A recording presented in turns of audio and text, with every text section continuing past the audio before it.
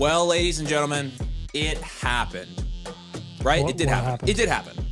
What did? Yeah, everybody knows that it happened. Nate knows that it happened, right, Nate? Sure. What happened? The TreVeyon Henderson breakout. Oh, yeah. Yep. Didn't it? For sure. You think so? Yeah. I wouldn't constitute a one big week being a breakout for a player specifically. Otherwise, Vidal and JCM and Woody Marks would all have breakouts as well, and they just don't. So. That's what I'm getting at. Because I know, I know you guys wanted a really exciting start to the stream where we just talk, just glowingly about TreVeyon Henderson, and I'm sure we will at some point in the future. We haven't moved him down our rankings. Spoiler alert, number one, we haven't moved him down our rankings, and number two, I'm not moving him back up my rankings. I don't know why I would. Well, if you haven't moved him down, you can't move him back up because he was never down. Exactly. That's why I'm not moving him So that's kind of the point. Like, let's talk about TreVeyon Henderson first, and obviously we'll pull up his stats on the screen and stuff, but just talking through our rankings here, TreVeyon Henderson, I have in a tier of like 10 to 15 in Dynasty among running backs. Yep. He's been in that tier since the beginning of the season. Yep. And so I haven't moved him down. I have not moved TreVeyon down because I never thought that he was completely dead. I did say I would pivot to, a Jacobs McCaffrey as a contender, and I'm still very comfortable with that. But I haven't moved him down.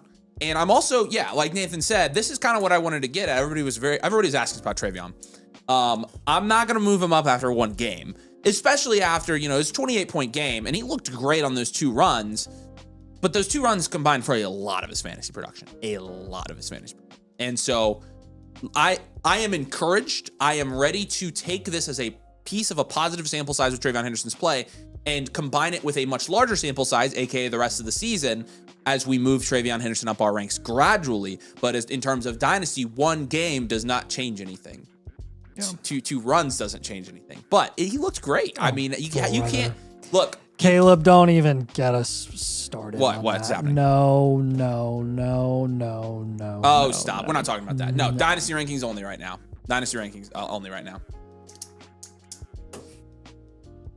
But TreVeyon carried me to beating Avery in the green. Yeah, okay, we're not putting that up. Don't put that comment up. Didn't happen. Yeah, it's interesting. I do think he looked good, and what I hope happens in an ideal scenario here. What happens is gosh darn it. Yep. Mike Vrabel's going to be like, hey, TreVeyon looked really good. This is our running back of the future. We drafted him in the second round. Let's start giving him 70% of the work.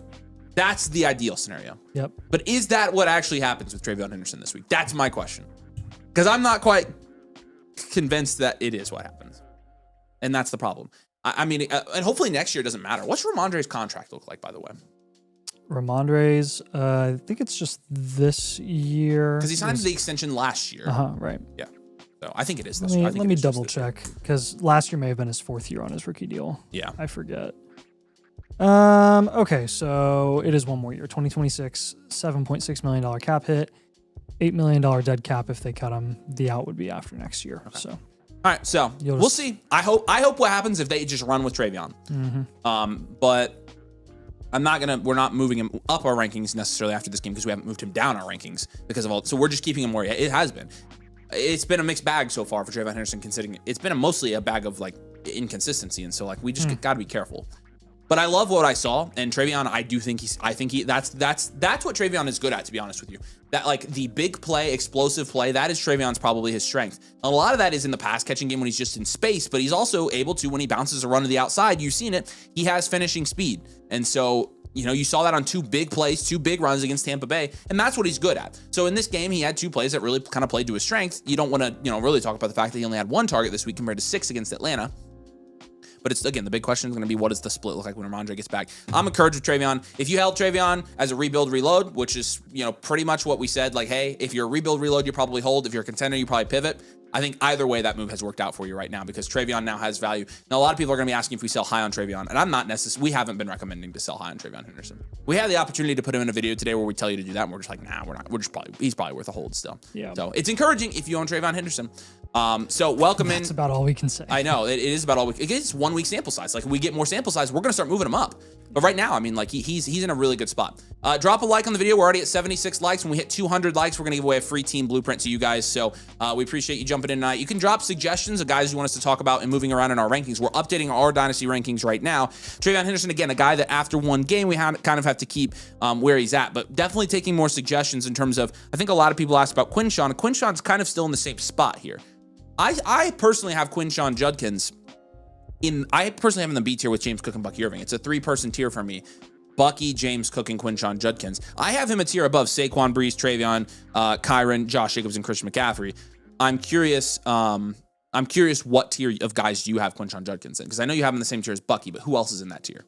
I would put James Cook in that tier as well.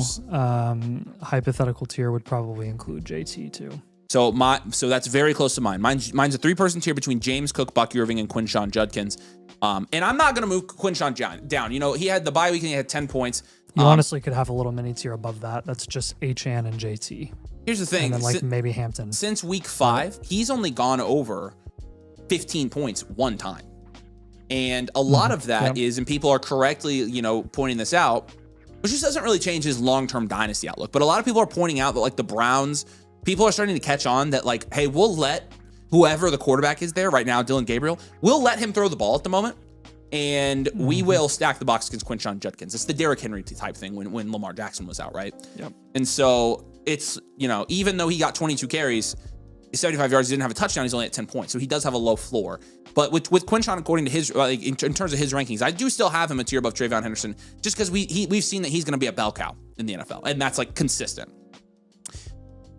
But, I think you can't put him in like the A tier of running backs until you see like he's actually going to have a pretty high floor, which being on a bad offense, like that's kind of the thing that holds you back at that point but Quinshon has still been very good. And again, 22 carries and 24 touches in this game is beautiful. I love the volume. Yeah. And I think if the offense in the situation, and we've seen good running backs in this bad offense produce at a very high level. Like, obviously Nick Chubb did it. Kareem Hunt did it as well. Like if you're like, oh, you can't compare Quinshon to Nick Chubb, that's fine. I'll compare him to Kareem Hunt in his prime. Like Kareem Hunt was, aside from those first 2 years in Kansas City, after that he was a step down from what he was earlier in Kansas City's in his time in Kansas City, but he was still very productive in Cleveland. Still had, I think, a running back 1 season that year, or during his stretch in Cleveland, and a couple of high running back 2 years too. So I think Quinshon is very capable of producing at a very nice, consistent, high level, even though the situation is bad. It's not going to be pretty this year.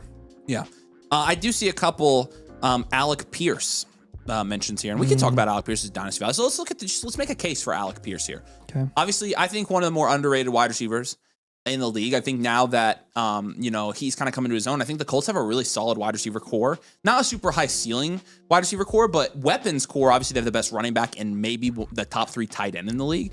And so I think they can get by with a Michael Pittman who's not a true one, a Josh Downs who's a slot merchant, and then an Alec Pierce who's a big play guy, but he's 25. They really never have to pay top dollar to an elite wide receiver if they just keep those skill sets together. They're actually in a really good position because they don't really have to pay top dollar to Daniel Jones. They don't have to pay top dollar to, top dollar to a running back is not that much. Jones will probably take 30.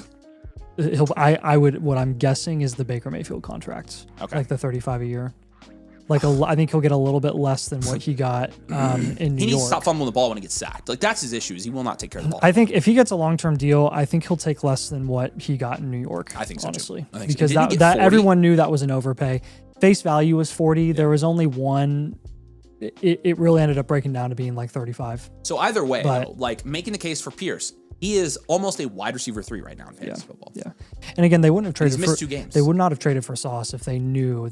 Oh yeah, they had the to pay price tag. If they knew the price tag that they were gonna get Jones at, which I don't think is as high as what you would have seen even a couple of years ago, because people are catching on. Like, hey, these guys aren't really worth as much as they were being paid. Like, you're paying good to average players like great money, and that's just not. You're not going to see that anymore. So I personally didn't have Alec Pierce anywhere in my dynasty rankings before this season. I think in terms of like in Dynasty, you're probably still taking like Jaden Higgins over Alec Pierce, right? Yes, I have Higgins like 10 spots higher. So I'll give you that little list because you've got your productive vets with like your Shakirs, your Downs, your DJ Moores mixed in. Ridley. Diggs. Diggs also there. So here's a big tier for you. Okay. We've got Jaden Higgins, who you said I've got at 45.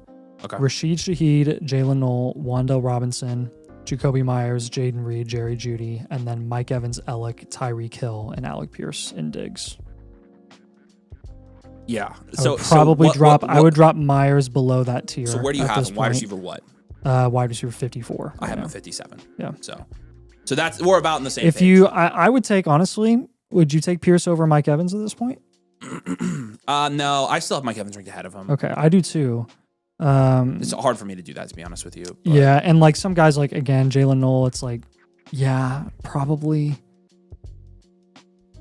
Speaking of, probably want to take Knoll for now, but we'll see. So speaking of Jaden Higgins, in his last 3 games, he's had two very good games. Yeah, that's why. That's why I've kept him where he's at. So where do you have him? It was only a matter of time. I have him at 47. I have him at 45. Yeah. Okay. So we're about on the same page with Jaden as well. I mean, a guy with a ton of upside was drafted in the early 2nd round, right? And I would definitely rank him over Keon at this point. I feel better about Higgins than I do Keon. I actually have them back to back. So I moved Higgins up to like 43. Keon had a good game this last week as well, by the way. But again, it's consistency is the problem. With Higgins though, maybe he gets like a consistent role here. But yeah, so that was Alec Pierce is an interesting one, but we'll see. Who else are we trying to talk about here tonight? Oh, Troy Franklin's a great one. Yeah, I would put Franklin right by Alec Pierce. Yeah, I think I would too. I would maybe put Troy Franklin a little bit higher just because I think he has more upside as like a high target volume guy than Pierce does. I do think Troy Franklin's outlook is a bit more positive than someone like Tez Johnson. Yes. I think Tez Johnson is a little bit iffy because you've got so many moving pieces offensively right now due to injury with all those guys. Evans, you would probably assume, will be out the door unless he takes like a really cheap deal, short-term cheap deal to like end his career in Tampa. But then Godwin, pretty banged up, but he'll be back. They extended him this offseason, so Godwin is still going to be in the picture. And then everyone likes to forget Jalen McMillan. He's going to be back probably this season as well. And McMillan was all the rage last year before they drafted Ibuka. So that's also a concern. Okay, so I'm curious now. Because if you're looking at Troy Franklin, he's a wide receiver 2 on the year now. Hasn't had his bye, so wide receiver 3 really in points per game probably. But look at his last 4 games: 10, 8, 10, and 9 targets in over a 4-game sample size now. Now the yards are concerning because 3, 6, 4, and 5 targets, and he scored 4 touchdowns in 4 games. So the touchdowns are driving up his production a lot. So I don't think you can look at this and say like he's actually performing at a wide receiver 3 level. I think when you talk about like when he scores the median amount of touchdowns or expected for him, I think he's probably a wide receiver 3 or 4. But still, I'm curious like what his price is like on a keep trade cut or something like that. Wide receiver, wide receiver 36. Yeah, I mean I think you smokes. Yeah. Wow, people have really elevated. He's not even 23 I think you could years have the same type of conversation with Jim DK in Tennessee too. I mean, there's a lot of these young guys that are just coming in that were day 3 picks, and they're having some really, really nice stretches, some decent target volume. Franklin's just in the best situation, which is why we would rank him higher than those guys. But again, value upside, like what's really the value upside of Troy Franklin? Like I just saw a deal that Steely got done today. You'll like this one. He traded Troy Franklin, Dalton Schultz, threw in a 3rd and Flacco, and he got J-Mo. Nice. So essentially Troy Franklin plus junk for Jameson Williams. Let's talk about J-Mo. That's a good one.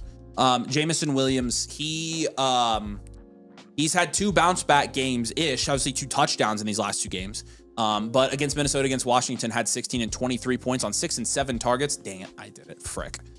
Don't laugh, Scott. 119 yards against Washington. I mean, he just looked good. And so, with J-Mo, I never moved J-Mo way far down my rankings. I still had him next to like Chris Olave. Oh, we need to talk about this guy as well. Actually, we need to talk about multiple guys here. There are a couple guys that I am legitimately moving down below Jameson Williams actually at this point. Like, are you taking, chat, I want to know from you, are you taking Jameson Williams or Xavier Worthy in Dynasty? That's kind of like where I'm at right now. I would take J-Mo personally. I have him back to back, and I have no issue taking JMO over Worthy because Worthy's utilization and honestly his explosiveness is just not as explosive. It's just, I don't know. You hope that it ends up being what JMO offers for Detroit, and it's just not really. It's just different. It's different what Worthy's utilization is in Kansas City's offense. He's JMO. I just like JMO more, you know, Worthy. And a couple votes for Worthy, but mostly JMO. I don't blame you necessarily. I don't think you're terrible for ranking Worthy over JMO if you prefer him, but it's just we do have him back to back, and both in great offenses, both kind of the same type of player. Both averaging about 10 points per game this year. There's not a ton of differences between them. Now, like, I'm curious. There's a couple guys I want to ask. So Xavier Worthy, Devontae. You could make an argument that Worthy's a little more steady than JMO is, but I think JMO's highs are a lot more high than Worthy. And when you're looking at a flex option any given week, that's going to really help you win a week. Like, JMO's going to be your go-to. Now, Devontae Smith, I have right next to those guys. I actually have sandwiched Devontae Smith in between JMO and Worthy. Like, oh wow, I have Devontae Smith a lot higher. The problem is with Smitty. I have Smith at wide receiver 22. Well, that's where I have him as well.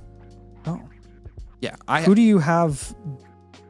I've got four guys. My D tier is a big tier: Waddle, Flowers, Pickens, JMO, Devontae Smith, Xavier Worthy, T Higgins, Chris Olave, and AJ Brown. Wait, so you have JMO and Worthy at what numbers? 21 and 23. Oh wow. Yeah. I'm trying to figure out who you have. Where do you have them? Well, I have him at 27, 28, but I have... You probably have Higgins over him. You probably have Olave over him. You probably have A.J. Brown over him. I have Olave, Pickens, Higgins, I have Pickens too. Flowers, and I have Hunter over him. Yeah. Okay, that's the four. It's Hunter, Higgins, Olave, and A.J. Brown. So, and I have Higgins, Olave, and A.J. Brown in that same tier. I have Travis Hunter. Travis Hunter could honestly be in that tier as well. I should probably split this tier up and put Travis Hunter in this tier, put Ricky in the tier below, and put QJ in the tier below, and then end this tier. Yeah. So it's a huge tier for me. But... like A.J. Brown, for example, where do you have him ranked at this point? I dropped him. I have him back to back with A.J. Brown or with Devonta Smith. Okay, so I don't think there's. I think there's, in terms of current value, there is almost no difference between the two of them, and long-term value, one of them is going to go down perpetually, and Devonta Smith has a chance to have a little mini spike.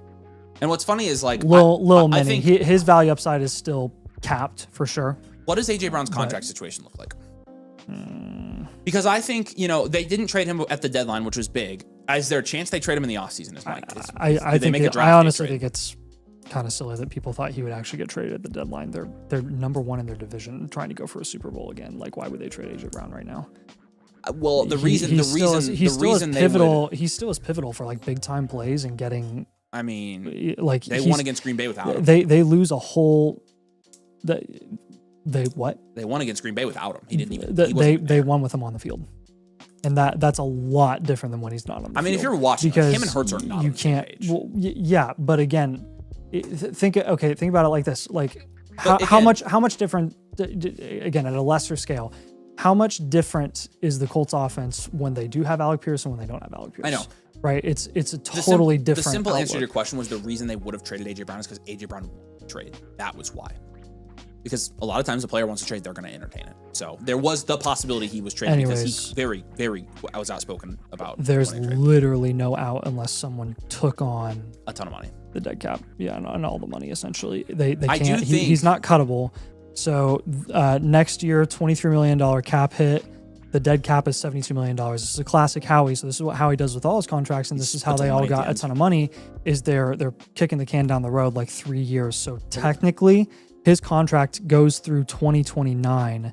The dead cap does not, or the cap hit does not exceed the dead cap until 2028. Here's the thing, unless someone would have to be willing to take on that contract at what's he going to be, 30 years old in a year? No, he's only 28. Yeah. So someone again, they're not moving him. They're not moving him. So at that point, then, because I was going to say the best thing for his value would be for him to get traded at this point. Yeah. But it's not going to happen. I'd love to see him go to New England. I know. Like, New England would be your dream. It would be a match made in heaven. Him and Henry would be match made in heaven. But it's not happening. So I do think, though, at the point where you're locked in for what? Is it 2 years or 3 years that he's locked in? 26, 27, and 28? When you're looking at the cap hit and the dead cap, it's It's 2 more years, 2026 and 2027. I think at that point with AJ Brown, his price is going to continue to go down in Dynasty, and I would let it go down. And then when he gets into the 30s, I would start buying him because I think he's going to. Right now, he's wide receiver 24 and keep trade cut. He's not gonna he will fall in the offseason. Yeah, more. At the beginning of the offseason, I think you're going to finally see his floor in Dynasty, and that's when I think we're going to pounce on it because I don't think he's toast. AJB is not necessarily it's a bad buy season right now. Because even as a contender, it's like, what really are you getting from AJ Brown by buying him in the middle of the season? He's basically a glorified Jamison Williams. Yeah. Right now, which is crazy. Yeah. From a production perspective, talent wise, what he offers for the team is a lot different. How he wins, it's all different, but. Production wise is what you're getting. Now, Alex says, watch AJ Brown end up on the Bills in the offseason after they couldn't close a deal on Waddle at the deadline. Yeah. And that would be a match made in heaven as well. So were they actually shopping Waddle at the deadline? I see actually a lot of Woody marks. Can we pull up Woody marks? They said they were. Evidently, was it the Bills? I think the Bills, there's no way they'd trade him to the Bills. No, not a division rival. But somebody was offering like a 27 first, and the Dolphins wanted a 26 first.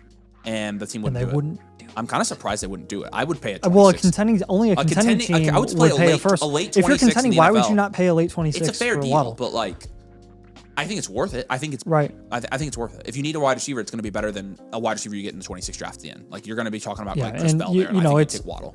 Money, yeah, and that's part of it. I get it, but at the same time, you're not getting the wide. Yeah, I don't know. Maybe I will say this. Oh, this is very interesting. Before we talk about Woody Marks and his rankings, let me pull this up real quick. Good old Dane Brugler had his top 50 news top 50 today, and there's some interesting things. This is send me the link. He is let me the Athletic. He is making me feel better about this class. He is making me feel better about this class. Like there's no other way for me to put it because there are some rankings in here, and I'll send you the link. We have an account, by the way. Evidently we do not. No, I don't. No, okay, no. It's trying to get me to buy the New York Times. You can lick them up. Where is it? Where's the draft? Draft rankings. Here we go. Okay, here's some interesting ones, by the way, for you Dynasty people with picks. Ty Simpson at number 2. Jeremiah Love at number 5. Mendoza at number 7. So I want to count the non-QBs. Love at 5. Send me the link. Love at 5 was the first one, and that's a big one. Obviously, he could go in the top 10 just like anybody else, like Bijan, Genty, whatever. He's that level prospect, and we know that. But Love, Jordan Tyson at 8. Stop with the New York Times. Carnell Tate at 10, which I'm seeing more and more Carnell Tate in the top 10 of these write-ups, guys. Carnell Tate, we're kind of sleeping. He's going to make the top of this draft class a lot stronger. We're expanding that tier. Carnell Tate. It's muy bien. I love Carnell Tate. I will not be passing on an Ohio State wide receiver again. No. Dante Moore at 12. Dante Moore's going back to school. I'm almost positive. Am I the only one that just made the connection that Caleb Downs and Josh Downs are related? They're brothers. Yeah, you are. Over the last week, I realized it at some point last week. I was like, oh. Yes, you are the only one that did not know that until now. They are brothers. Yeah, I thought that was funny. Yeah, and Caleb Downs may be the best player in this class. So Dante Moore's 13, 4, 12, but he's not going back to school. Sellers at 15, I think he's going to go back to school. Sadiq at 17. Mekhi Lemon at 20. Denzel Boston at 22. Casey Concepcion at 29. Chris Bell at 31. How many wide receivers? Jeremy Bernard at 33. So scraping the first year. Jadarian Price at 39. How about that? There we go. I like me some Jadarian Price love. Yeah. We got and that's all of them. That's it. But look at the wide receivers that are sniffing the first round right now. This wide receiver class could carry this rookie class. I don't care how many quarterbacks go back to school. Just like running back did last year. And honestly, I would rather have a wide receiver carried class than a running back carried class because we saw what happens last year. Caleb Johnson, RJ Harvey. So far, like they haven't. Their dynasty value hasn't hit yet. Let's talk about Woody Marks and his ranking. A lot of people, so this is interesting. Like, okay, let's just ask them the question that we asked in the video today. Okay, in Dynasty chat, are you taking Woody Marks or a 2026 early second round pick? Woody Marks or the second, go in the chat. Because we released a video today and we told you which one we would prefer, and I'm very curious which one you prefer. There is a right answer. Not really. Woody Marks are a 2026 early second round pick in Dynasty Fantasy Football. Drake doesn't like Jadarian Price. I think he needs some respect. NBK says, just curious, fired by a blueprint, how long does it take for them to respond? Well, if you do a live blueprint, it will be tonight. What about the off screens? What's the current timeline? 5 to 7 days. There you go, 5 to 7 days. Woody second, Woody second, Woody second. This class kind of sucks. I get that. Woody second. Depends on the class. It's this class. We know the class. Woody second. It's more Woodies than I would have thought. Yeah, I think though, I think it's pretty split. Woody. Nathan and I personally lean the second round pick there. I think you can easily get it done, but you're not getting a first for Woody Marks. But let's just talk about it. The reason that we're a little bit, obviously what you saw in week 10, that's like a great thing for Woody Marks, is 80% of the snaps there, 14 carries and 3 targets. The workload's getting better. But are we convinced that Woody Marks is their running back of the future? Because what I think they're going to do, and I explained this on the video that we're releasing tomorrow, is I think they're going to bring in somebody that's better than Chubb, and they're going to heavily split that backfield. And I think it's going to cap Woody Marks' ceiling. I think because here's one thing to consider. So, maybe this is dumb. Well, another thing that you generally see kind of interdivisionally is you see a lot of crossover with like players that were on division rivals that go to other teams. I mean, ETN's going to be on the free market. I know. Why would they not, go ahead and grab him? When would you try and trade Woody? Well, we would probably recommend trying to trade him now if you're out on him. If you believe in Woody and you think he's the bell cow back there for 2 or 3 years, then hold him. And I'm not saying that's a bad take. It's just not it's not Nate and I's read on the situation. I just think like right now, if you can get out for an early second, I think that's a pretty good deal because you can probably get a solid wide receiver in the early second that I would think will have more value upside. But if you believe in him, I mean, you can hold him. Like it's the beauty of it is you can kind of just call your shot on a guy like Woody Marks, and it's not like if you miss out on an early second round pick, darn. And somebody nailed it. I think it was DDSS says, if I have Woody, I want a first, but no one will pay it. So that's a lot of Woody owners, and at that point you just hold, I guess. But like for Nate and I, we would take the second. Like it has to be an early second. Wouldn't take a mid second for him. So in terms of where we're ranking him, though, I mean, I have him still at like 36. I need to move him up much more than that, to be honest with you, because I would take him over. I have him at like 32, 33. That's where I'd probably have him because I have Dowdle over him still. I would probably give him the nod over Chuba. I have him Chuba over. I have him over Chuba, and I have him back to back with Caleb Johnson. Tootin's intriguing enough to me that I have Tootin right next to him. Hold off. JCM's right there. Caleb Johnson's right there. Yep. That's the same. You want to give Marks Wood over the nod over Kamara? I'm fine with that. So just to compare, I have him at running back 30. Market has him at running back 27. So I don't think his price is outrageous, but I do think I would take the early second. This is outrageous. I do think I would take the early second. And again, that's just preference, but like, I don't think with Woody Marks, this is a Bucky Irving situation. Maybe the last 7 weeks of the year, he'll prove me wrong, but I really don't think it is. I don't think he's as good as Bucky was. We'll see though. I could see that. I could see that backfiring. So, all right. Who else? Who else are we talking about tonight? Yeah. So Connor just kind of said that. The question is he Irving, and do you hold or do you look to try to sell for a first and early second? My problem with Irving, like where I made the mistake with Irving, was I sold a lot of Irving after like week 3 or 4 last year. Yep. But now that we're through week 10, like I think I'm pretty comfortable saying that I don't think he's the long-term back. Bucky was just, I mean, when you look at the efficiency metrics too with Bucky last season, the amount of workload that he took on in the second half of the year and the amount of efficiency that he showed when that volume wasn't quite what it was at the end of the year, like Woody Marks has not shown that. He says, why is JCM over Woody? I have Woody over Jacory. I have Woody over JCM. I have him 5 spots higher. But again, like we've seen one game thus far where Woody Marks has averaged over 5 yards per carry in a game. Right. And with Bucky last season, I mean, he was destroying everyone. Right. Like all the time. Yeah. On a weekly basis. He ended up on the season averaging like 5.4 yards per carry, but he had games of 5.6, 7.8, 6, 7.3, 5.6, 4 or 5.7, 7.7, 6.8. I mean, half the season he was so much more explosive. This is a good question. Victor says, didn't the Texans trade a future third for Woody? I think they technically did. So there's some level of team investment that they would trade a future third for him. Yeah, they did. Yeah, to move up. Oh my gosh. Yeah, so there's a little bit of team investment there. It's kind of like, oh, yeah. That makes you think at least. So I get it if you want to hold Woody. It's just basically, I think you're basically just, it's a 50-50 here. I don't think there's very strong evidence that he's Bucky Irving at all, because I think Bucky's much, much, much better.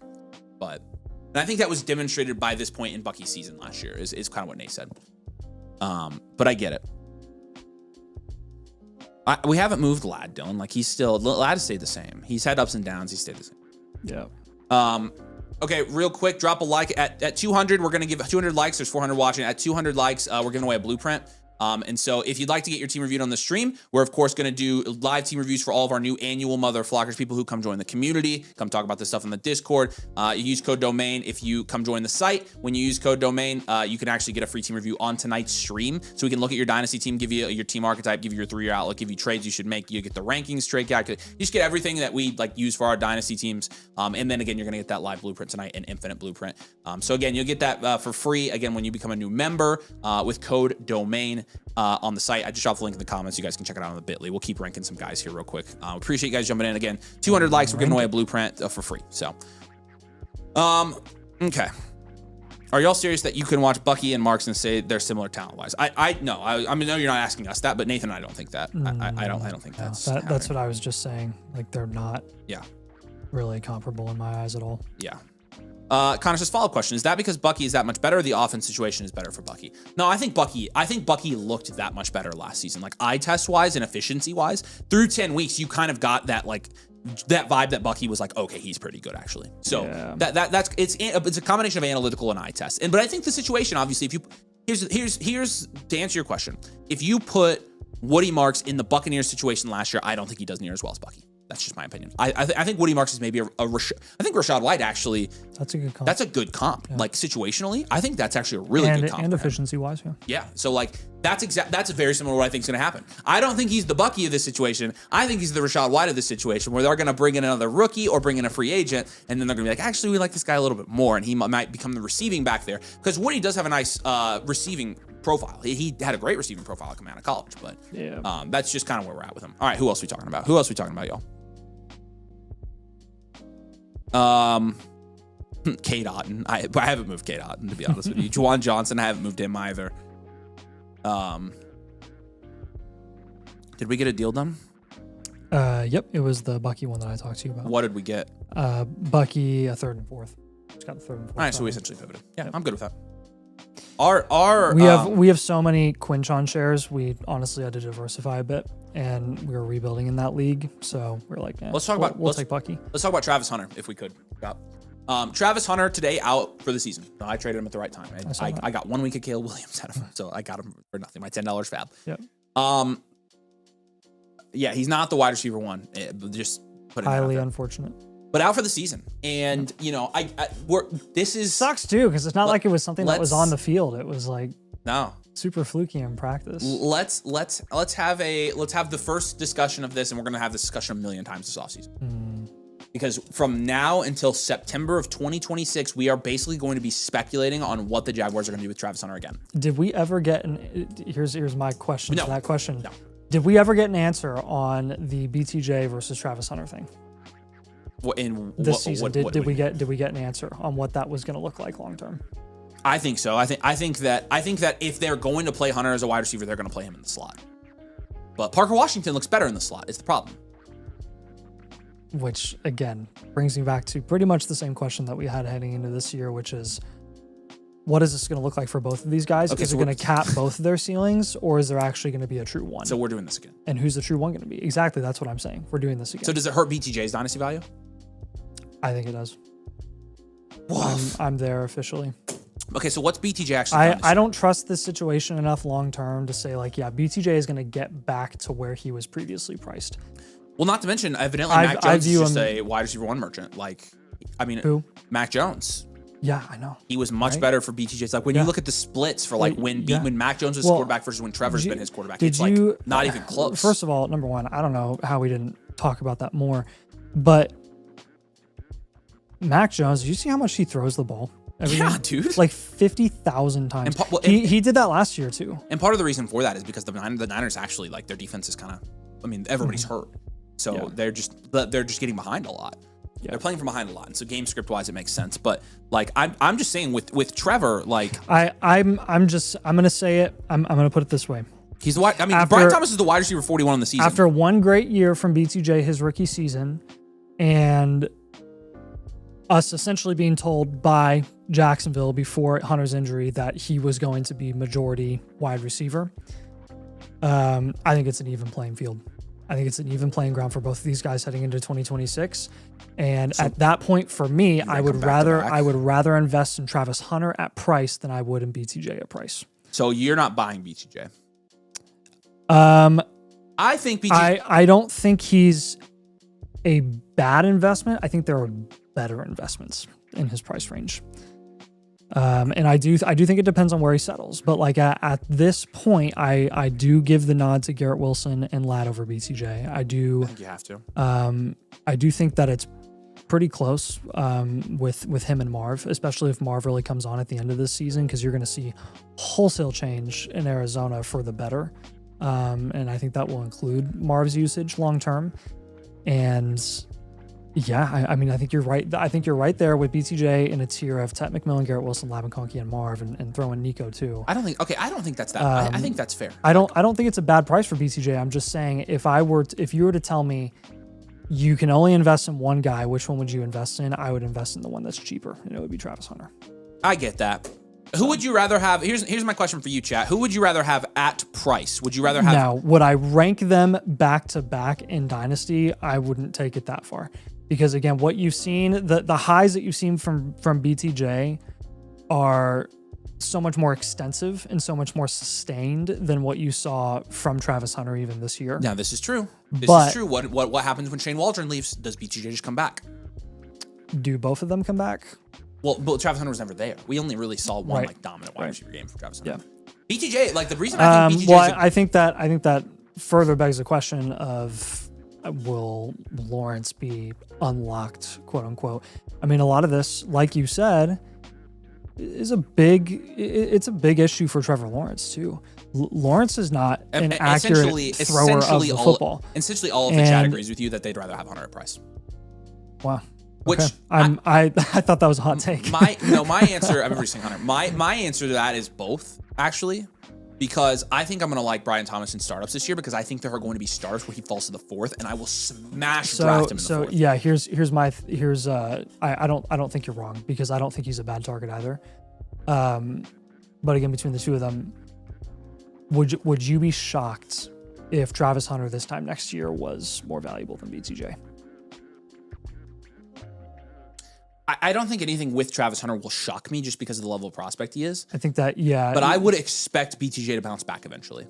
I just do. Yeah. My thing is, like, a 23-year-old wide receiver who has wide receiver one upside, that has produced as a wide receiver one in his career. I mean, the other very comparable situation to this from a production standpoint is Jalen Waddle. I was just going to say that. That's what scares me. The difference is I don't think Travis Hunter is Tyreek Hill. Like, he's not Tyreek Hill as a wide receiver. So yeah, they are different schematically. The way that they fit together is different than talent, the way Tyreek and Waddle do. Tyreek was a better wide receiver. But with Waddle, he didn't bounce back until this year from a production standpoint. He had 2 or 3 down years. Really, what you would like to see ideally is like a Higgins and Chase sort of pairing. And I think that's really what they were gunning for. Yeah. And so like Connor says, like, real answer, get rid of Shane Waldron, all the Jags offense goes off. Hot take. No, I think that's actually F and Plop Smoke says, I guess Shane Waldron made Brian Thomas have stone hands. There's also that. I mean, he ruins everything he touches. Like, it's very true. Yeah. It's just, look, I'll be the first one to blame Shane Waldron, but where does the blaming of Shane Waldron stop? I mean, he's not even the offensive coordinator. He's not the play caller. Right. Like, why is Liam Cohen not accountable for this? Seriously. Like, I understand Shane Waldron is an issue. And again, I will blame Shane Waldron, and I would rather see Waldron out of Jacksonville than in Jacksonville. But it's not like Waldron is running the show like he did in Seattle and Vegas. No, I know. So I know. I don't think all the problems are. I don't think all the problems are going to be solved once the passing game coordinator leaves that offense. I don't know. You said it yourself last week. Passing game coordinators have more pull than you think. They do, but he's not calling the plays. I know, and but he's not overthrowing balls literally every other play like Lawrence is. I know. I'm not saying it's solely on him. Like, yeah, you're right. The problem doesn't just completely go away. But I do think Trevor Lawrence has been good enough at times to support Brian Thomas again. Like, but it can't be consistent. But it's not consistent. That is true. Because that's the issue. I want to talk about a guy you just mentioned, Marvin Harrison. BCJ was not consistent his first season, the first half of the year, while Lawrence was there, and then he just went on a freaking tear. Lawrence is picky choosy about who he throws to, I think. All right, let's talk about this guy. Look at this. Look at his last 2 games: 22 and 14 points with 10 and 12 targets with Jacoby Brissett on the field. Yeah, 3 of 12 is disgusting, by the way. I haven't moved Marv at all. I still got him at 14. Where do you have him? 17. So I have him in the 14 to 17 tier as well. So it's a big tier for me. So I guess here's the real question: do you think that next year Kyler Murray is the quarterback there? No. Okay, then I think Marv's a huge buy. Yep. I will die on this hill. I mean, look, we did it. We did it last year. We said he's going to break out. He hasn't broken out yet necessarily. I will die with Marvin Harrison Jr. I don't care. I don't think Kyler is the QB there. I think this is the last we'll ever see of Kyler in a Cardinals jersey. He'll go somewhere. I think Gannon is easily out as head coach. So what they'll probably do and what they'll die by, because again, I don't think they're going to have any front office change. So again, that front office is going to be held accountable for, every single pick they make and every single investment they make. And at this point, I think they got a lot riding on their top 3 pick in Marv, who they just invested in last season, and they really need to get him going. And I think that's going to be reflected, honestly, the second half of the year now that Brissett is playing. But they got to get this train going, and I don't think it's going to be with a defensive head coach like Gannon, as good as Gannon is as a defensive head coach or as a defensive play caller. Like, they just got to move on. They really have had they've always been scrappy since he's been the head coach there, but they just have a massively capped ceiling. So I don't think you're going to see very many familiar faces on that coaching staff next season at all. And I mean, at the point, like you've seen, I think all of you have noticed this with Jacoby Brissett at quarterback. Marv, you're like, okay, I get it. Like, this is the ceiling. This is the ceiling. Because he's actually like winning routes and like getting the ball, and there's like anticipation on the throws, and he's catching some touchdowns, which has made a big difference. But like the Dallas game, he just looked really good. Like, he just looked good across the and he's done that on plenty occasions. He's done that on plenty occasions in the first year and a half. It's not like, one game he looked great against Dallas's secondary. He's done this against plenty of other rosters. But I think what we're seeing these last 2 weeks that we haven't necessarily seen before in Marv's career is a concerted effort to get him the ball. In a way we've seen it in splurts before, but not to the level that. I mean, his second week in the NFL, yes, and that was like in my opinion, like last year you saw some pairings of like 11 and 8 targets, and then 12 and 8, and then 8 and 10. So again, like there were some couplings there. Hopefully, this can extend. The next couple weeks will be to huge. San Fran, Jacksonville, Tampa, and then the Rams and Houston. You're gonna have a really tough run in the playoffs. Like, he'll struggle there against the Rams and Houston probably. Yeah. But again, like they really don't have anything to lose. Like, they're not going to be a playoff team. They may as well just try and get it going with some of their most talented players. And that includes Benson, actually, as well. Once Benson is back, I think they're going to have a pretty concerted effort to get him the ball, too, on the ground. And hopefully a reestablished run game with Benson should help open up the field for Marv as well. Where are you ranking JSN in your Dynasty rankings? I haven't moved him. He's still in the same tier, the big tier. I have him at wide receiver 2. Okay, so you have him at wide receiver 2 already. Who's your 1? Still Chase? Mm-hmm. I think you can make the argument that it's JSN at 1 at this point. Again, he's in that tier, but like, he has been worldly. 22 points per game. This is like the 2022 Cooper Cup season level. Yeah, I mean, like, he's putting together like one of the better like fantasy wide receiver seasons we've ever seen. His floor is a lot higher. Like than a year after Chase did it, and 2 years after CeeDee Lamb did it. This year it's JSN. Yep. And so, like, if we're gonna rank CeeDee Lamb in the top 4, like, JSN's a first round Dynasty starter pick. It's not even debatable at this point. He looks like the best receiver in the league. There are so many QBs I would rather, or there are so many QBs I would take JSN over in the first round right now. Like, if you take JSN top 6 in your Dynasty startup, by all means, do it. I mean, I thought JSN was going to be good this year. We recommended him as a buy. I didn't think he was going to be this good. So this is funny. Crazy. This is funny. Top comment on our video. I was going to get your thoughts on this. He scored 20 points playing half the snaps because they sat everybody. He played 42 snaps. Played 42% of snaps and scored 20. There, on one of our most recent videos, you mentioned how we on Blueprints were telling people to downtier from BGJ to like JSN, which we did that a lot. We did London a ton. But the top comment on that video was, these guys are full of shit because they didn't tell people to down tier from BGT to JSN. That was the top comment on the video. I'm like... I have roughly 500 blueprints. I know, we could show you a ton of evidence on that. Like, it's just funny. And people were like, yeah, these people agreed. I'm like, what? We absolutely said that, but whatever. I mean, that's fine. London was another very common one. Like, and that actually has panned out okay too, because London at this point is much higher in value than Brian Thomas. Too. So. Yep. But it was just, I thought you'd think that was funny. I'm like, we literally have I don't even Where do you want it? Like, we'll prove it. Like, what? But with JSN though, I mean, the problem last year was he being drafted with like the lad like tier, and I didn't like know which one to prefer, and JSN was the clear one to prefer. We have so many videos too. Like, I know. I don't remember the like these guys have first round upside. JSN was like he was the cover trial. Yeah, I know. So I mean, JSN he legitimately looks like the best wide receiver in the NFL right now, and I'm for it. I'm for it. Congratulations to JSN. He could be the wide receiver one. All right, who else do we want to talk about, y'all? Who else we going with? IU still number 2 in the rankings. Beautiful. Yeah, I mean, they should be. They should be. Like, Penn State is not. They have a ton of talent. It was a tough place to play, and Ohio State.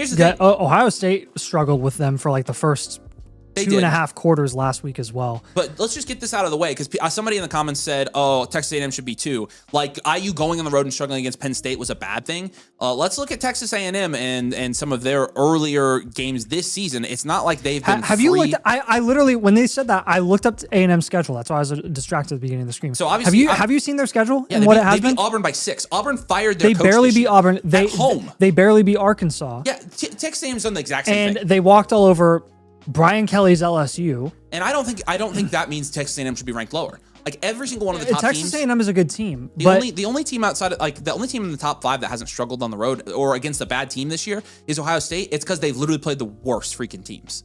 So, also, I like Texas A&M. But how good do you feel about going down to the wire with Iowa when they just lost on a last-second field goal to Oregon? Well, we beat both of them. So. Yeah, I know. I'm just saying. I was good. Like, I was a ranked team. I felt great about it. I was like, dang. I was good. I'm just saying, IU should still be number 2. Like, yeah, you would have wanted them to win by 14 plus, but the fact they got in like a rock fight with a very talented Penn State team doesn't concern me that much, because it's a really hard place to play, and because, again, they just struggled. Like, they're going to have games where they struggle. I don't think it makes them worse. So that's where I'm going. Yeah, you're splitting hairs between IU and A&M. Penn State at home is no joke, despite their record. Like, you're gonna make a stink about it. Put Joe's comment up. That's the most reasonable take here you could have had. You're gonna make a stink about it, about them having a close game against Penn State. What separates good from great, especially in college football, is what you can do at the end of the game to ensure that you are going to win regardless. And they've done it twice in their 2 closest games. Actually, their 3 close games this season: Oregon, Iowa, and Penn State. Every single game they have gone down to the wire and had a game-winning drive. Yeah. Like, you could throw out Oregon if you want to, but like, you remember Fernando's response after that pick 6. Yeah. When you thought it was going to flip, you're like, crap, we're going to lose this game because of that pick 6. And then he goes down and just makes them look like children. So again, I think it's right. I think A&M. Here's the thing: we have a college football playoff where it's going to be decided who's the best team. So like, yeah. I don't really think it's worth arguing about. No, but I do think we're not going to learn anything more about IU at this point too, because they play Wisconsin and Purdue. So the next time you'll learn a little bit about. They play some tough teams. Yeah, the next time we're going to have this conversation. A&M has a really big game at the end of the year. They play Texas. Texas, which by the way, Texas being ranked number 11, like. It's a crap show at that point. Like, it's not as strong there this year. No. All right. Let's do this. So, I'm glad IU's still number 2. Thank you for letting me know that. I can't watch it right now, obviously, but we do have a couple. We have 2 team blueprints in the queue right now, and so now we're going to pivot over. 4 team blueprints in the queue right now. Now we're going to pivot over and focus on your guys' teams. So again, I'm dropping the link right here to submit. We are giving away a free team blueprint to one of you guys here in 10 likes. Okay, so drop a like on the stream. We're going to go ahead and give away a team blueprint tonight. You can get your team done for free. And then again, if you still want to get yours done, new members get it completely for free. You'll get the voucher and you'll be able to submit your team. And then we also have the a la carte ones for existing members, or if you don't want to join the site, I would recommend joining the site because it's way cheaper. And you get way more bang for your buck. We will be focusing on some trade questions, some team reviews now, just giving you guys some personalized advice for your teams at this point in the season. In Dynasty Superflex, 12 team start 10 PPR league, I've been told to offload Laporta for weeks. Laporta for Pittman and Kelsey. I think it's fair, don't you? It's basically just Laporta for Pittman and Kelsey. I would probably hold Laporta there. All right. I think it's fair. I'm just telling you my preference. I personally am fine taking Pittman there. So market is fair. You think I'm value wise? It's a fair contending move. Yeah, that's kind of where I'm at. You're doubling your production. Yeah, essentially. That's where I'm at as well. Cushy's trade question here. This is a Dynasty 1 QB. It's a 12-team start 9. So in a 1 QB, you're trading for Bijan. You're trading Rice, Addison, and Scadwood. Seems like a lot to give up in a 12-team start 9. I'm okay with that, actually. All right. Market is fair. Market is fair. Yeah. It's just a lot of depth. I don't think Scadwood and Addison are valued enough on top of Rasheed for it to be like, yeah, sure. Like I would much rather have that side over Bijan. Like I think it's worth getting Bijan there. We've got a Superflex 12-team start 9 PPR league. We're trading Breece Hall, Emeka Ibuka, and Keon Coleman. Essentially for 2 firsts. I would hold here. You're not trading Ibuka for that. You're packaging too many high-end assets for draft picks. Is this rookie class good enough to give up Bowers for a first and Breece? How early is that first? Yeah, if it's a top 3 first, absolutely. If that's a 101 to 103, then sure. But if it's not, I'm taking Bowers. If there's no guarantee, we'll market as fair because of that. But the context is, again, like if that's not an early first, I'm going to take Bowers here. Yeah. You're down tiering to a running back that doesn't have like situational security. You got to get more for Bowers if you're going to trade him. That was always the case with Bowers. This is a 1 QB 12-team start 8 PPR league. We're basically packaging together Saquon and then, a Waddle. I'll take Neighbors here. Like, I think this is a good move for most teams. I would just take, don't you think? Yeah. Dynasty Superflex 8-team start 10. Give me May and Henderson. Yeah, May and Hendo. I mean, May and Allen are value equivalent. So, and they're producing at the same level right now. Not so happy meal. BTJ. Dynasty 10-team Superflex. Start 11. BTJ, yeah, for AJ Brown and Waddle. I'd probably take AJ Brown and Waddle. Yeah, that's not bad. If you're going to sell BTJ for this, I'm fine with it. Yeah. Especially in season as a contender. Austin, appreciate you, man. Contender struggling with running back. What was sent this? Where's the first? That's a big, now that we know where these firsts are, that's a big question with these trades. Yeah, if you're on stream, Austin, let us know where this first is. Yeah. If that's an early first. If that really is an early first, we'll take your word for it. Unless otherwise specified, like we're okay with the Garrett Wilson side. If it's a late first on top of Garrett Wilson, I'm holding London. But if it really is early, then I'm good with it. So yeah, let us know, Austin, and keep an eye out for his comment for us, Scott.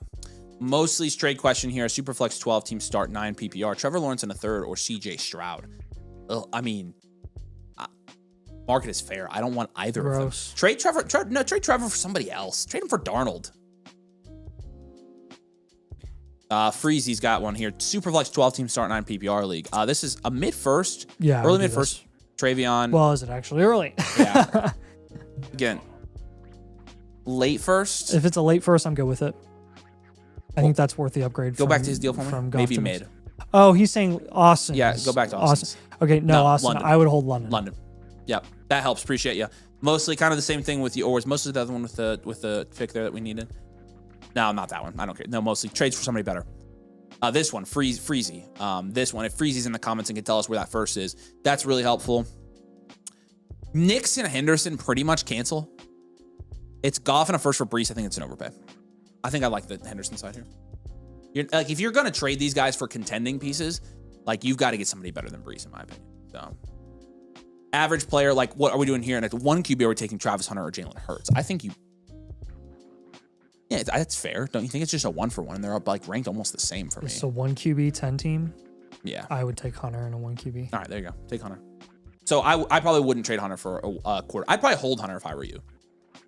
Unless I don't know. I think if you're a contender and you like desperately need a quarterback in a 1 QB, Hurts isn't a bad play this year. You desperately need one, but I find it really hard to say that you desperately need a QB in a 1 QB 10 team. That's very true.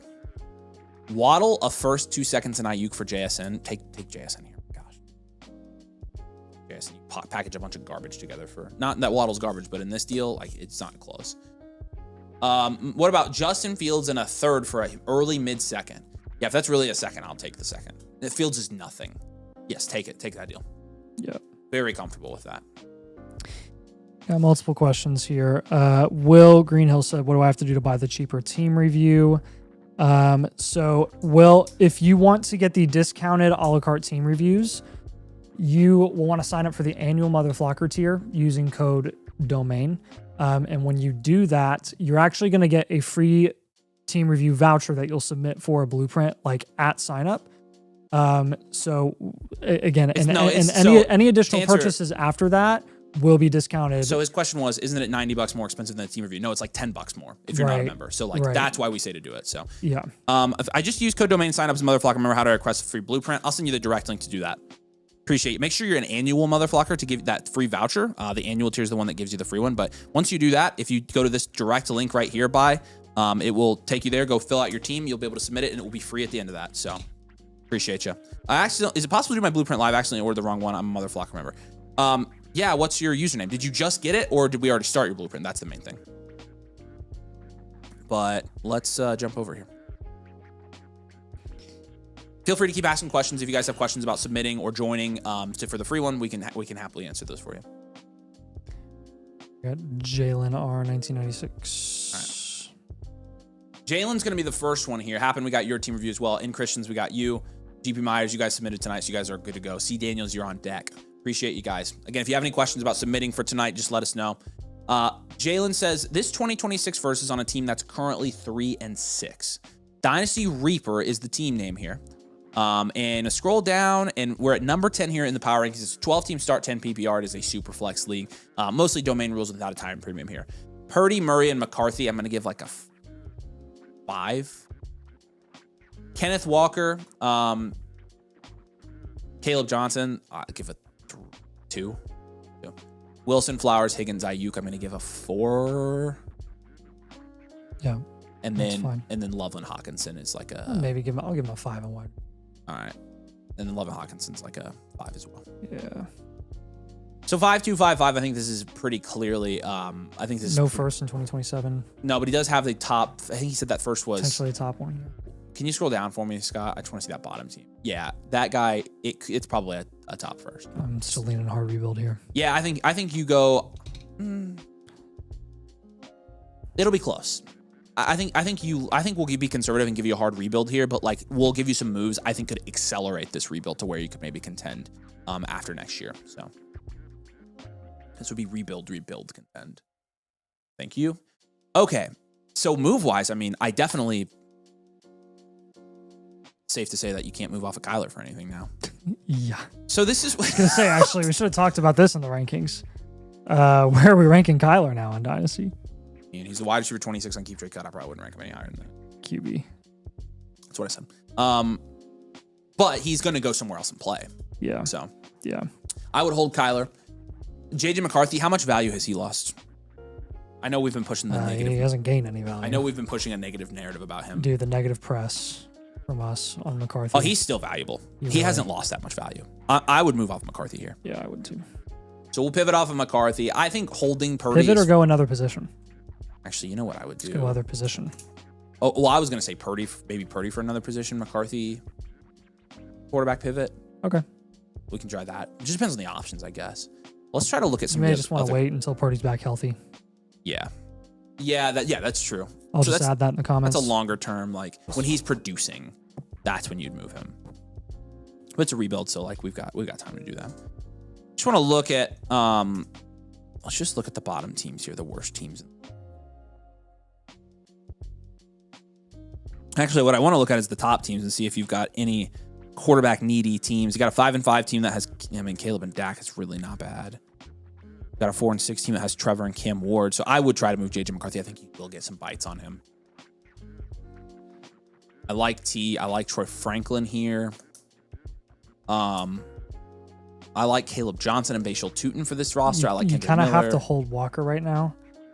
Yeah, because he's going to be a free agent. He's going to be a free agent. And his value is going to go up. We'll probably just take your tight ends like Hawkinson and Juwan Johnson for contending teams that need production right now. I would move both of those guys and just ride out with Loveland. Oh, we hit 200 likes, so we got to give away a blueprint. All right, let me start the giveaway real quick. You guys can get in. We'll open the giveaway for 10 minutes, and then we'll draw.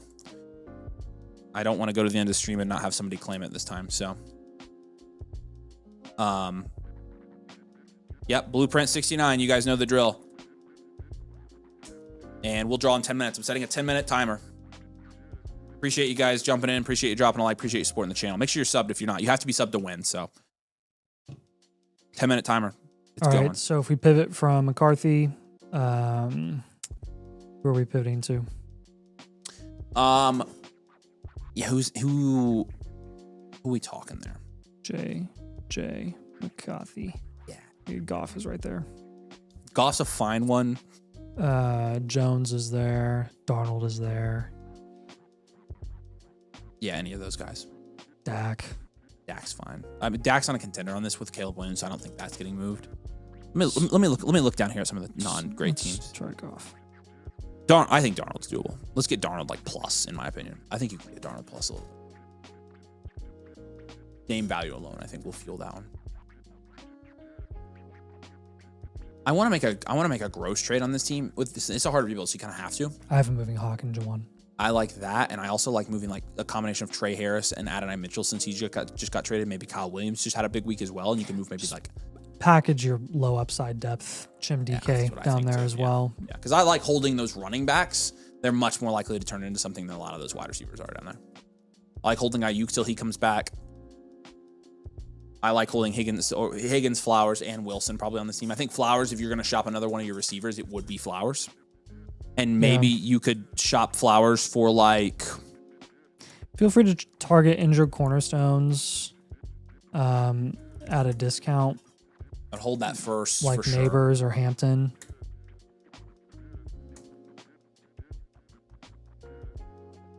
And yeah, definitely hold that first. Yeah. But again, a lot of your moves here definitely lie at the quarterback position, just kind of moving some of those guys around to get some extra value at like wide receiver, which we've been talking about. I do think for this team, again, injured cornerstones, Travis Hunter's a good target. I would target 2027 rookie picks personally right now because you don't have any. I do think Travis Hunter is a solid wide receiver target. And then at running back, if you want to play the market in the short run with a cheaper running back, I would go for Trey Benson right now before he comes back off of IR. What's the relation in ranking to Garrett Wilson and Marvin Harrison Jr.? They're who? Value Garrett Wilson, okay. Marv, they're very close. Yeah. Pivot. Yeah. That's not a bad pivot, but kind of the same deal. So it doesn't really. Yep. I would keep all your second round picks, but I would probably explore moving those seconds, especially if they're early seconds, trying to combine those and move up into the first again. Maybe you move a player. Maybe you move a player in a second for a player in a first or something like that as well. Like those are ideas. Again, the more first round picks you can stack, I think this year and next year, the better. And you can use those seconds a lot of times as sweeteners and deals to go ahead and just like upgrade that pick. And I think on this team that would really help you. So.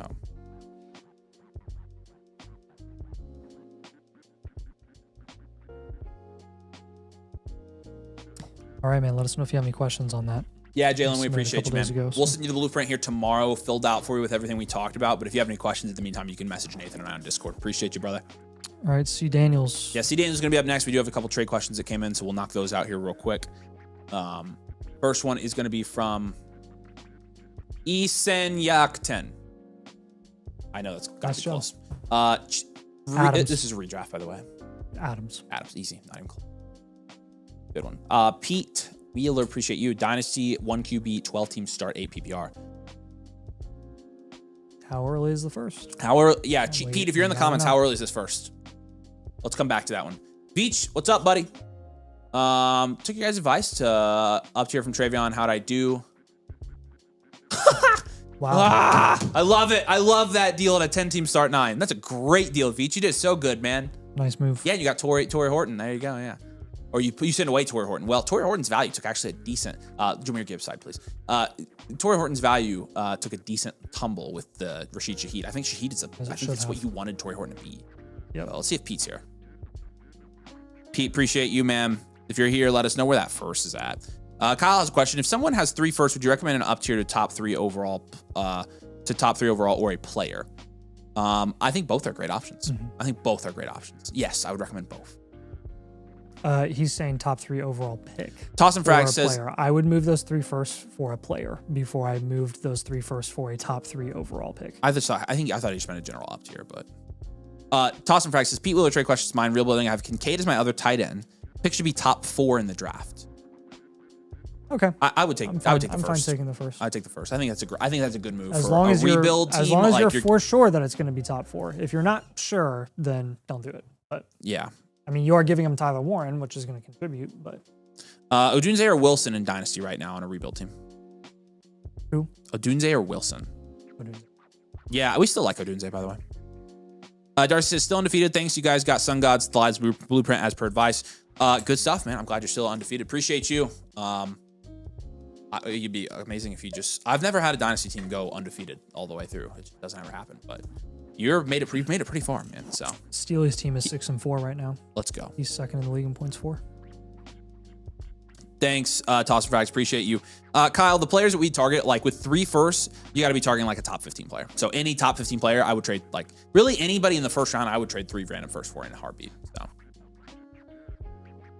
All right, Izzy Yagi, we got your team review as well. Appreciate you being a member, and we got yours right here. Again, I've got the link. I just posted it in the comments if you guys want to get your team review tonight. And also, if you join, of course, you do get a free one tonight. And so joining as a member is $10 more than a team review, and you get everything on the site for a year. The rookie draft, you get the blueprint, you get the bakery. So make sure you do that option if you're not a member and don't pay full price for a review because it's a way better deal. All right, C. Daniels, are you in the chat? Let us know. We've got... Is Yagi on the stream? We got 3 minutes and 50 seconds till I draw for the blueprint. So blueprint 69, last call in the comments. Yeah, is Yagi? I'm assuming you're on the stream. So, appreciate you guys. Yeah, C Daniels, if you're here, let us know as well. Just sold some picks to acquire Brees and Nico to strengthen my flex spots. I like that you're doing that. Where should I go from here? This is the bloodline. Ranking wise, as a 10-team Superflex start 10, we've got you at 7th here. You're currently 5-5 in this league. Let me just check out real quick. Points for wise, you are 4th, and so it looks like you're a contender here. Value wise, we're a little bit shaky in a 10 team, but I think you're definitely contending. You've got a lot of question marks on your team, and it is a 10-team start 10, so it's only a start 100 league. Let me grade this out for you in a Superflex. Dak, Love, and Tua is like a 5 or a 6, probably a 5 in a 10 team. Bijan, Brees, Javonte Williams, Alvin Kamara. 6. I think it's 6 pushing 7 there. It's pretty good. Rashee Rice, Romo Dunze, Brian Thomas, Nico Collins, Lad McConkey. It's quite a lot of depth there. That's like a 9. Yeah, I'd say an 8 or 9, yeah. I'd probably give it an 8 if that's all right. Fergie and Mason Taylor. 5. It's a wide receiver factory. It's easy team archetype here. You are a wide receiver factory team. I love your flex spots here. Who's he currently flexing? You mentioned, Brees and Nico, and I think that's probably it. Nico and Lad. I think he has too many wide receivers, don't you? Yep. So we're gonna up tier here, actually. Just get, because the thing is, like, every single one of Rome, BTJ, Nico, and Lad has production questions on a week-to-week basis. Like, they're pretty hit or miss. We need some consistency here, and we're gonna take one of those receivers, or maybe 2 of those receivers in up tier. You want to take 2 of those guys in up tier, or one of those guys plus another piece in up tier? Is kind of the main move that we want to kind of get started with here. This is the move I'd recommend starting with as well. Trying to figure out.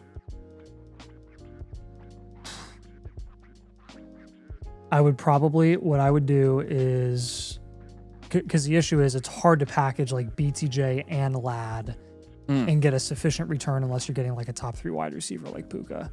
Hey, Peter, send me a message on Discord and we can fix that for you. I think what I would do is I would probably do an accompanying quarterback down tier to get a wide receiver up tier. So like I would down tier from Jordan Love and I would up tier from BTJ or Lad at the same time. Okay, Dylan, fine. I don't know what is with you and Lad McConkey tonight, but Lad has less production questions than the rest of them right now. Down tier from Jordan Love. But he's still in a very crowded offense. Like, you can't deny that. We'll take BTJ and we will up tier. And then 1 minute on the blueprint giveaway. What to do with Reese as a contender. He just traded for him. He did just trade for him. And I don't mind it. I think he's a high upside flex spot rest of the season. You get the value bump in the offseason. He's the value bump. Either up tier from Rome or Lad. Rome. Okay. Yeah, I'd rather you take the higher guy and get a higher guy.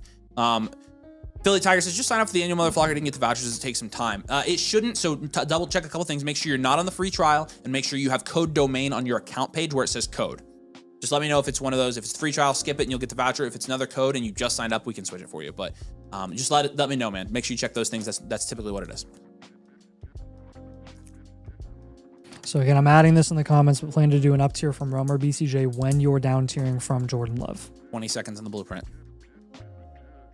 And then in addition to that idea, if you cannot do something like that, the next thing I would look to do is probably take BTJ and Lad, and I would up tier there and get JSN, like legit. I wouldn't get anything less.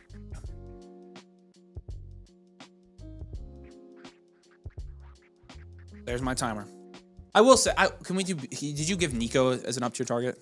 He has Nico. I know. That's what I'm saying. Did you give, like, can we do BJ and Nico instead of BJ and Lad? Sure. I'd rather hold Lad because Lad has been more consistent. More consistent, all four of those guys. All right, here we go. Blueprint 69. The winner of the free Blueprint giveaway right now is Cole Duke 2443. Congratulations, Cole Duke. We'll see you in the comments. Scott, make sure you look for his comment, and we will issue you your voucher, and you can submit tonight for a free live Blueprint. Appreciate you guys. The rest of you guys, of course, can get a live Blueprint through becoming a member, and we can do it tonight for you on the stream if you become a member, or you can get the a la carte version if you're a member already. So, love you guys. Appreciate you. We'll keep giving away Blueprints every stream we're on here. Try to give back to you guys. So, appreciate you guys supporting us. Going back to this. Another call out for Izayagi. Let us know if you're here on the stream, man. Yeah, did you see that one, Scott? Okay, cool. Okay. So some top end wide receivers if we're gonna package. Let's look at some guys, teams right? in the league here. We're gonna trying to look for a rebuild. Puka's available. Yeah, Puka. And he's on a 3-7 team. Yeah, so Puka would be a really good target here if you're gonna up tier. You could also pivot to somebody, one of your receivers, to Olave. Potentially. I mean, we'll actually get Olave plus from one of those guys. Would have to get Olave plus. Which I don't love doing it down here. I don't love doing that. The only reason I would do that is if you were doing, like, say, BTJ and Nico for Olave plus CeeDee Lamb, then I would do that, right? Where you get less valuable wide receiver plus. Okay. Izzy, he's good. Right. Appreciate you. Bye. Got you, man. And yes, that's all right. Cole, what's your Flock username? Give me your Flock account username. You have to have an account with code domain so I can issue you the voucher. But if you drop it in the chat, make sure if you don't have an account, create a free one with code domain and I'll issue you the voucher. Appreciate you, buddy. Arc124, let us know if you're on the stream. Looks like you bought a normal 1.0. The other guys that are on bottom rosters in this league that you could potentially trade two guys for are... Oh, frick. I mean, you also have London. I was going to say London and Amon-Ra St. Brown. I just see Jacobs on a 4-5-1 team, and I'm dying because I want him. Yeah. Jacobs Kyron is on a 3-7 team as well. So, like, if you can pivot from Brees to one of Kyron or Jacobs, I would do that probably. Yeah, Or even throw in Kamara in that deal. I know Rebuild's probably not going to want Kamara, so it might not help, but you could.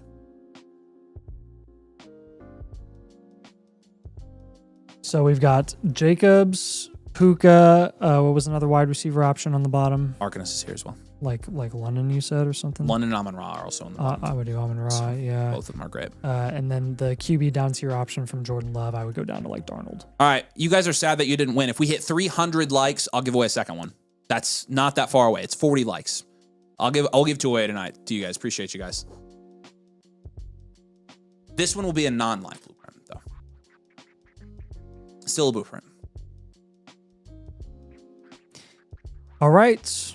Summarize his moves real quick. We kind of got lost. So Jordan Love down tier, BCJ up tier, Rome Odunze up tier, Darnold, Jacobs, Puka, and Amon-Ra St. Brown. I mean, we're just shooting for elite guys here. Guys with like elite production ceiling, just because I feel like a lot of the guys you have, I think Rice does have that ceiling, but the rest of you guys don't. Lad's consistent. Nico is boomer bust. BTJ's not producing right now, and Rome Odunze is boomer bust as well. Just going for more secure production here and more upside. You have plenty of value to get those up tiers done. For sure. Yeah. Yeah, Cole, drop your Flock Fantasy username. Make sure you have an account with code domain that I can issue it to.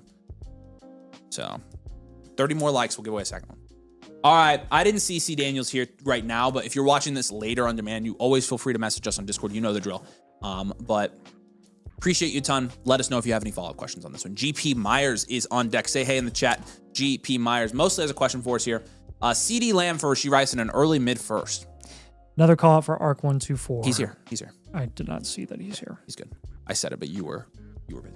I mean, Rice, if this is really an early mid-first, it's easily Rice.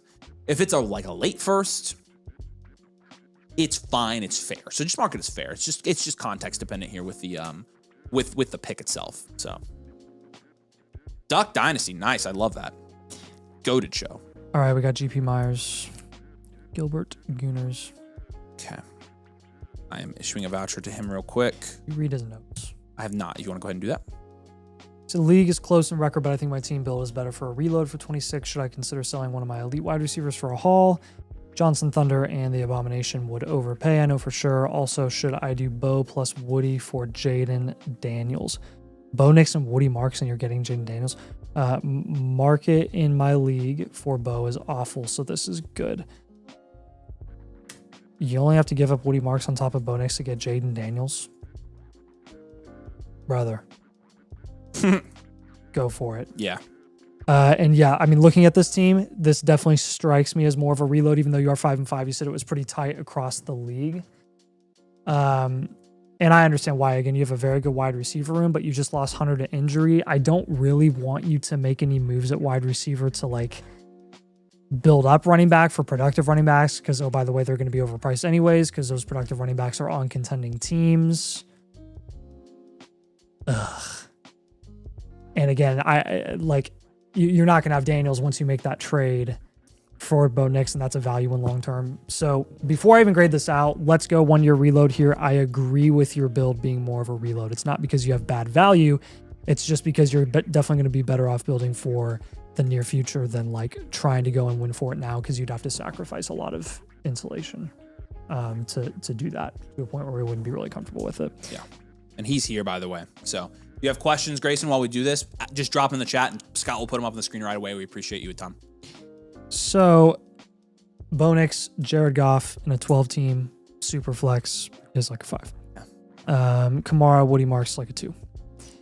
Lamb, Amon-Ra, Rashee Rice, Travis Hunter's a 9. It's great. 3 guys. And then Mason Taylor's a 1. So 5, 2, 9, 1. Again, 1 year reload, like I mentioned earlier. Yep. Basically, your moves are going to be pretty simple here. One of them, you already have Bo Nix and Woody Marks up tiering from Bo Nix to get Jaden Daniels. I'm going to add that in the strategy points. Like if you can get that deal done, I would just go ahead and do it. I will give you other ideas with those specific players if you can't pull that off for whatever reason. But as it stands with like CeeDee Lamb, Amon-Ra, Rashee Rice, Travis Hunter, I'm okay holding all of those guys. If you want to down tier from CeeDee Lamb, just like 1 tier down to like Malik Neighbors plus, since you're reloading, I'm good with you making that move. Honestly, I'll give you that. I'll give you that official move. You don't want to down tier too far. You just want to go down literally the tier below. You don't want to go any further than like what a Drake London plus would be. But again, Malik Neighbors would be a real nice go-to for this team. Bo Nix, again, I'll give you a down tier option for Bo Nix if you can't get that move done for Jaden Daniels. He said, talking about running back buys, what do you think about 2 late seconds for Kenneth Walker? The manager seems interested in pivoting. I don't mind that because you're getting a value win on a 1 year reload. I don't think 2 late seconds is going to not pay off just because the late second this year is kind of bad. I would do that. I like that trade a lot. Yep. And again, it has to be late seconds for that to work. But like, again, I think you're going to get a value win with that in the offseason. As a reload, that's all you want, man. Yep. If you're to down tier from Bo, we'll just go to like Dak plus. And third move.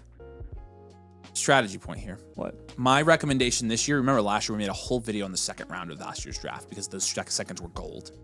This year, my official recommendation is use those as throw-ins and sweeteners to get to first round picks, and I would probably try to move them to get something done and not pick in the second round this year, especially the mid-late second. It's not as deep. It's like not deep at all. I don't believe in the mid-late second this year. That's part of like the weakness of the class. It's just not like last year's class. So would love Neighbors. The owner's on a rebuild. Not sure what he would give him up for. Just reach out and check. But yeah, the fact he's already on a rebuild probably does eliminate that a little bit. So that's totally fine. That's totally fine.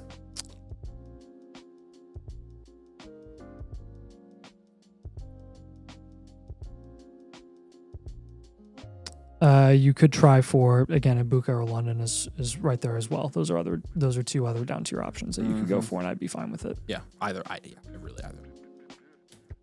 Yeah, and I think again, like looking at contending teams should want to pay up for that elite producing wide receiver. Like you could even try. Hold on, I gotta sneeze.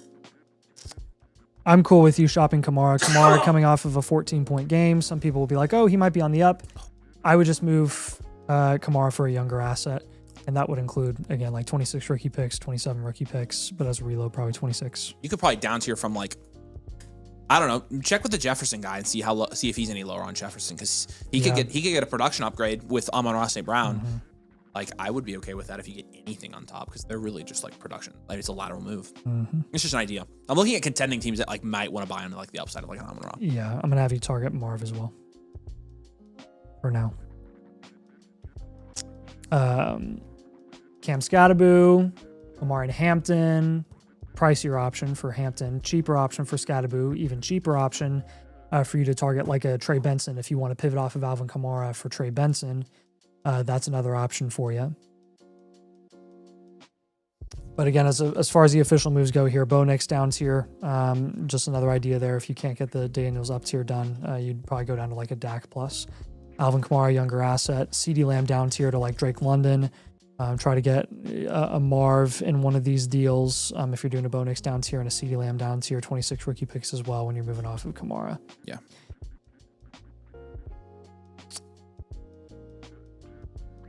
Any other comments here? Hold on to Travis Hunter through this injury.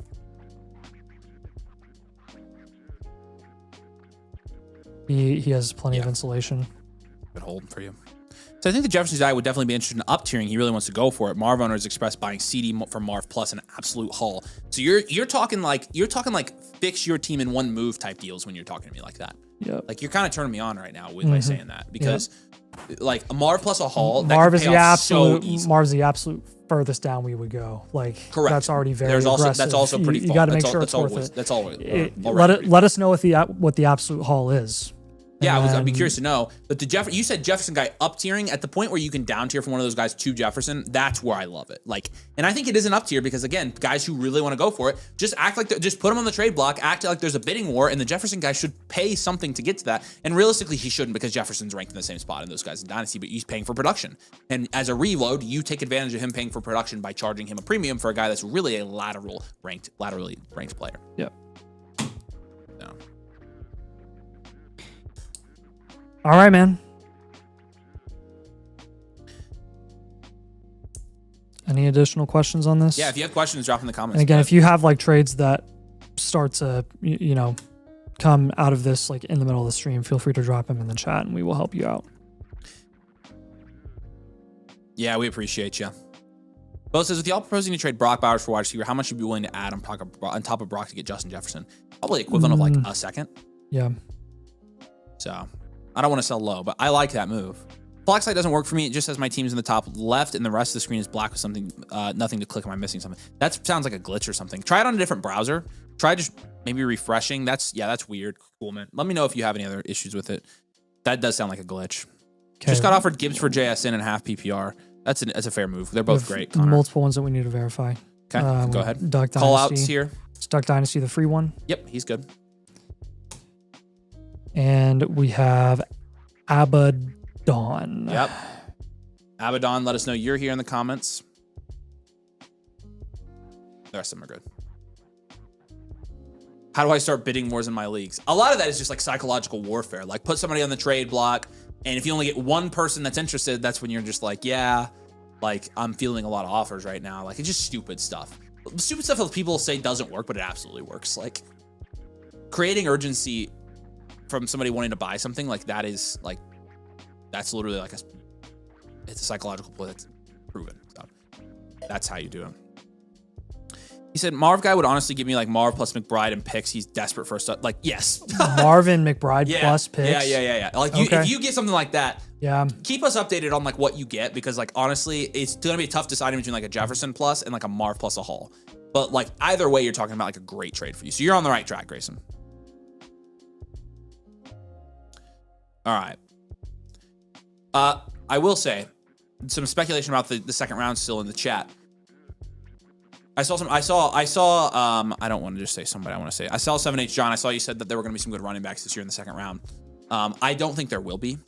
I think the running backs that are worth anything are going to be pushed up to the late first, because that late first is so empty this year, and you're already talking about losing potentially Dante Moore and Lenore Sellers back to school. And so you're going to have to fill in with those and there aren't enough running backs in my opinion. I like Jadarian Price, but if Jadarian Price gets the draft capital, he's going to go at the end of the first, early second. The class is not deep all across the board, and so that's why the end of the second is weaker this year, if that makes sense.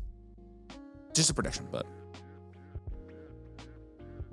Alex says, I started bidding more for Javonte by telling one team I might trade him to the best team in the league. Just need to create the urgency. Exactly. Like, people say this stuff is stupid, but it legitimately works if you're willing to put in the effort. So, yeah, Grayson, definitely check back in. We appreciate you, man. We appreciate you. Jonah Coleman's great, but I think Jonah Coleman's going in the first. So, because this class is not deep enough for him to go in second. But I agree. I like him. All right, In Christians, we appreciate you, man. Let's get going here. And again, I've got the link in the comments. You guys can submit. Again, we've got the a la carte option if you're already a member. If you're not a member, you can get your team review tonight for free by just becoming a member on the site. Annual Motherfactor with code domain, and that gets you the free blueprint. So, I just dropped the link. You guys can check it out. So, are we still thinking the 27 class will be crazy strong? Absolutely, it will be. Yeah, it's going to be a great class. True Conroy says, what should I try to get for Addison, Debo, or Rico? I mean, if you're probably trying to up tier to a better player with those guys, in my opinion. All right. Bang Bang Niner game. I think we've done this team before. You're third now. It's 12-team Superflex Start 11 PPR League. And Christians, say hey in the comments, assuming you're here. Let's take a look at this team. Again, Superflex Start 11. You've got Dart, Daniels, and Stafford. That's an 8. You've got Achane, Connor, Bucky, Irving. Sorry, Achane, Cook, Bucky, Irving, not Connor. That's my muscle memory. Also an 8, in my opinion. Really good. JSN, Ibuka, Tet, Devonta Smith. I would give probably an 8. Am I stupid here? Is that a 7? Like what? A tight end is like a 4. Fan is like a 4. Those are 8s at those top 3 positions, right? Some of them are borderline 7s, but they're all really close. I mean, like you got 3 top 8 running backs. I think that's an 8. Like you're flexing a top 8 running back. This is a 12 by 11. Yeah, I mean, it's a very good team. I just don't know. Can I see the top team in this league? I just don't know how we're not like. He's 16-4. Like, what's his record, by the way? Oh, that team's really good too. Lots of. He's 16-4. It's the league median. He's 16-4 in points for. I think he's second in points for. Yeah. High and well-rounded, in my opinion. Well-rounded. Contend reload for you here. Great team. Love this team a lot. I mean, being able to flex James Cook, Devonta Smith, and Pearsall Goddard in a start 11 is pretty impressive. So yeah. First move, by the way, is going to be just moving Pearsall for a productive asset. You honestly can't afford to wait for Pearsall to come back healthy and then hope that he produces. You need somebody right now. So we're going to pivot off of him. There's going to be some rebuild that's interested in Pearsall, and they'll give up a productive asset in exchange. Abaddon is here. Okay. How do I change domain when I sign up under Flock? When did you sign up, Roberto? And if you could let me know when you signed up. If it was just now, then we can change it if you give me your username. So if it was a long time ago, though, you can't change it, unfortunately. You can message me on Discord, though, and I can give you some more options.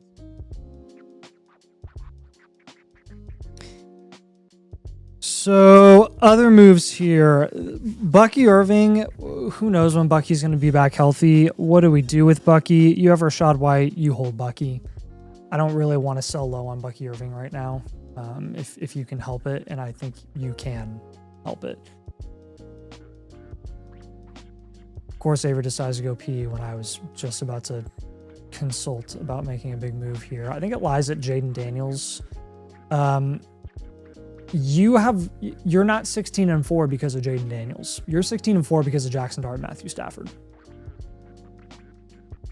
You don't need that much value at QB this season when you can really, really improve wide receiver and your flex spots by down tiering from Jaden Daniels. So what I'm going to have you do here is down tier from Daniels. And in that same move, probably going to have you up tier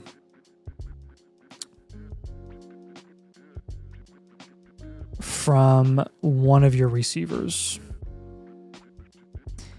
It's either Ibuka or Tet McMillan. Probably going to up tier from Tet McMillan and try to get you up to London. That would be the valuable move. We're going to up tier from Tet.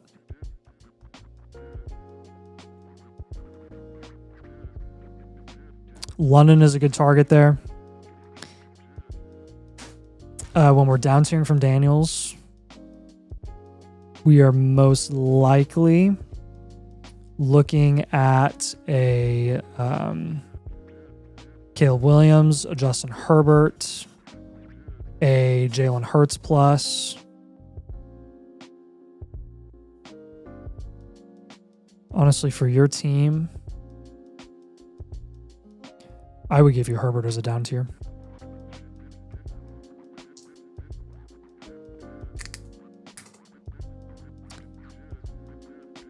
Again, like I mentioned, the up-tier target there from Tet McMillan is going to be Drake London. And then Ricky Pearsall. When we move off of Ricky Pearsall, there's going to be some productive wide receivers in the same price range as him that are going to be worth just moving to instead. I mean, please go get Jameson Williams or go get Devontae Adams. Either one of those guys are going to be more productive this season than Ricky Pearsall is because they're actually playing and they're on the field. Yeah. I agree with that. Ricky Pearsall still has pretty good value in Dynasty. Yeah. I mean, Adams is like one of the highest upside flex options that you could ask for as a contender. Right. And then I'll also give you, you know who's a really cheap, affordable running back that makes sense for rebuilds to sell and makes sense for contenders to buy as a rental, as Rico Dowdle right now. He's a bell cow running back in an offense that really likes to feature him quite a bit, and you're going to get a lot of production in your flex spot from him.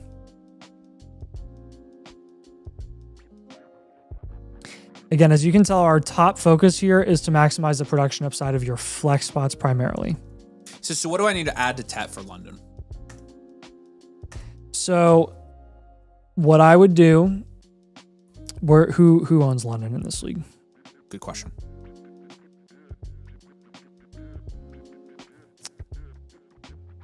The top team. Oh gosh.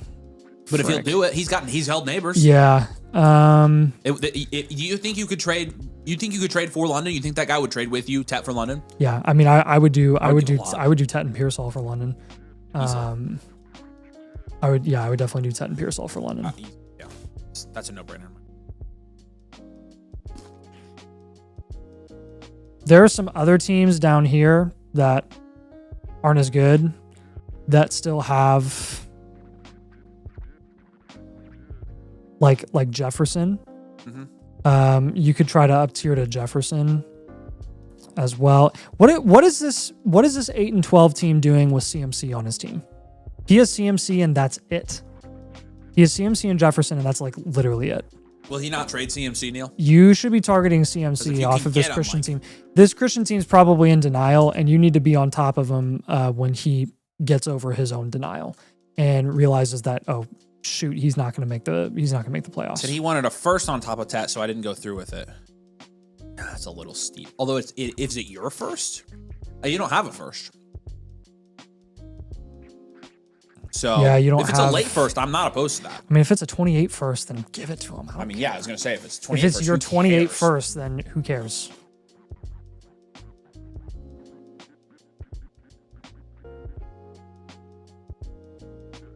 All right, I'll take your word for it, Neil. Oh, the CMC guy, he won't let him go without multiple firsts. I trade 2 late first for him, though. That constitutes multiple. Okay. Well, why don't you give him Devonta Smith and Ricky Pearsall? What's the first? Imagine my guy wants draft capital. Does he only want draft capital? Tell him that Devonta Smith and Ricky Pearsall equate to multiple firsts and see if he bites. Tell him that Nathan and I said so. See if that works. That might work. Right. Another comment here. You have Goddard and Harold Fannin. Harold Fannin right now is pretty dang close to George Kittle's price, Jake Ferguson's price. I would move off of Fannin, and I would include Goddard to get either one of those guys. Yeah, I'm with.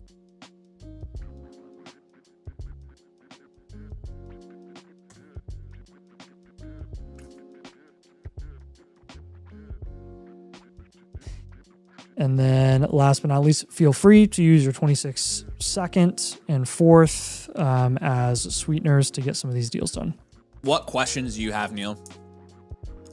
Try to work around like some of the, limits of your league mates here, but your team's so good that I think you've got a good shot at winning anyways. Yep.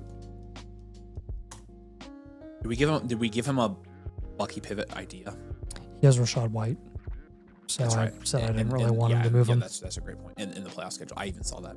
Yeah, playoff schedule's great. Yeah, Neil, if you have any other questions, drop in here. We appreciate you. While we're wrapping yours up, I've got a couple of questions from you guys. If you guys have questions about blueprints, I'll just answer them at the end of the reviews. In BK Shift said, I paid for a team blueprint. It's currently pending. Is there a way I can upgrade to live instead? Check and make sure it doesn't say in progress. If it says pending, it should be here. But if it says in progress, we've unfortunately already started it. So I'm sorry about that. But double check that. We appreciate you, man. Bo had a trade question. He said, first blueprint sent out on 10/27. When will the next blueprint be sent out? As always, thanks for y'all's help. Yeah, if it's for Infinite, we send them out every week, so you should have already gotten some more right now, or by now. So if you haven't, you can just go to the Discord. There's a blueprint help channel in our section, and just open up a ticket there, and we can just walk you through how to sign up, make sure you're signed up, and make sure you're receiving the blueprints all right. Definitely want to make sure you get those, so we appreciate you. Blizz says, poor Zach. He puts Bucky on the trade block like every week. Like every day. Yeah. Oh man.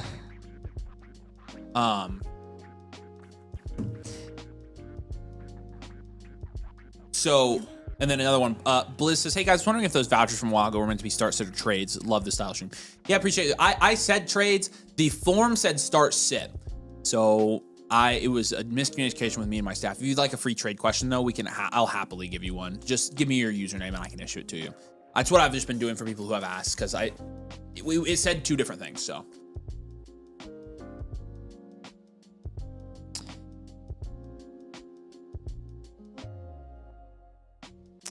Booby91 looks like you bought a normal 1.0. just let us know if you're Not sure if you're on the stream.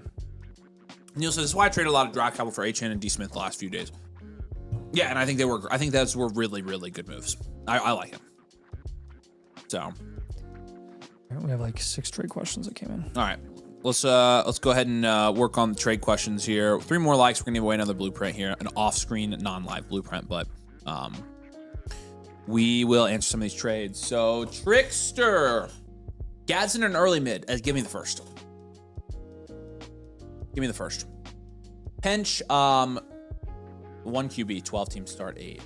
Brian Thomas for Marvin Harrison Jr. Brian Thomas and Marvin Harrison Jr. for Romo Jones and Troy Franklin in a 27 early second. I would hold here. I would hold. Don't make this trade, Pench. You got to keep the 2 best guys there. Obviously, Rome is a little bit of an upgrade, but you don't want to trade the other guy for Troy Franklin in a second.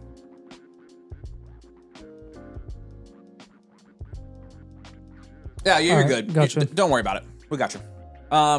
Marks, Diggs, and Keon for a first and a second. I'll take the first and the second. This is a great trade here for a rebuild reload. Actually, a great trade for any team. You can't really start this guys on good contending either. I like that trade a lot. JSN in a first. So I would rather have JSN here. Please hold this franchise. I would much rather have the top 2 wide receiver than top 2 quarterback in Dynasty Superflex leagues all the time. Travis Hunter or Javonte Williams. Dynasty. What's a 1 QB 12 team start? Yeah, I think you got it. I think you probably would want a little bit more on top of Javonte as a contender. Because I'm assuming you're doing this as a contender. He's a contender. I could see why you want to do this. Make sure you get something on top. Just get a little bit on top and you're good. That's a good move for a contender. Ibuka for Neighbors straight up. I saw that you asked this. I wanted to answer you. It's domain rules for the most part. No type. If you're reloading, I'm okay with Neighbors. Yeah, I am too. It's honestly like fair. I don't think it's like, yeah, you have to accept it, but I think it's worth accepting if you're not contending. So. Yep. And then real quick, Unrealistic Jellyfish, appreciate you. Chris Olave, a 2 firsts and a second for Amon-Ra. Seems like a lot. It's too far of a down tier in my opinion. He'd be getting Amon-Ra. Oh. First are separated out. They're really late. This is a 12 team start 7. That's a lot. QB. I think that's a lot. This is a start 7. Oh, it's a start 7. Yeah, I'm good with. Yeah, take Amon-Ra. I'm good with it. Good with that. All right, Happen is up. Happen, say hey in the comments. You're gonna be up next, my friend. We hit 300 likes. We did. All right, starting the 10-minute timer. Let me restart the giveaway here real quick. Next.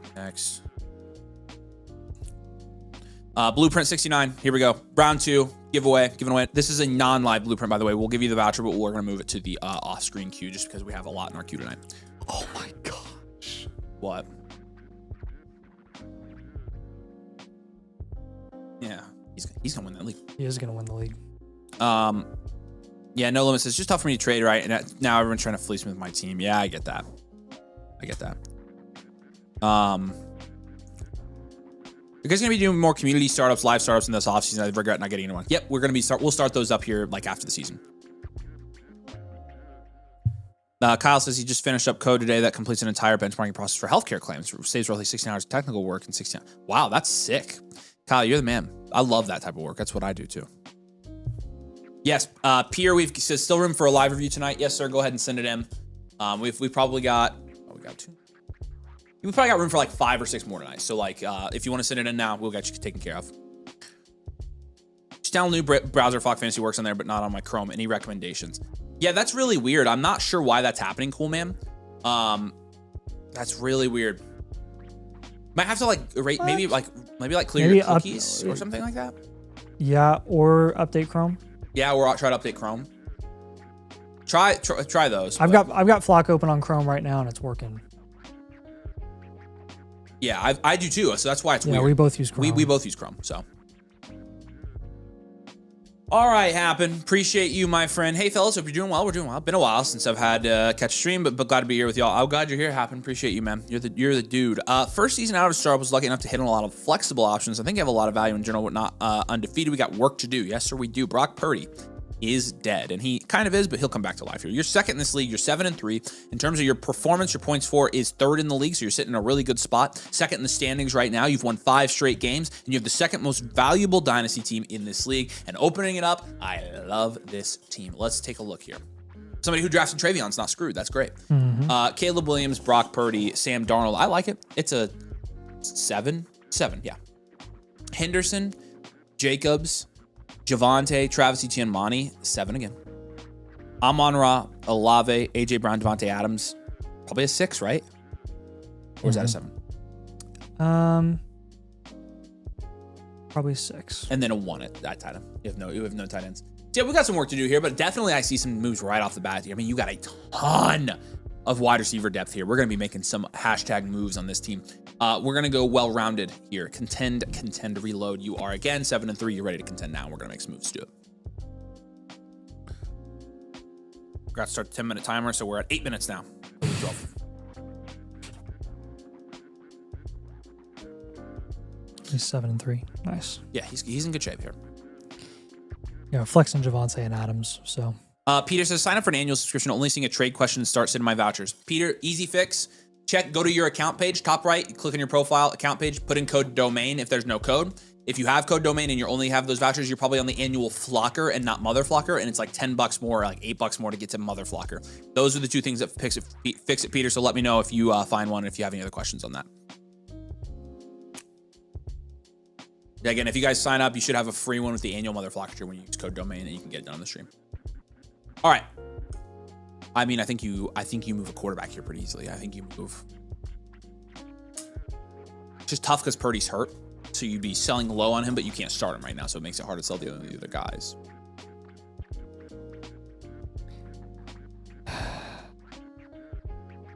Let's do this. I think it's funny. The team is Brock Purdy is dead. How about glass half full? How about Sam Darnold is alive? Okay, let's change your team name to Sam Darnold is alive. Yeah, there you go. You feel better about yourself as a 7-3 team. I like that. Glass half full. We're optimists, right? Unless it's the Colts. Colts are dead. Colts are dead. They suck. Colts are the 2024 Vikings. So yeah, we're gonna have just a beautiful record at the end of the year, and it's gonna amount to a 0-1 record in the playoffs. I think do you know what I was thinking of earlier today? The Colts-Patriots postseason rivalry back on is 100% back on. Yeah, it's back. Like the chances of us actually meeting in the postseason are very, very high because we're going to win the division. Yeah. And they're not going to play. They have a good chance at winning their division, but I would still probably bet on Josh Allen right now. So that's why I've been more hostile towards Tom recently on purpose, because I know that's possible. So I think we should be because we're gonna be potentially hosting a game against New England in round 1. We will be there. Screaming. I hate them. I can't. I literally don't. I get the butterflies thinking about it, but I low-key really, really, really want it to happen. I just want a playoff game. I just want to be the playoffs. But I think the most obvious move here is to take you've got a ton of receivers. You can up tier twice a receiver here. Let's do that. Yep. Let's up tier from AJ Brown. Let's take AJ Brown and Burden, and let's up tier wide receiver. Yeah. Because you can't really start Burden. And he's valued enough, or it's not like, oh, you're not packaging 2 productive guys like AJ Brown and Olave to get 1 productive guy. You're packaging a kind of productive guy in AJ Brown plus a guy that you can't start in Burden, and you are getting a significant upgrade on top, or an upgrade in return in terms of production. We honestly could up tier at running back as well, because this is, yep. Let's take Monty and Debo, and let's up tier. ETN is a nice flex option. So I think if we do that, we could probably hold TreVeyon. Yes. Because the other option is you move TreVeyon for a wide receiver. We could do TreVeyon and ETN, and we could up tier at running back as well. Don't tempt me, Frodo. I honestly would kind of like to do that. I like that a lot. Yeah. Because I don't think you lose that trade trading up to a running back. No, I don't think. I think either way, you like at least it's neutral. Yeah. Hey, Money Muns, I'll just let you know.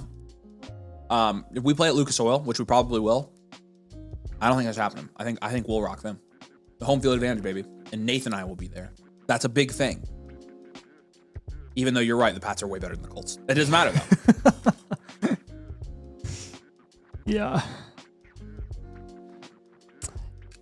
So what I would do is also feel free to use your 26 first to get some of these up tiers done.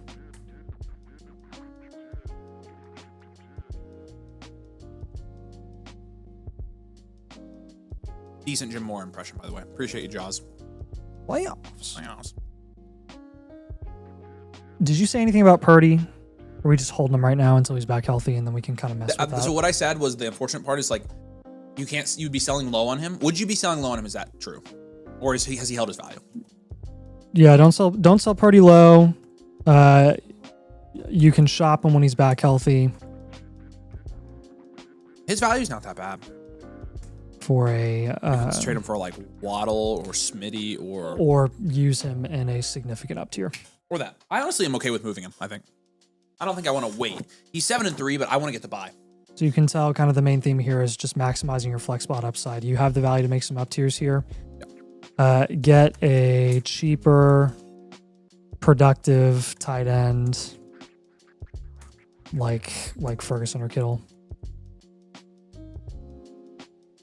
Again, you don't have to pay up or anything for Tyler Warren or something like that. You can just go get Kittle or Ferguson for a fair price. And if you can't get those guys, then you can go for Travis Kelce instead.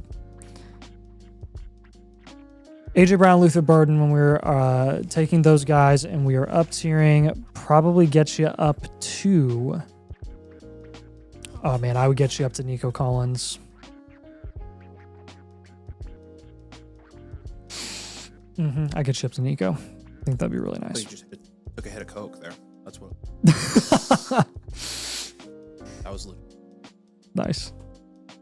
Don't you think, Scott? Yeah, he definitely thinks so. Yeah. When we're doing Henderson and ETN and we are up tiering, let's get you up to Jamison Cook. Yeah, you could eat. Or even higher if you want to. I mean, if you could get HN, that would be great. Yeah, it just might be hard. I think it would be tough.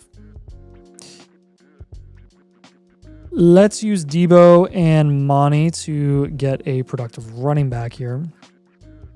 Hey, Pinch, I would still hold BTJ and Marv there. Would you do a Monty and Debo combo to get up to like a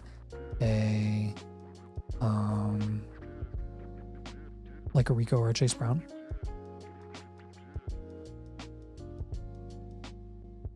Or a Derrick Henry?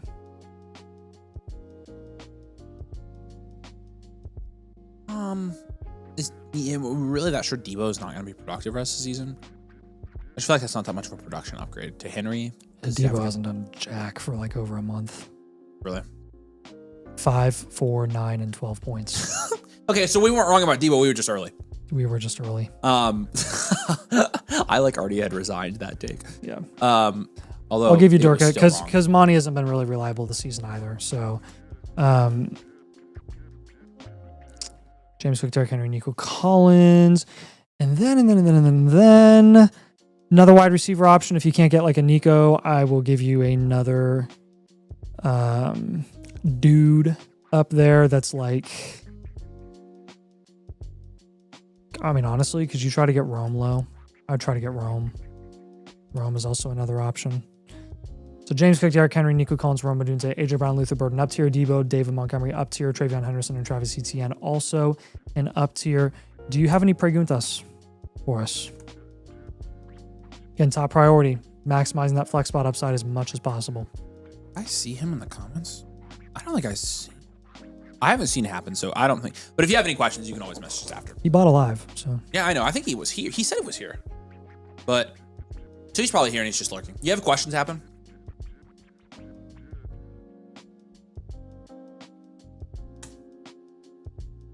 Peter, what's your flock username? Let me know that in the comments. What's up, Justin? Been traveling. Nice. That's fun. Yeah, Ethan, we have room for about like 5 or 6 more blueprints tonight. So that goes for all you guys. If you're looking to get your team reviewed tonight, we are going to go ahead and draw for the next giveaway now. Winner of the second, this is a non-live blueprint, by the way. You'll get a free blueprint off screen. Ty 1198. You are the winner of that one. Let me know your flock username in the chat. You just have to have a code domain account. So yeah, we've got 5 or 6 more reviews that we can get done tonight. So use the link again if you join. I'll look you up, Peter, right now. If you join, you can get the free one. So. EYI.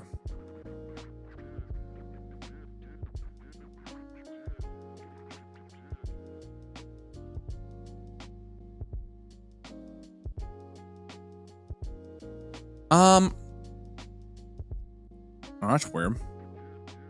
Here, look, I see that you have an infinite. You've submitted a trade question. Let me, oh. You're the one that I got the infinite and didn't know about. Yeah, I'll have to do that for you like on the back end. So just send me a message on Discord and I'll take care of you after the stream. So.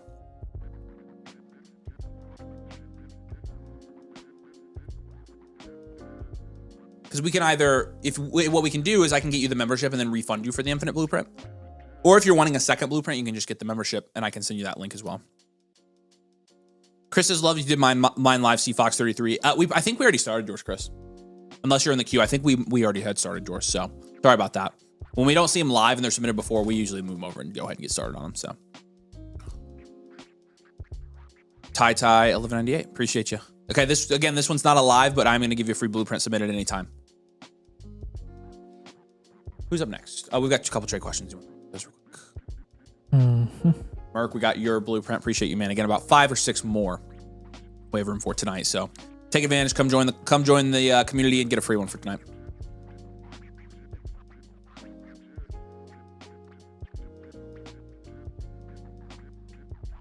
All right, this is Brissett in a third for Woody Mark. Take Marks. Nice. Marks' value upside is much higher. Ty, I appreciate you. And you're a mother flock. Generally, we like selling Marks. If you're getting Marks for that price, you may as well just take Marks. Yeah.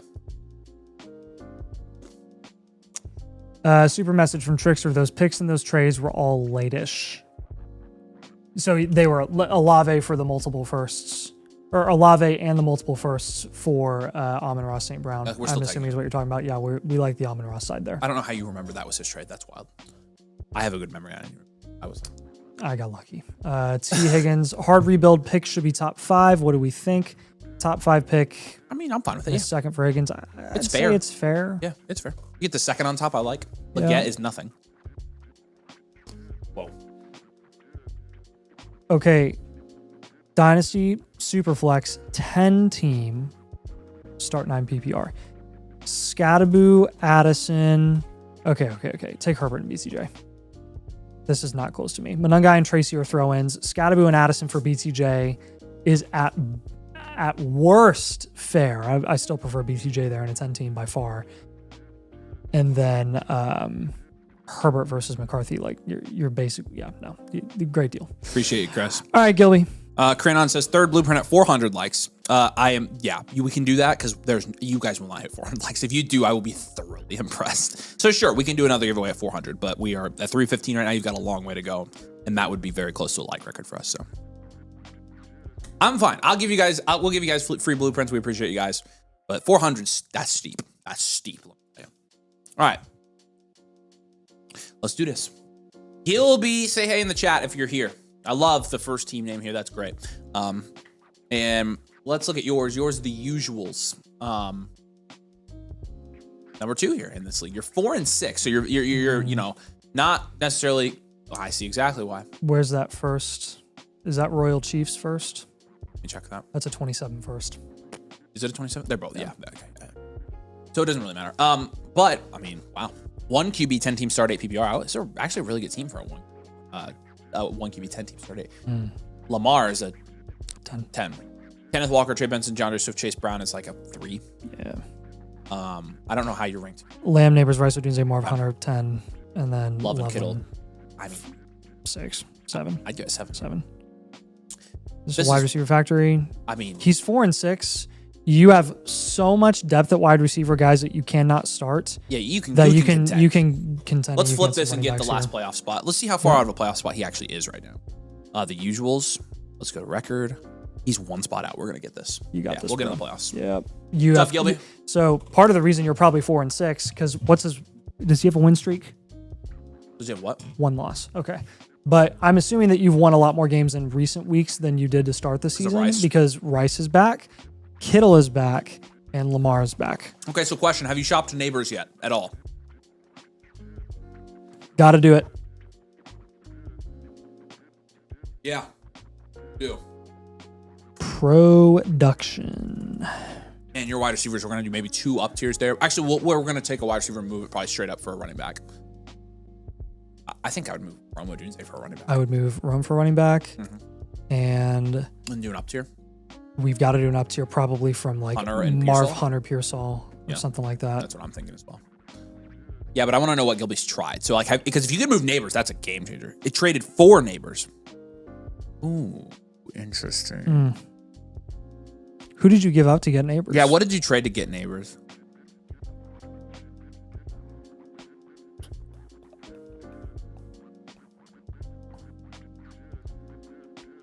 CJ, are you trickster? You had 2 trade questions, no place in them. Sorry, if you have a question, I don't know what you're asking. So just re-ask it and I'll understand. I'm dumb. I'm sorry. Harry says, is it lame I submit a team blueprint for my keeper league? Oh, no, we do keepers all the time.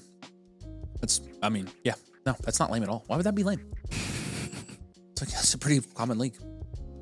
Keepers is just the gateway drug to Dynasty. I traded for Neighbors London for Neighbors and Benson, basically. I would have rather had London on this. Yeah.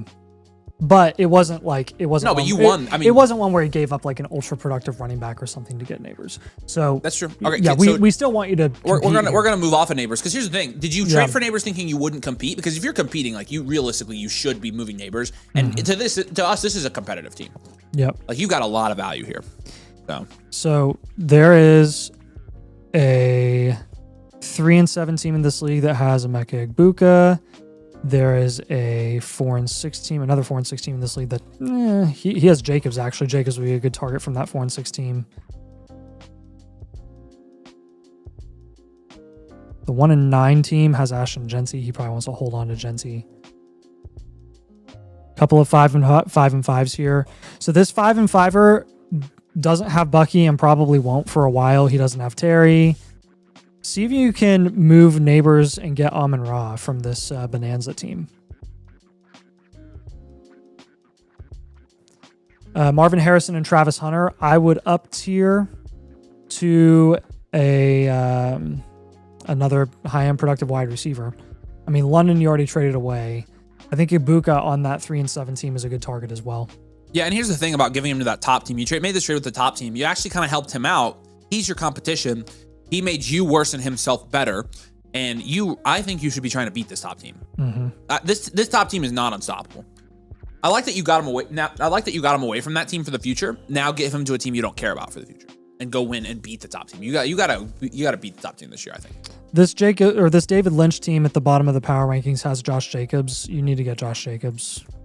It was kind of going to. I've got you up tiering from like Walker and Charbonnet. Just use your running back depth and up tier. You have too much depth at every single position. Manungai's just sitting there.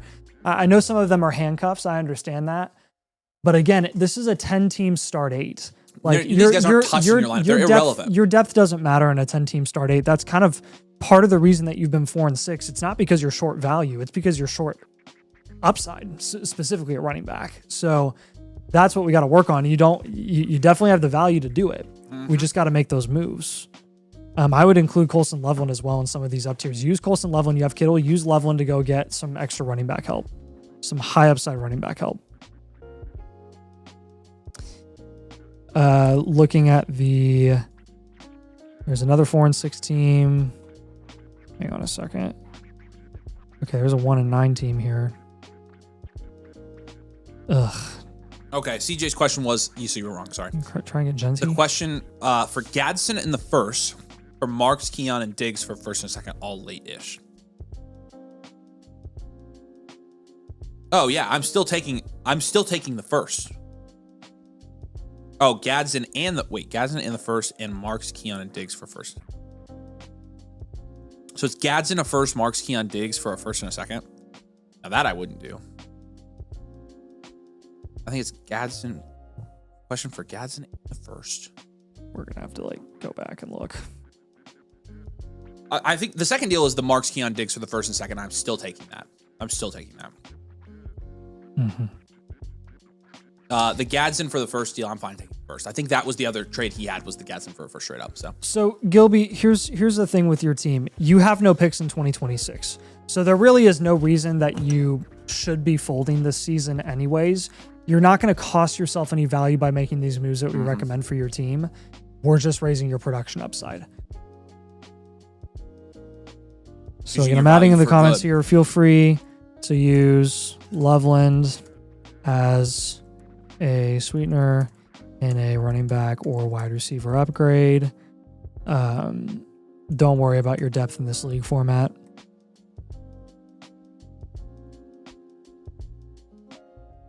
Starting lineup upside is everything.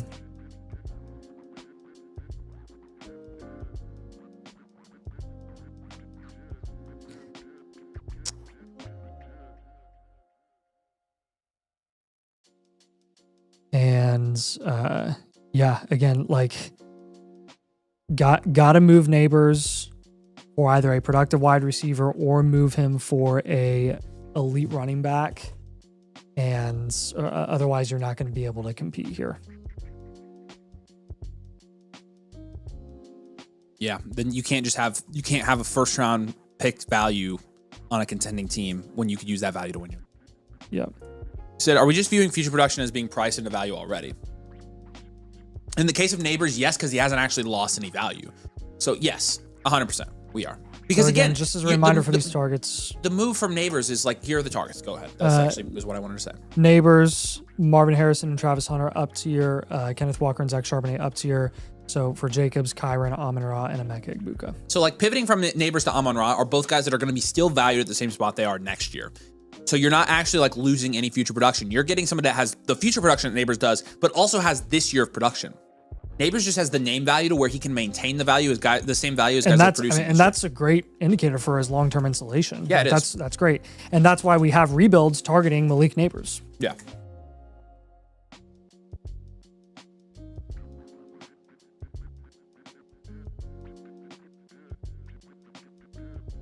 Yeah, Marvin and Hunter and stuff. Yeah. And again, those are the other side moves you can make here.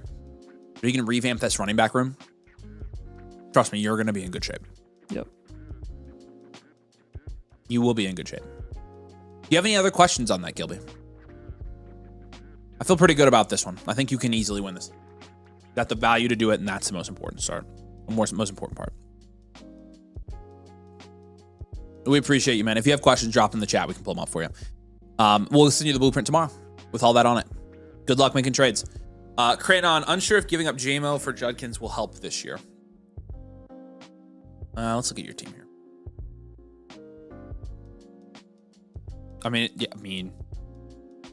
Yeah, it definitely would. It definitely would. If you're a contending team, you have a winning record, it definitely would. I definitely would do this. I would for sure do this. Opticlone. Picks are late here. Late first, late second for Olave. Take Olave. I'm fine with it. I think Olave is better than who you're going to get in the late first this year. And late second is, again, I think you use them as sweeteners. Clapoil, we got you as well, man. Merc, we got you in here. Again, we got probably 4 more spots for live blueprints tonight, so go ahead and Harry says, besides starting in the queue, how many more so probably like 4, Harry, so. Yeah, if you guys are interested, if you want to become a member and get the free blueprint, we've got about 4 spots left for that tonight, or the a la carte either way. Drop a like on the stream. If we hit 400, we're giving away another blueprint. Still 70. I doubt. We got Izayagi up. All right, Izayagi, I know you were here earlier, but say hey in the chat again so we know you're here during the review, and Scott will put up any comments that you have during the stream as we do this review. Appreciate you. This is 12-team Superflex Star 11. It is a tight end premium league. And it is also a 1-point tight end premium. It's with 20-player benches, 4 IRs, 4 taxis. Okay, yeah, this is pretty standard. This is very similar to what we play in all the time, so this is like our default setting. Definitely made a few rookie mistakes early on before finding your channel, but learning a lot of sense. Appreciate any and all advice. Yeah, for sure, that happens. I did the same thing when I started playing Dynasty. Like, I didn't find... Well, no, what happened to me is I was bad, and then I found Mason's channel, and then I got worse, and then I realized that I could make my own advice and it would be better. That's a joke. I hope Mason hears that though. Oh my god. I was though. That he was the guy I watched. I watched him and listened to Dynasty Nerds. So, Dynasty Nerds is like the OG. They are the OGs. Izayagi, you're 3-17 here. You are a clear, rebuild, reload. But I love your team here for this. So this start 11, you don't have a lot of depth, but it doesn't matter this year. Burrow's a great guy to own. You have Burrow neighbors on this team is great for a rebuild reload. Burrow Purdy. 6. Genty, Woody Marks 3. JSN, Malik Neighbors, Nico, Colin, Troy Franklin, probably an 8. Yeah. With all 3 of those guys. And then a 1 at Tynum. Not a 0. That's a 0. Those guys aren't starting. A first in 26 and a 1, 2, 3, 4 in 2027. Okay, so you got both your first still as well. I think this is probably a reload. You've got Genty, JSN, Neighbors, and Nico to work with. Got some high-end assets. The rest is pretty... Not terrible. Questionable. We'll go 1-year reload. Yeah, it's close. It's close to a hard rebuild. That was funny, wasn't it? What's up? Bye. Good to see you, man. This is you. So if you have questions while we're doing this, just drop them in the chat. We'll put them up on the screen. We'll see them. We'll read them. Appreciate you, man, and welcome. Very glad to have you as a member.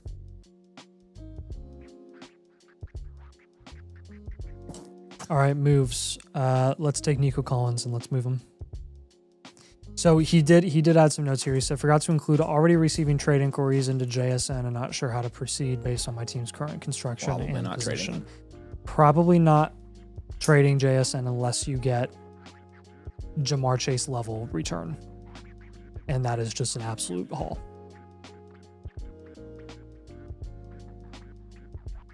D Mills says, I chuckle every time somebody says, and thank you guys, every time somebody says, I wish I wouldn't have traded so-and-so to you. It happened a couple times today. It's the goal. That's the goal. Appreciate you, buddy. Flip the lights. Appreciate you, man.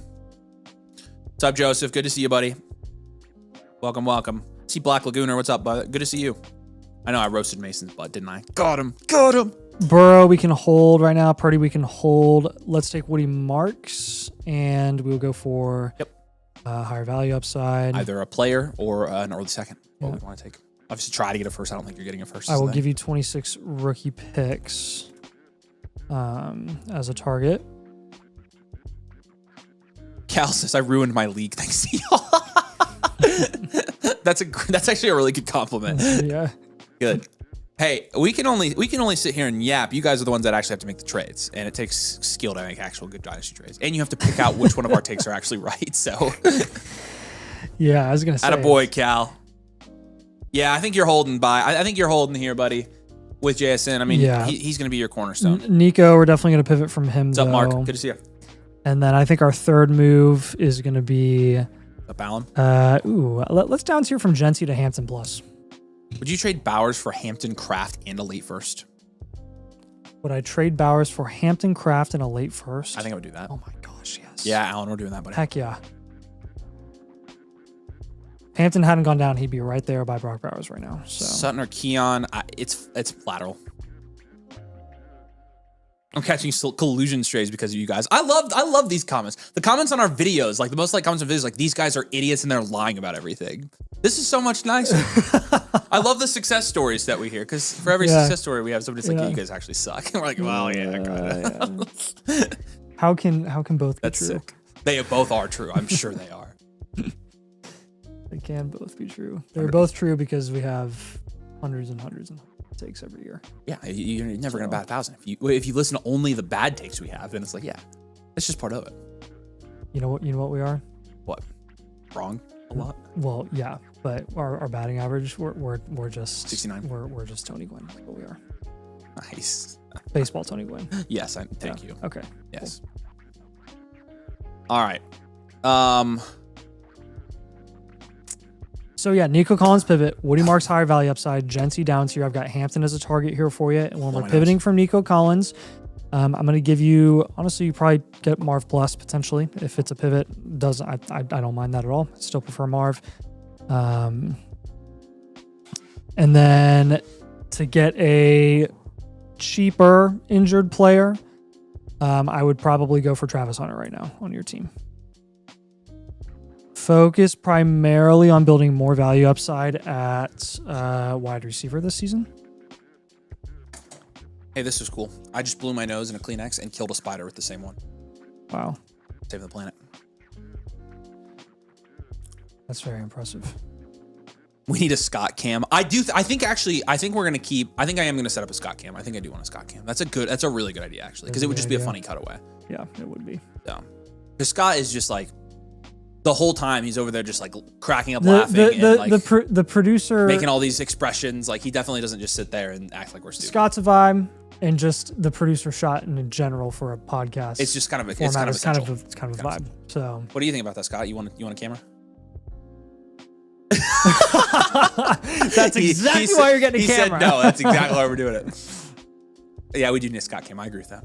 Yeah. All right. So shop. Okay. So again, I've been seeing some deals go down for Troy Franklin, Tez Johnson that are like, they're pretty nice. See if you can get an overpay for both of those guys. Again, you don't have to move them, but I would at least explore offers. You think? I'll ask you that. What? Yeah, it's unrelated. And I want to say focus. Okay. Bye.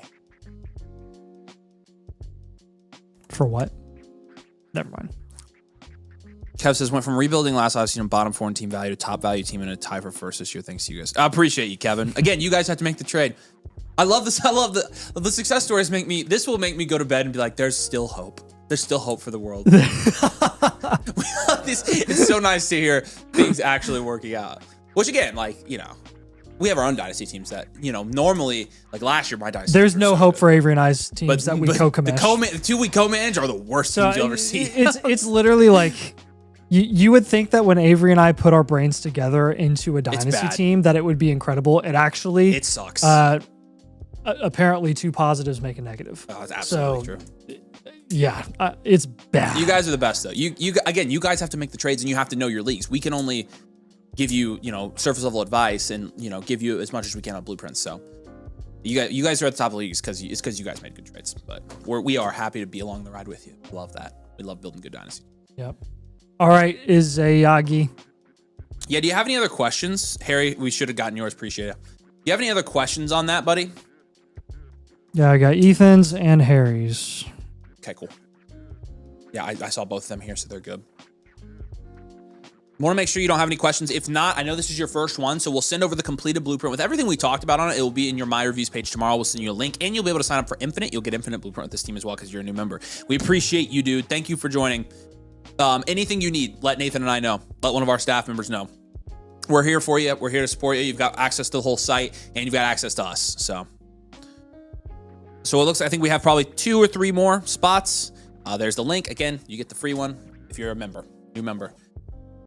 Mostly Saquon for Javonte in a second in Dynasty. Probably not. It's closer than it was. I get it, but like I still think you probably need to stick with Saquon. I probably want Javonte in a late first for Saquon. Yep. So just losing a little bit of value there, I think, and I'm not necessarily comfortable. Because from a production standpoint, like it's not worth taking the value loss there because it's not like you're down tiering to somebody who's like a big production upgrade from Saquon. Saquon still has the same production upside the rest of the season as Javonte does. Saquon. So you might as well just stick with the more valuable guy there. Yeah. I did have a question. Should I be holding 27 picks based on the 1-year reload? Yep. Do not trade any of your future firsts. That's correct. Hold all of them. Hold all those things. Do y'all trade Pearsall for Walker if you're a bust this year? I think that's a fine trade. It's neutral, and Walker's going to go up in value.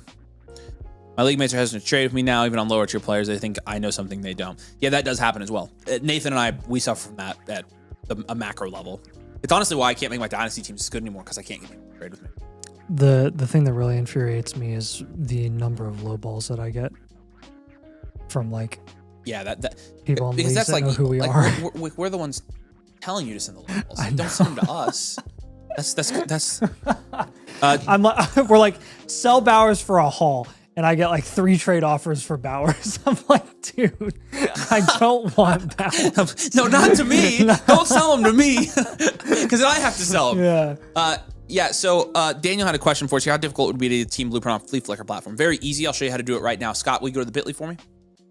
If you go to the Bitly and you go to the second link here and just go ahead and click on it, get a live blueprint. It'll bring you to this page right here. And then you just do the non-linked option, that very top option. Fill out your league settings here. It will upload screenshots of your Flea Flicker team, and we can get you the same team blueprint we give everybody else. Very easy, built in like that. Again, different when you submit it. You can't use the My Teams for Flea Flicker, but you get the same blueprint as everybody. So, appreciate you. All right. Reek says he has a startup draft. Hey, go find our last startup draft strategy video. If you can go on our channel and filter by popular. It's like the 3rd most viewed video we've ever had. Watch that video, the one with Nathan's team in the front with 3 wide receivers. That will help you this year in your startup. Go watch it. If you have questions, let us know. Oh my gosh, dude. Speaking of that team, that Krusty Krab team, I'm 3-7 in that league. My points for are like top 3 or 4 in the league, and my points against are like top in the league, and I'm 3-7. It's brutal. Like I have JSN, London, and who else did I get? I have JSN, London, and some other top wide receiver, and I'm like I'm 3-7. I have a. Oh yeah, Chase. I have Jamar Chase and JSN in London, and I'm 3-7. Yeah, that was the cover team of that league. Yeah, I know, and it's a great team. Like my future outlook hasn't changed for it at all. Like it's going to be a great team. I have a team that's 2. I just cannot believe the amount of games in this league that I've lost. I lost 152 to 165 this last week. The previous week, I scored 215 points. The week before that, I mean, yeah, I lost by 9 points. I have a team that's not as good, but it has Bijan, Amon-Ra, Ladd, Nico, Brock Bowers, and I'm 2-8. Yeah, the worst. I lost a game by 2 points in that league. I lost multiple by like 9 or 10. I lost another one by like. In all of these, I'm scoring like 150 plus every single week. So, Reeg, make sure you find that video because wide receivers are more important than QBs. We talk about that in the video, but you're right. QBs are going to go higher in a super flex, but we outlined the best strategy there that will set you up for long-term success. But you're right, they go high off the board, but if I were you, I would take receiver, man. And that make sure you find that video. It will explain all that to you. Appreciate you, man. All right. Ark, I know you're here. Say hey. Been a turbulent, injury-riddled season. Basically, all my guys are retool guys at this point. Can't really compete with the top 2 guys. Not sure there's a move for me to make, but the trade deadline after week 11, the schedule is easy to close. 4 teams make the playoffs. Low, high-end outcome is 7th and 3rd. Okay, so you said it's got an easy schedule. You're currently 5-5. I think you're going to be contending here for sure. You've got Neighbors. We can try to do that. You've got Bowers. We need to do that. You can do this. Baker, Brock, Purdy says 10 teams start 10 Superflex. Penix and Bryce and Shuck and Brissett amounts to about a 6. 6, yeah. Gibbs, Hampton, Harvey, Johnson, 7 probably with the 2 guys up top. Mm-hmm. London, Neighbors, Marv, BTJ. I think that's probably an 8. Yeah. We be in. And then Bowers is a 10 still. I mean, well-rounded CCO. Yep. Now the problem is again, like you have Neighbors, you can't start them, so you're flexing every week, like. And Hampton. So you're flexing every week. Like you're trying to decide between RJ Harvey and like you're basically half RJ Harvey now. He just started being productive. What's up, Art? Good to see you, man. We're doing great. You just now like have RJ Harvey, like who's going to produce the next couple weeks. But that's why you're 5-5. This is easy. You've got a hole at your running back 2 spot. You've got a hole at your wide receiver 2 spot. You fill those holes, you're good. This is easy. We're gonna win this league. Who owns Achane in this league? Let's check that. That's a great question there, my friend. Achane. Achane is owned by a 5-5 team as well. How good of a 5-5 team? Nico, Ladd, Zayd, Achane, Williams, TreVeyon Henderson, Josh Allen. So they're decent. Okay. Probably one that we'll think they're contending. Yeah. Probably. So let's just look though. You've got Bijan and CD on a 2-8 team. Even for like rest of season outlook, like their installation going to be about the same. Rest of season outlook, I do like Achane more than Hampton. Could you move Hampton for Achane? Yeah, see if you could. I would try to do that. The otherwise, at this point, probably just want to hold because Hampton will probably be back in a few weeks. He said the QB room, the QB room is just straight up just the NFC South. That is actually true. It is you have all 4 quarterbacks from the NFC South, which is not the division that I probably want to have all the quarterbacks from. Probably not. No. Another middle of the pack guy. Yeah, do you think you could do it though? Like, so I guess you would know your league better than we do, and that's kind of what we're asking. If you can't do that, then again, like probably worth just holding at this point because you're 5-5. You're 5-5 with no Hampton. Yeah, the problem is there really aren't a lot of teams. I'll try. I think he's trying to compete. Yeah, problem is there's not running backs on bad teams here. All the teams in the mix have running backs. So I think Achane's going to be your best bet. I think so too. Or any other running back on that team. You could technically just try to pay up to Genty or Bijan. That would be the option. You could also consider that, yeah. Because that is, I mean, the Bijan is on a 2-8 team. Genty's on a 3-7 team. So you could just see how much you have to pay on top of Hampton to get to those guys. Who'd you say, Genty or Bijan? Like if you can take Hampton in your first, I would do that for Bijan in a heartbeat. Hampton your first, and I'd throw in Adonai Mitchell or Chimdi or something like that. Sweeten the pot. But also what you could do is if you could trade Brock Bowers for Bijan, it would be a slam dunk move. It'd probably win you the league. Do you want him to stick with Bowers or move Bowers? I want him to shop Bowers. Have you shopped Bowers already for you really need like a top running back? Because if we hold Bowers, then we'll just move Fannin and Pitts and probably get some productive flex options. Yeah. So I want to see if you shopped Bowers first. Yeah. Sort of something maybe will make me overpay for sure, just not sure how much. Yeah. Try the Bijan in a first, or try Hampton in a first plus for Bijan. See if I will bite on that. You could try Hampton plus a little bit for Genty, but I'm curious if you tried to move Bowers because that's the other huge ace up our sleeve here that we have, and we could potentially move for a Bijan level player to get in our running back 1 spot essentially. Yeah. I'm just curious what you've already tried. I don't want to give you something you've already done. You said move Neighbors for production. Any rebuild team that's holding production on their team right now? Not real. At wide receiver. CD and Amon-Ra. Oh, Amon-Ra. And Puka. Puka's on a 3-7 team. Yes! I got Bowers low, basically tap for Bowers on a 1st-2nd swap. That's great. You still can shop him if there's. Have you shopped him at all since that? Shop him, but I'll operate under the assumption that you'll just move Fannin and Pitts instead. Because if you got him low, you probably have to sell him low, and we don't want to sell him low. Right. But moving Neighbors is that's the first key here. So he's new. Not opposed to moving him. Yeah, okay, well, so here's what we want to do. If we're getting a Bijan Robinson, try to trade Bowers for Bijan. See what you have to pay to go to the guy that's in last, who's clearly in last for a reason, and try to give him Bowers plus something for Bijan, Bowers plus something for Lamb. If it's a small something, you're doing those eat. Okay, it's been 10 days, yeah. Yep, all right, we're going to try it then. I definitely think you shop him. The other option is you could just shop Hampton. I know Nathan said you could trade, but I would probably be more comfortable moving Neighbors for another elite wide receiver and then moving potentially Hampton for. The problem is, again, I think Kyron's another great running back target. He's on that same team that owns Achane. Yeah, so it's just going to depend on that guy, to be honest with you. And then, if you want a productive wide receiver in the range of Fannin, Devontae Adams is right there. Michael Pittman's right there. Devontae Adams probably the most achievable. I would target him, especially if you're targeting Puka. It's kind of a hybrid insurance play, and their upside is not limiting to the other at the moment because Stafford's legit playing the best season of football we've ever seen him play. Yeah. So, Hampton pivot. Neighbors production, Harold Fannin, Kyle Pitts, other position, Devon Achane, Kyron Williams. Probably not Kyron since we're having you target Puka and Devontae Adams. I'll give you a different running back. How about Jacobs instead? Achane, Jacobs, Puka, and Devontae Adams. Other comments on this team, again, just maximize that flex spot upside as much as possible and shop 1 or 2 of your QBs.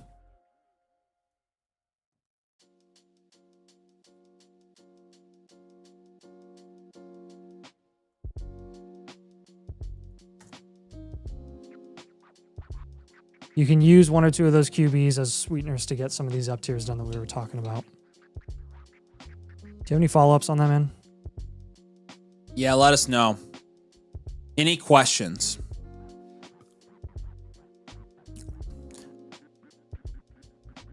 Caleb says, the college football committee dude graduated from Indiana. It's rigged. Which guy? People don't rig things for IU. That doesn't happen. IU football sucks. The guy that went to IU, when he went to IU football was 1-10. So that's not happening. Yeah. Let us be happy. David says, hello, what is this channel? Oh, you're going to find out. Cal says, I get a blueprint. There's legit isn't much more for me to do. Top teams have all the running backs. Yeah, that makes sense. So it sounds good. I'll give it a shot. What do you guys recommend if I can't get a deal done? Am I close to a retool because I couldn't for the life of me move neighbors before? At that point, I would just roll the dice and see what happens, because I don't even think you're reloading at that point. I literally just think you're going into next season, getting neighbors back and competing again with Hampton and neighbors.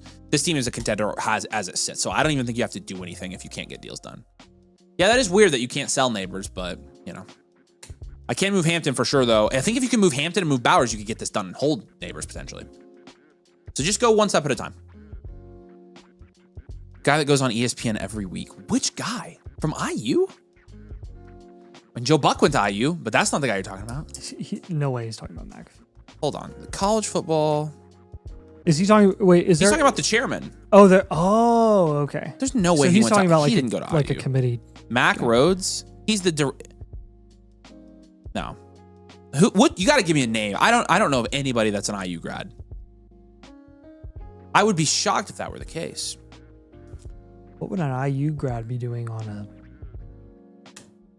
for football?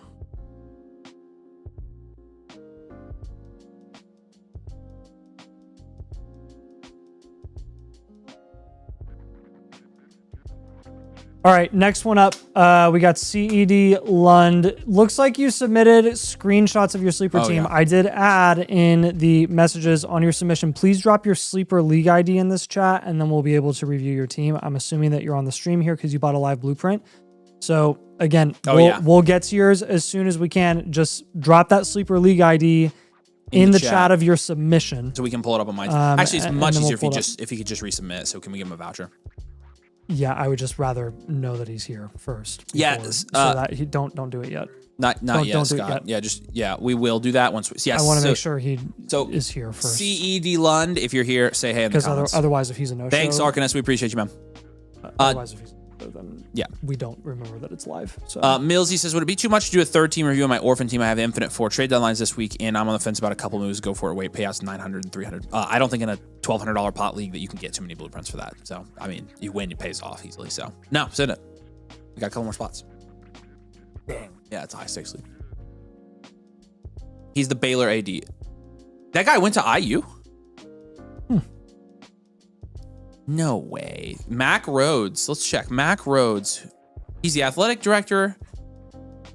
And he did graduate from IU Bloomington. But he's Baylor's athletic director. I was just say Baylor. So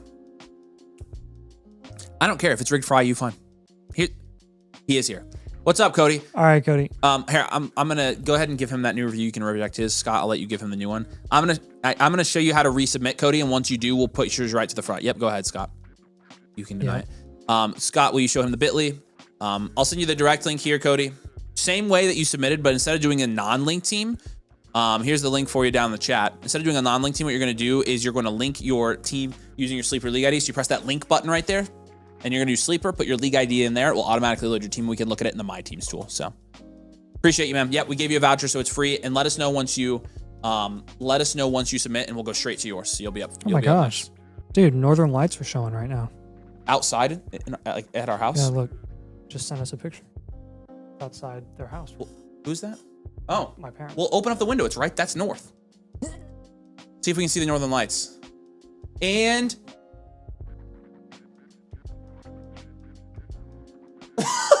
I don't think we can see. It's so bright in here. Here. I don't think we can take an intermission, can we? No. We take turns. Take turnsies. Yeah, I don't know. Dude, what the... Fake. Where do you input the domain code on the for the live blueprint on the site? On your account page, there at the top right corner is your account page. Click on that. It will say code, and you just put domain in there. Appreciate you. Yep, David gotcha. Yes, do close the blinds. We don't want anybody spying on this operation. No spies allowed. That's fine. I'll never see the Northern Lights, and I'll just die without seeing it. Rip. Could go to Iceland. I don't care. We could. Or we could go to St. Lucia. Sounds warmer. All right, here we go. Let's do Abaddon's real quick. I know you're here. Say hey in the chat, Abaddon. Actually, Cody said he'll be good. We'll be right back to yours, Abaddon. Refresh, Scotty, we should have it. Yep, I see it. Yeah, you didn't have to tip, man. Appreciate that. Side swipes. Here we go, buddy. Appreciate you resubmitting. That was easy. You're third in your league. It's a Superflex 12-team start 9 PPR league. It is a non-time premium. You're 7-3 so far. Your points 4 are 5th. So you're firmly in the playoff conversation here. 9. Actually, it's a 10 at QB. You've got, yeah, that's 10. You got the QB 1 and yeah. TreVeyon, Swifty, Marks, Stevenson. 3. Neighbors, Rice, Odunze, Lad. Value-wise, it's pretty good. That's probably an 8. And then Gadsden, Pitts is like a 5. I would probably lean dual elite QB, contend, reload for this one. A lot of value there at QB. Yeah. It's a triple elite QB, technically. Only one flex spot. This is a start 9. Yeah. So that helps with some of the moves that we'll probably have you make at running back as a 7-3 team. No picks over the next couple of years, which is fine. Yeah, because you're content. Yeah. Same deal though. So my initial question to you is: have you shopped Neighbors? And what have the results been? There's 3 straight teams with Malik Neighbors. All right, Millsy, appreciate you. Yeah, definitely would be moving Neighbors here. That would be our number 1 move, and I would probably on this team. Yeah, I'd probably move him for an elite wide receiver. Oh gosh, what? Grayson says, "Don't remember if you do. I don't know if you remember doing my review. Yeah, I remember. Of course we do. Got it negotiated to Marv McBride and his first for CD Parker Washington and him getting a second. Yeah, back. take it. Oh my god. Go ahead and take it. That's crazy. That's a good deal. That's a smoking deal. I love that. Good job, Grayson. All right. And Cody, if you have questions while we go through this, let us know. But have you shopped Neighbors, and what have the results been if you haven't? If you haven't, great, because we're going to. Because again, like you're trying to contend here. You're 7-3. I don't know how you're 7-3 with this running back room. We got a lot of value at QB. Either way you look at this, we're making a QB move here.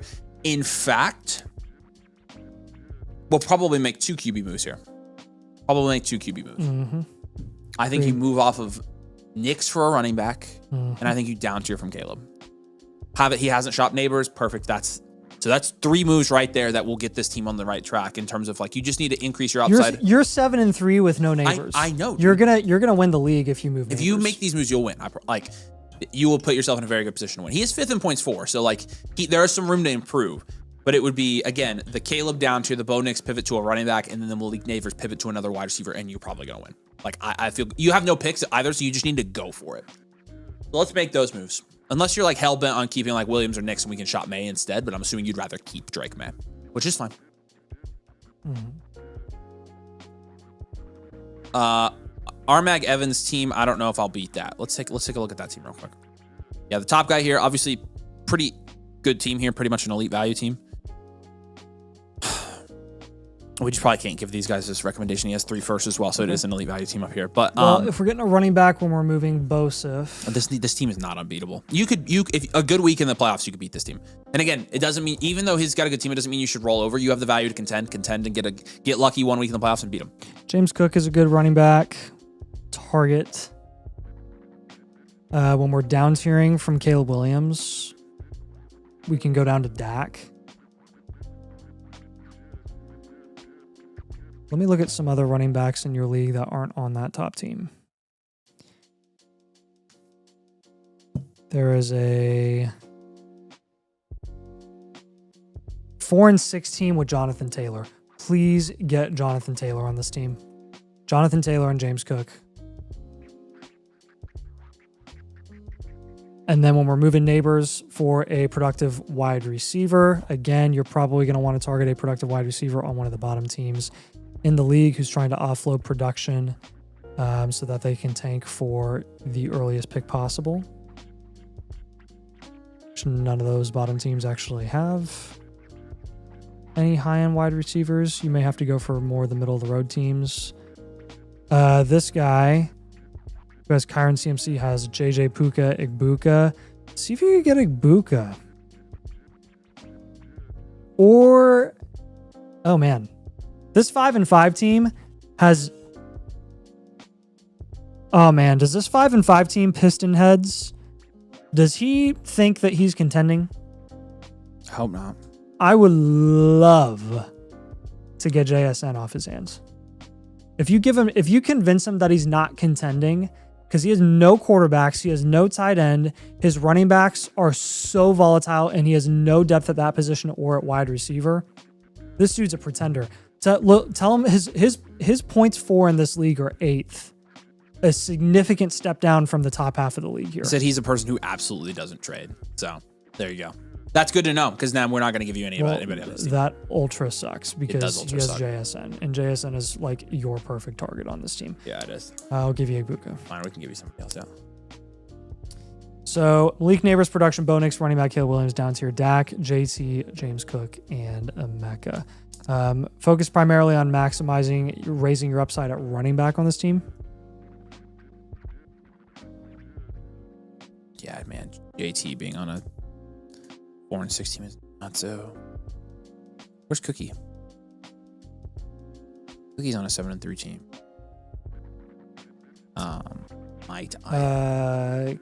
Kyle Pitts, Juwan Johnson. See if you can shop any of those guys.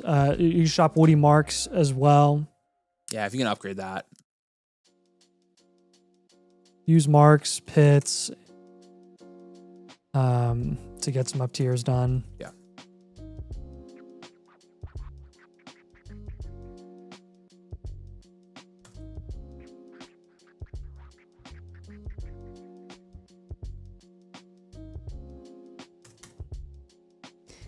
And last but not least, again, you don't really have any future draft capital. Take advantage of your crazy value at QB.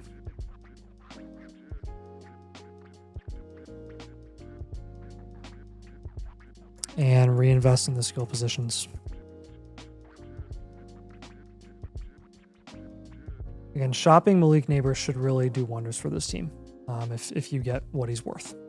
Obviously, don't want to undersell him, but definitely would be exploring offers at the very least to get someone that's going to produce. And if you get someone that's going to produce that's value equivalent to Neighbors right now, then you're going to put yourself in the best position possible to go on a run here.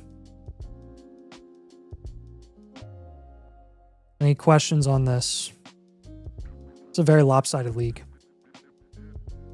Very, very lopsided league. And that's good for you because you're at the top of the curve. Yeah, B. Frank, he said he just signed up. Yes, absolutely, we'll get to your team tonight. For sure. So, appreciate you. What's his user? Yeah. Did he already submit? He didn't say if he submitted or not, but he did say he signed up. So.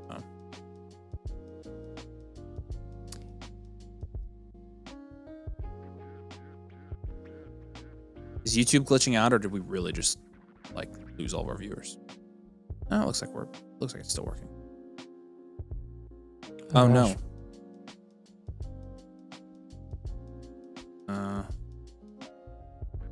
I think so.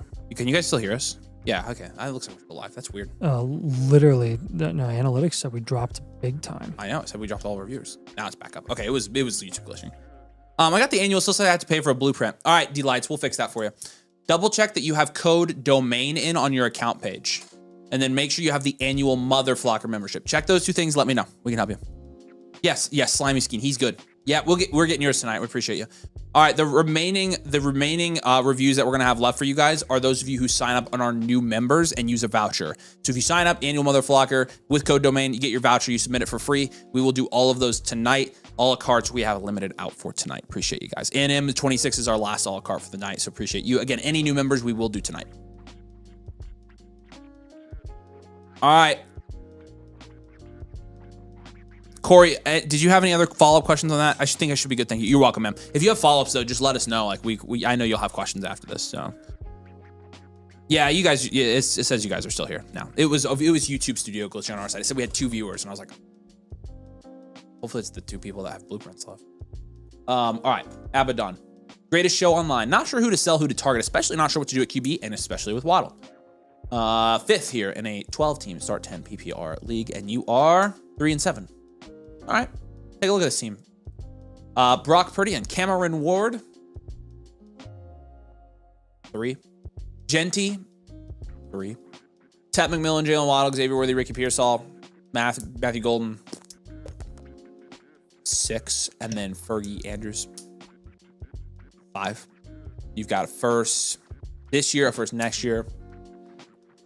I'm really curious why you're 5th in value here. Because a Genty? Like, who has less value than you? I'm not trying to... this seems like this would be a... Because this is, to me, bordering a hard rebuild team, I think. Who's that? How's the capital? He's got normal. a first and 8. Yeah, it's normal, but he's got somebody else's first. He's got Chief in Wisconsin's first. That guy is 2 and 8. So he's got an early first. That's great. He's got a really early first. That's great. So He that actually, probably have one. actually fills out a starting lineup decently. Just value-wise, it's not pretty, but... All right, so there you go. Reload. Like Pearsall and Golden in your flex, value-wise is fine. You got, top 100 assets there. Yeah, Michael says, appreciate you guys helping me out of this massive rebuild. 5th in value doesn't seem right to me either. Yeah, I agree. I would probably put you at like 8th or 9th here. Yeah. But it doesn't change that you're, I think, a 1-year reload here. We got some moves we can make here for sure. So, yeah, no problem. Or appreciate you, man. Definitely hold that 26 first, by the way. Like, don't trade that for anything. So, I would be down tiering from Genty. I'd try to get Hampton Plus on your team.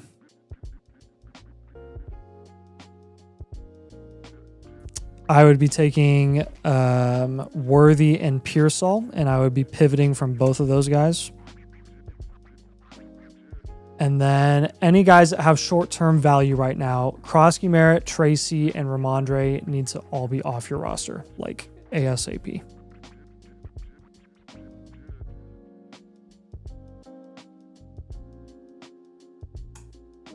Save for long-term assets. Tet McMillan's a hold. Jalen Waddle right now is a hold. He'll maintain heading into the offseason. Matthew Golden, you can hold. He's pretty cheap right now. You can shop Troy Franklin, shop Ferguson and Andrews, Jake Ferguson and Andrews for another position entirely. Tight end is not our top priority right now. Doesn't matter.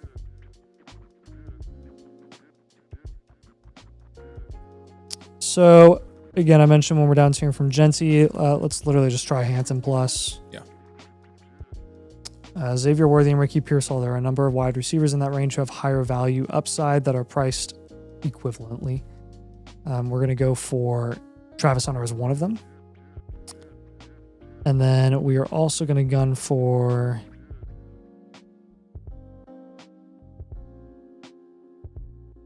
heck, Jamal's not a bad price right now. Walker is not a bad market play for you. I don't do this very often. I'm going to give you Walker. Yeah.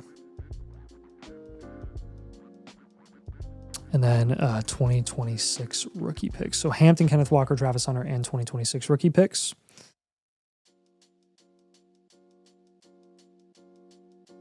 If Waddle continues to produce at a high level, see if you can get an overpay. again, just keep that in mind. Not something that we're like, hey, planning on you have to sell Waddle this season, but see if you get any interest from contenders. Purdy and Cam Ward are fine as holds at the moment. See if you can move Cam Ward for potentially a safer QB. But if you want to hold him with the upside shot, that's fine with me. I would also shop Troy Franklin and Ramondre Stevenson on this team for future draft capital. Yeah, and he said, what should I be looking for in return for some of those moves for the running backs? Which targets do we there? Hampton, Walker, Hunter, and 26 rookie picks. Yeah, so probably like wide receiver shots, upside shots. He's saying Krosky Merritt and Tyron Tracy specifically. Yeah, that's probably the 26 rookie picks. Yeah. I would literally do Krosky Merritt, Tracy, and Ramondre, all three of them, package them together. Get a first. And go get Walker. Get Walker. Or get a first or something like that. I think, yeah. So it just depends, but like, yeah, anything that's like value insulation, so like younger wide receivers or picks, like is what we're looking for here with those guys. Yep.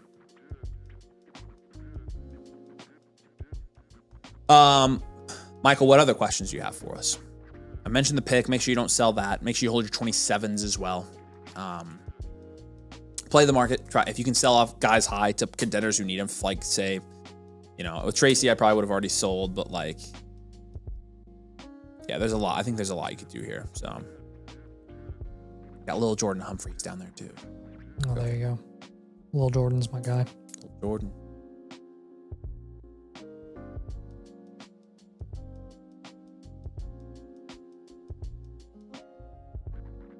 Yeah, Michael, you have any other questions on that though? Let us know in the comments. We appreciate you, man. If you do, let us know, and we can put them off the screen and answer for you. But we'll send over the full blueprint to you tomorrow. You'll have that. We appreciate you becoming a member. Make sure you say, hey, on Discord. Make sure you join the Discord. Make sure you sync your roles so you get all the domain channels. And make sure you check out the site, get everything you have access to now. But we're happy to have you, man. He says, sounds good. Thank you, guys. No more questions now. Appreciate you. We appreciate you, man. Again, thanks for supporting. You need anything at all, let Nathan, one of our staff members, know. We will take care of you. Promise you. All right.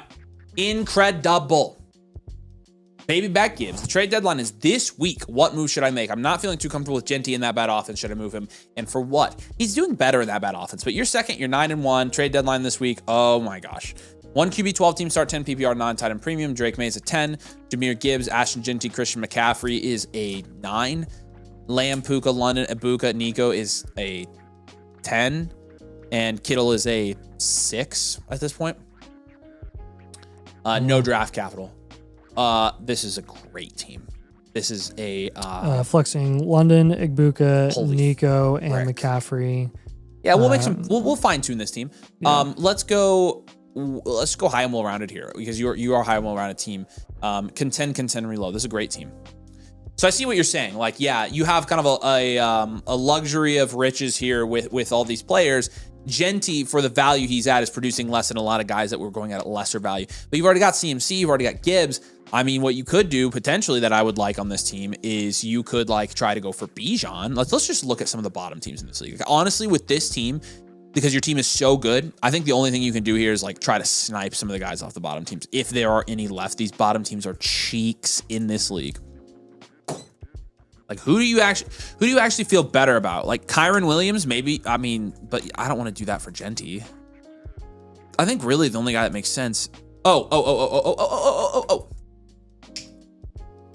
Who's the guy he can get? 2, 1, go. Who is it, Nate? You got it. 3, 2, 1, go. A running back? Yep. JT. That's more productive. Yeah, JT is honestly yes, I was thinking of Achane, but yeah, JT is probably a better option. Yeah. So if you can down tier from Genty to Achane or JT, or even just trade Genty for Achane or JT, I would probably do it. Because the guy that's 10-0 has Bijan. Oh, the guy has Bijan, Hampton, and JT. See if that guy will take Genty. He would be screwing himself if he did it, but I'm assuming he won't. That guy's got a great team. You guys are the top 2 teams in the league. So because of that, I would probably try to get Achane for Genty.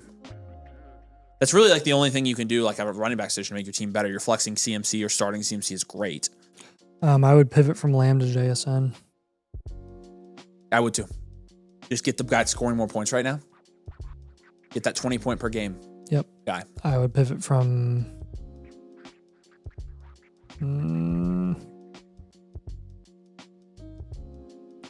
Really, Nico's probably the most productive in his price range right now. He is. Yeah. So we'll probably just stick with him. There's really only like those are there is another like blatantly obvious move here. You could move Ibuka for Rice. Yeah, even then I think that's pretty lateral. Like yeah. So it's just an idea. You really only have like 2 spots you can like truthfully upgrade your team at this point. Like with this team, again, you could down tier from May to get an upgrade somewhere else. Yeah, and I don't even. But here's the thing: I don't even think you need to. And May's the QB1 on the season, so like I think old. Yeah. The one thing with like this is what we do is we basically go down our redraft rankings here, and you target and you get all of the guys at the top of our rest of season redraft rankings as you can. So you have Christian McCaffrey and Puka Nacua. Jonathan Taylor, JSN, and Jamar Chase are your top 3 targets on this team. After that, it's Bijan Robinson, Amon-Ra St. Brown, Devon Achane, and Josh Jacobs. We literally gave you 5 of those guys. I'll give you Amon-Ra. If you can move Ibuka for Amon-Ra, I would do that. But you need a top 10 guy rest of season, period, to make a deal in this league. There's really just 2 teams kind of run this league. Yeah, don't make any unnecessary moves.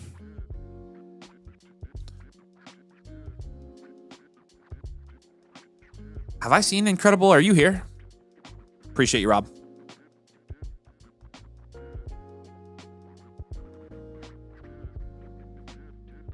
And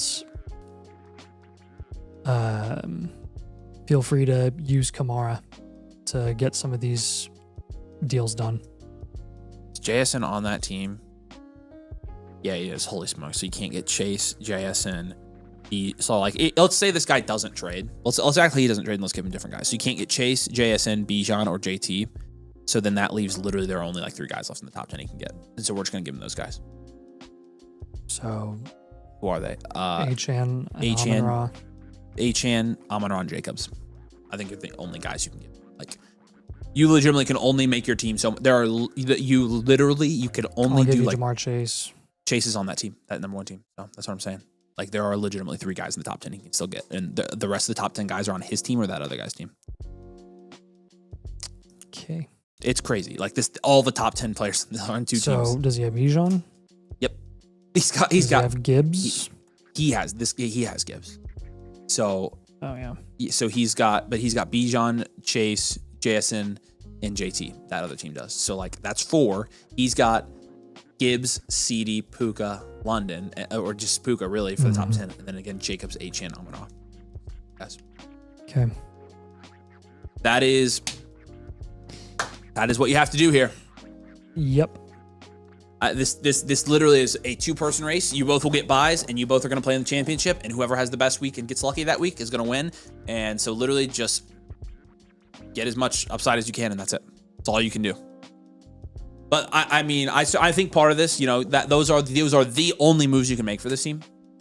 You could make a move at tight end technically if you wanted to package crap together with Kittle and maybe go get like a McBride. I think that would be worthwhile. So that is also an option for you. That is the only other way possible to increase the upside of this team. But even Kittle has plenty of upside. So consider that. I think part of the reason you probably got a review here is you want to hear your team glaze. This is an amazing team. And you are going to be in the championship, and it's just a matter of if you win or not. I'm really looking forward to hear if you win. If you're here, if you have any questions, you can drop it in the chat. But great team. Great team. All right, Duck Dynasty was our free one here. And so we'll get you loaded up here. Appreciate you. Say hey in the chat if you're still here. Okay, I don't think I ever saw Incredible, but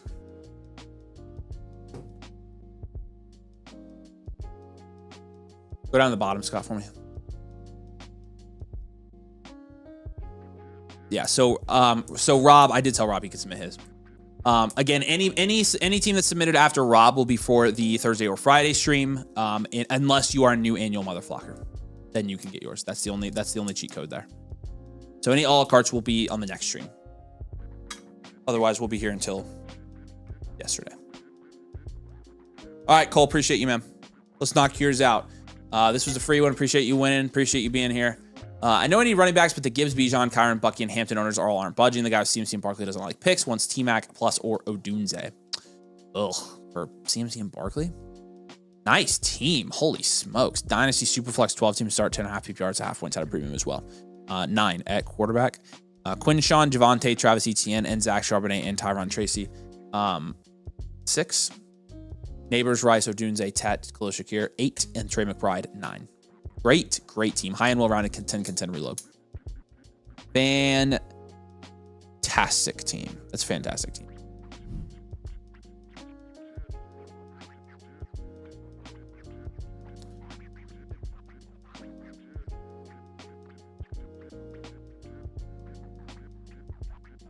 Okay.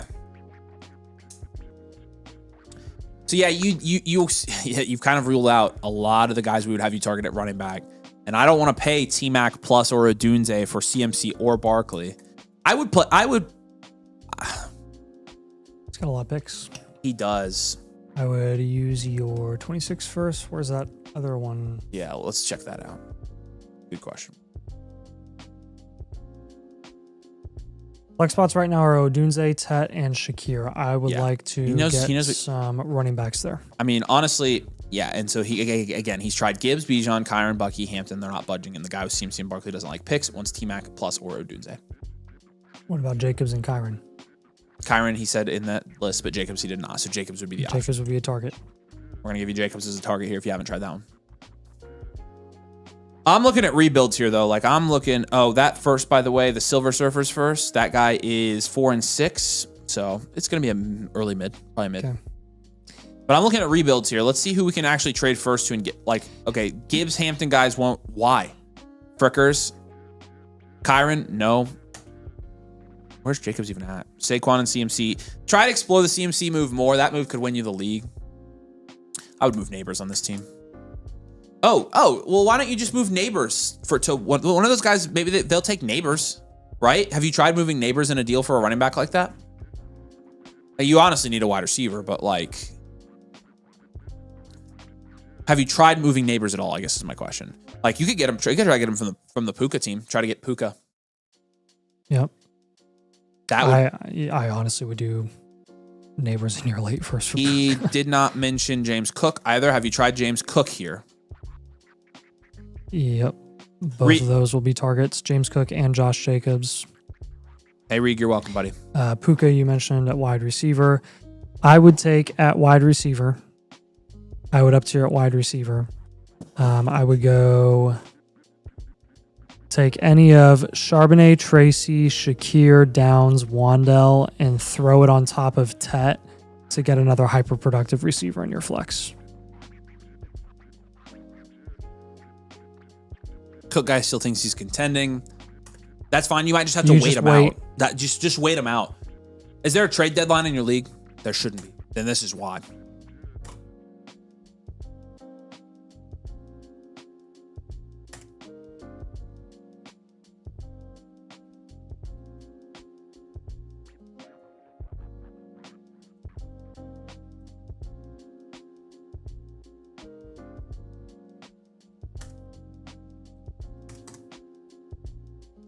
London is another good target for this team at wide receiver when you're up tiering from Tet and using those depth options. You have a good amount of like flexible depth that some teams might be interested in. No trade deadline. So I think that's what we're going to do. That's what you have to do. We're going to wait. We're going to see who doesn't make the playoffs. We're going to buy all the best players off of that team. And so it's going to be flexible. We're going to give you general targets, but you're going to have to know if the Cook guy makes the playoff and the CMC guy doesn't, CMC's your target, right? And so wait for your league mates to realize they're rebuilding and then trade.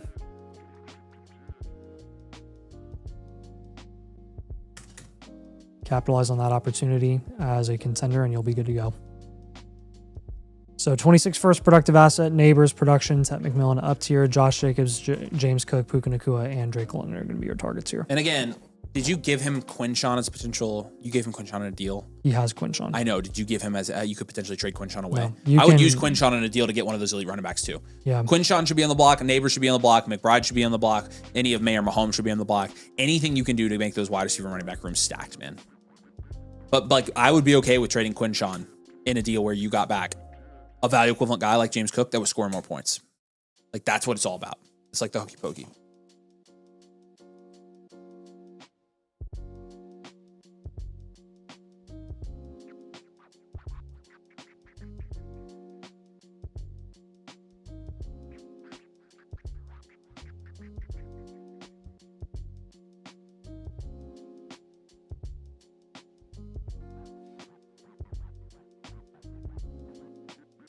Do you have any questions on that? appreciate you getting the free blueprint here. So, well, basically we're just waiting. We're just waiting it out. We're just gonna wait it out. Move your first. Be willing to sell neighbors, Quinshon, McBride. Man, you should get offers to stack your team. You're already 7-3. I think you're good. So, we appreciate you, buddy. Again, congrats on the free blueprint. We'll send it over to you tomorrow, by the way. Booby, say hi, Booby. Jay Lamb's got a trade question here real quick. 12-team Superflex. Devon Achane for Chris Olave, a first and a second. 27 first. Achane. Probably hold Achane. Yeah, I'd probably hold them. Thanks, Cole. We appreciate you, man. All right. Bobby or Booby? Ricky Bobby. You've seen that movie, right? What, Ricky Bobby? Yeah. I know the reference. Oh, no. Oh, no. What's it from? Talladega Nights. Yeah. But you haven't seen it. I have not. No. I know a good number of references from it, but I've actually never seen it. Oh. Hey, first or last. Wake up in the morning. This excellence. Yep. I'm harder than the diamond in an ice storm. All right. Booby, here we go. Booby, are you still here? Let us know. All right. Have an offer on the table for a JSN for Rome, Nico, and Lad. Is that even worth it for my team? I have a lot of guys interested Rome in and JSN. Nico or Lad. Rome, yeah. Also currently tanking for the 101. Wow. You're tanking. You have the most value in your league by far. Most of it's in wide receivers, it looks like. Let's take a look at this team. Booby's team. Oh, there's Booby. Yeah. Some background here. I originally traded Lamb for Ibuka, Harvey, 27 first, 28 first. Traded McBride, Etienne, a second, Aaron Jones, Boutte for Tet, Henderson, and Benson. Well, it's a lot of trades. Yeah, your team's pretty good. This is a pretty good team for reload. You're tanking. I don't know how you're tanking, but this is great. It's a good team. Again, 1 QB, 12 team. Caleb Williams in a 1 QB now is like a 7. TreVeyon Henderson, RJ Harvey, Trey Benson, Tyjae Spears. I don't mind it. 4. Jason Ibuka, Tet, Hunter, Pierce. Yeah, this is great. That's a 9 at wide receiver. That's your strength for sure. And then Loveland, Fannin. What are we giving that, a 6 or 7? Like probably a 6 right now. Be conservative. Yeah, let's go 6. Okay, so you said, I think this is a 1-year reload pretty easily. Reload, contend here. All right, Booby. I don't know why I can't see his freaking chats. So, would you rather? Now I see him. Looking for love at the 101. Yeah, you'll get love. That'll be sick, and it'll fit well with your team. Oh, thanks for getting your crap together, YouTube Studio. Mine's still goofed. Golly. David said, I'm convinced Nathan hasn't actually seen any movies, even Star Wars. He just reads the books. Yeah, there's some of that. Yeah, no, I probably watch more movies than Avery does. I call foul on that. I just, all the references that you usually make are like comedies, and I don't usually like. Nathan's not funny, so. I don't not watch comedies. I just really like. I generally prefer to watch like other types of films, so I don't know. Nathan watches like 50 Shades of Grey, stuff like that. So probably not. He's into that stuff. Negative. Yeah. I'm more of like a. We've kind of been on a military. This is run over the last Band of Brothers? 6 to 9 months. No, I've heard a ton of things. I have it saved on Netflix. How have you not? You can't be on a military kick and not watch Band of Brothers. Like that's. I know it's incredible. It's on the list. Watch it. You can't. No, it's unacceptable. All right, what have you actually watched though? I just watched The Hurt Locker. That's a good one. I thought it was kind of weird. I love Jeremy Renner. I thought he was great. I thought he was great in it. That won an Oscar? That's the bomb one, right? Yeah. Mm-hmm. Yeah, because I've watched a lot of them. All the ones in Iraq, they're all yellow and they all bleed. Yeah, we watched 12 Strong. I haven't seen them. That's the one with Hemsworth where they do like the whole like horse cavalry charge in Afghanistan. I watched 13 Hours with John Krasinski. Have you seen 13 Hours? That's the one about whack. that's the one about The Benghazi. Yeah. Yeah, I actually haven't seen that. That one was pretty good. Nathan says he hasn't seen the Shawshank Redemption. You haven't seen Shawshank Redemption? I've not seen Okay. Shawshank. You see, I'm calling foul. I've definitely seen more movies than you. Like, what are you talking about? I wasn't saying that I've seen more movies than you. I'm just saying Shawshank's I feel like I great- watched more movies like- than you. Like, That's a classic movie. Like, Shawshank is yeah, I know. It's got Morgan. Morgie is in everything. Sure. Literally He's even in everything. Batman. Yeah, I know. He's amazing in Batman. Yeah. All right, Yeah, anyways. yeah. Shawshank is it's like you have to watch at some point. Yeah, and it's good. So, like, yeah, we'll watch it at some Have you point. seen Wicked? But screw Wicked. Have you seen it though? No, I've not seen Wicked. How do you talk that much crap about it and you've never even watched the movie? That's what's funny. I don't believe you. All right, whatever. All right, sorry, booby. We rabbit trailed. Yeah, if you get to 101, I mean, what's your points for? You said 3 and 17. Like, when you say you're tanking, how is your draft capital? Or how's your? 1917 again too. That's a Have great. you seen 1917, right? You really are. You're last in points for. I don't know how that's possible in this team. I guess Jay. So you said Rome for in Nico. Yes, I love that movie. Rome and Nico or Rome and Lad for JSN. I'd probably just hold there, wouldn't you? What's the format? Wicked is not so good, but Wicked is good. Get it? Anybody get the Can you reference? shut up? Anybody get the Maze Runner reference? Maze Runner and wink wink. Maze Runner. Okay. I would probably hold JSN. In a 12 team start 9, like I think I'm holding JSN. So I probably wouldn't even shop him. The one would be good. It's not a bad deal. It's not a bad deal. It's not. This is a 12 Roman team Lad start would be 9. my preference, but Roman Lad would be the preference. I feel like I saw this trade somewhere today. Maybe he submitted it. So, look, Savannah just sent a picture of the Northern Lights to the group chat. How could we not see it? It's the same. We're looking at the same sky. You know what our northern lights are? Oh, they're that way. These. That's right. Those are our northern.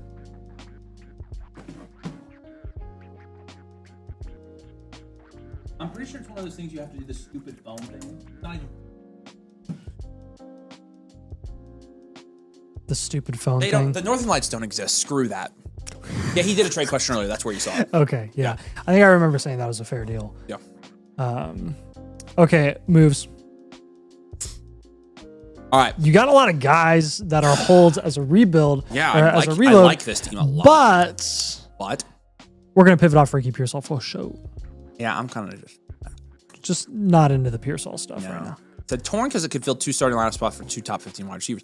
Yeah, it's but JSN's averaging 20 a game. Yeah.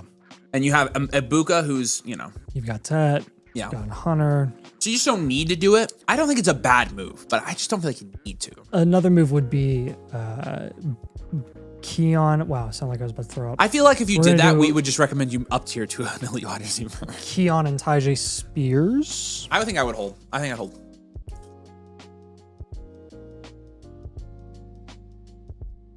We will pivot off both of those guys. And then I will take Harold Fannin and we'll go other position because you have Colston Loveland.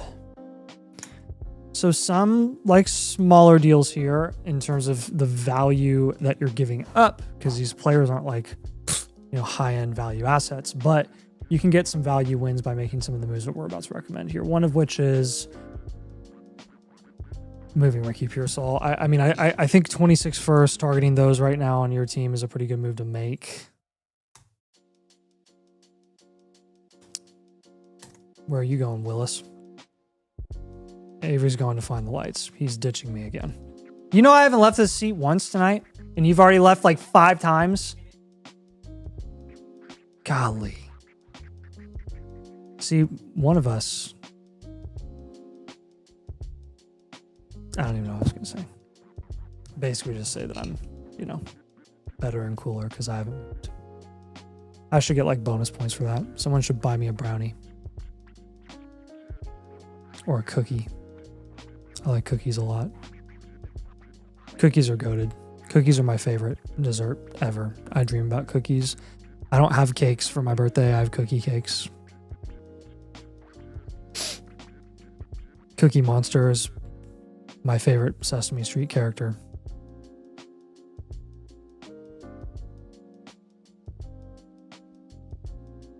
You give me any cookie, I'll eat it pretty much. It's pretty great. So Ricky Pearsall, when we're pivoting off of him, oh my gosh.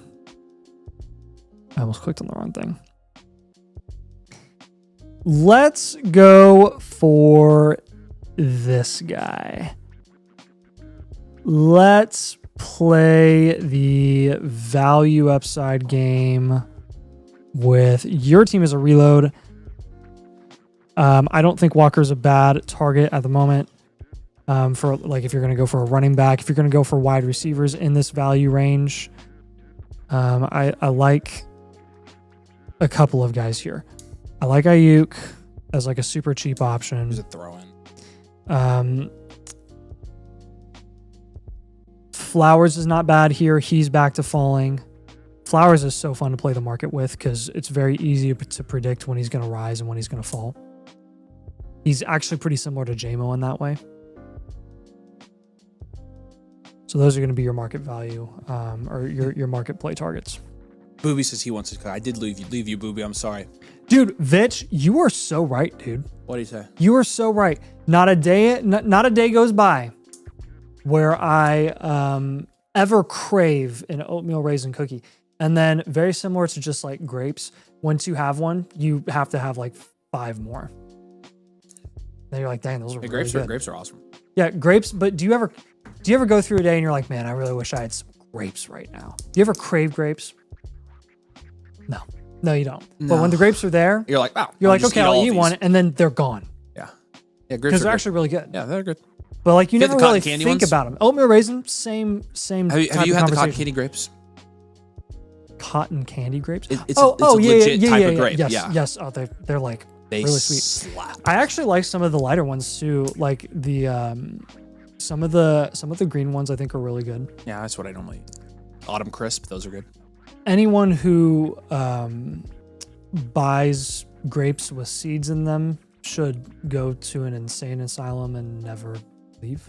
No contending team wants Pearsall while he's hurt. Yeah, I know. Then you'll just be patient and wait until he's back healthy. Yeah, that's fine. Hopefully he plays again. He's trying to practice this. He's trying to practice this week. If no contending team wants Pearsall, then see if there's a rebuilding or reloading team that's interested. But again, you can wait with Pearsall if necessary. All the lights. Nice. You can like legitimately barely see it with the naked eye, like barely. But I did technically see it, so whatever. There you go. They're overrated. It's fine. That's funny because it's all red. It's for the Hoosiers. We have IU Northern Lights. Even the skies are recognizing IU's amazing run. 10-0 for the second straight year in a row. Love mine. Somebody asked earlier if we'd rather take a Colts Super Bowl or an IU football national championship, and it's IU national championship for me. It's not even close. Like I love the Colts, but like I would take a Colts Super Bowl. Sorry. What? Yeah. The Colts have already won a Super Bowl in our lifetime. It's IU football. That would be like the craziest thing that ever happened in college football. I don't. I was not old enough to remember that Super Bowl. No, so I was. So I've already done that. I was old enough to remember them losing the Super Bowl, and it sucked. It was so bad. I've had so many like emotional up and downs over the last 15 years with the Colts that like the emotional high of them winning a Super Bowl would just be literally like everything to me. And for IU, there hasn't really ever been any emotions with them until the last 2 years. So because they were never relevant. Now basketball, obviously a different conversation, but like, and again, I'm not saying that I don't care about IU football. I obviously do a ton, but if you're giving me a choice between the two, I would 100% choose a Colts Super Bowl just because of my emotional like ties to the team. Yeah, I have emotional ties like that's IU football, so that's part of the reason why. I mean, Booby says Team JPay has running back. You never really felt like pain and misery when they sucked because you just didn't really care that much. I don't know. I cared. So I felt pain in it. Until like the Penix year. The other thing is I think the Colts are more likely to win a Super Bowl again in my lifetime than I used to win an national. So I would take them. It's less likely because I think the Colts are going to win it. Team JP has running back value I'm trying to grab as he's been losing games. Can you pull up that team, Scotty? JP 18. Yeah, Kyron would be. Well, I mean, here's the thing, though. We have him reloading. Because Walker we mentioned as a target, right? But Quinshawn and Kyron are like okay targets for a rebuild reload. I wouldn't necessarily target. Walker is not a bad target. I'm fine with you targeting Walker as a reload. Yeah, again, I think Walker's a good one, but that's kind of where I'm at with it. Like, but your team is set up like super well to reload, in my opinion. Like, you're gonna get the 101 as well. You're in great shape here. Loveland's gonna gain value. See if you can get Neighbors or Hampton at a discount due to the injuries. Yeah, I mean, those are the type of guys you're buying.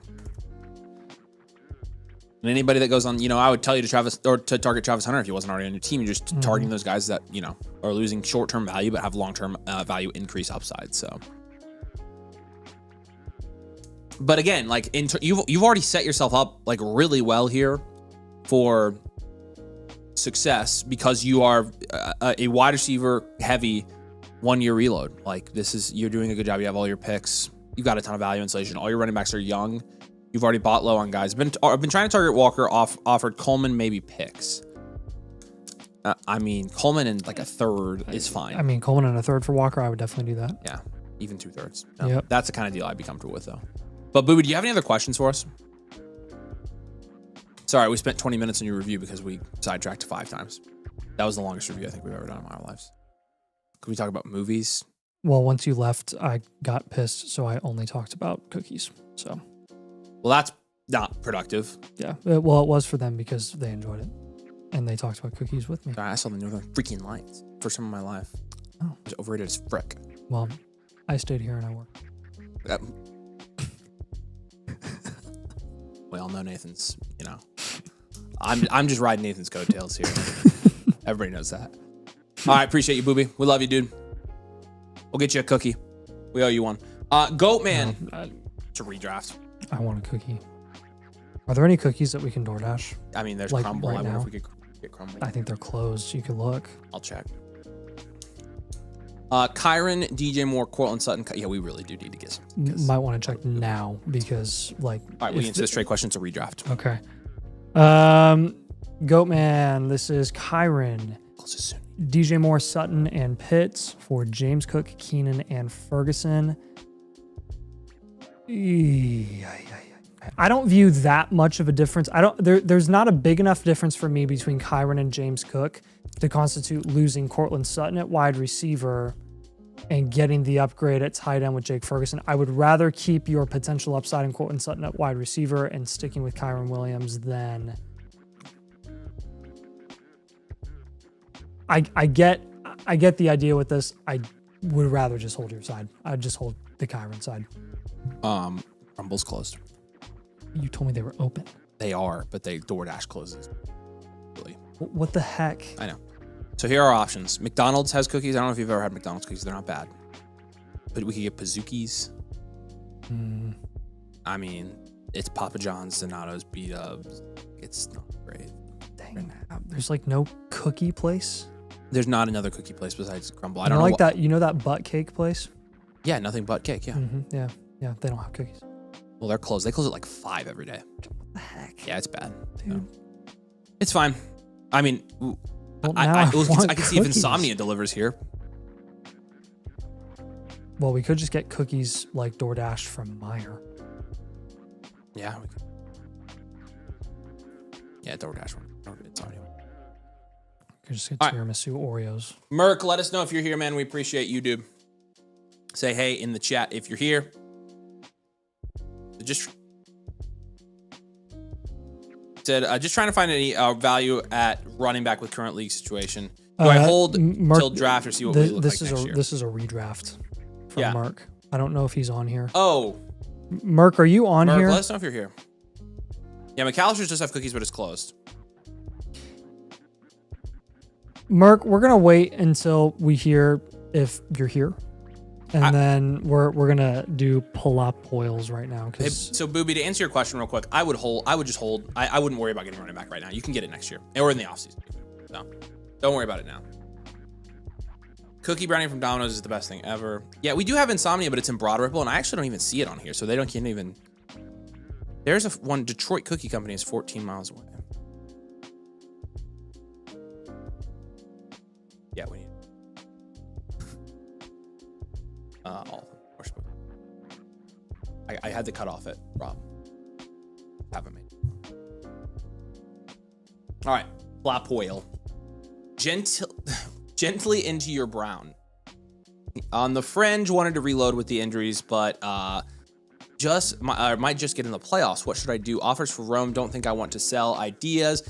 Ask the price for Hendo. He wants 26 first, second, third swap. Too much for me. What's the cost? Thanks, guys. Appreciate you. If you're here, Plapoil, let us know. Say hey.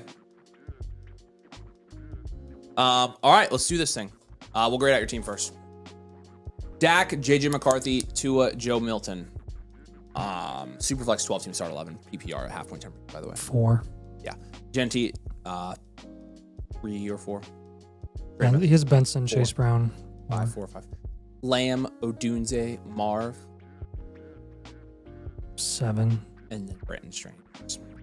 1. There's Pierre. What's up, man? Good to see you. 5 and 5. You're flexing Ayuk, Chase Brown, Jaden Reed, JJ McCarthy, or Tua is your second QB option.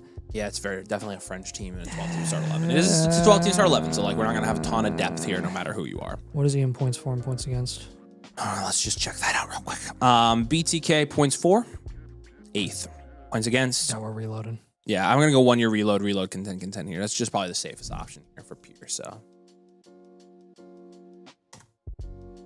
So, just getting you a couple moves here for a 1 year reload. The first thing that we're gonna do is probably like move off of. I think I'd personally move off of Chase Brown. Yep. I would also pivot off of JJ McCarthy. Chase Brown, Chuba, Manungai. Yeah. I would pivot off of JJ McCarthy as well. I like Lamb, Odunze, Harrison as your core here. I like Ayuk to gain value. I don't mind Jaden Reed coming back, so it's down tier from Genty to Hampton plus. Yeah, that's what I was gonna say. The hint of Genty down tier is the other thing we can do here. It would be really nice. So yeah, in terms of trading one of Lamb or see if you can get Neighbors plus a haul by down tiering from Lamb. And because you know you're gonna reload, I wouldn't sell Rome to answer that question. I wouldn't trade for Henderson as well. That's not, you don't want to pay that for Henderson. No, I would just hold there as well.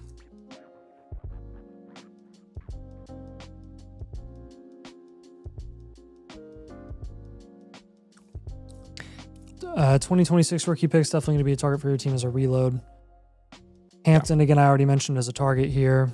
When we're pivoting off of JJ McCarthy, let's go ahead and just get a more insulated guy that we're more comfortable with in that range. Would rather have Darnold, honestly. And that'll give you a nice wide receiver target. I think Travis Hunter is a nice guy to target in the middle range of wide receiver value right now. And he has significant value upside.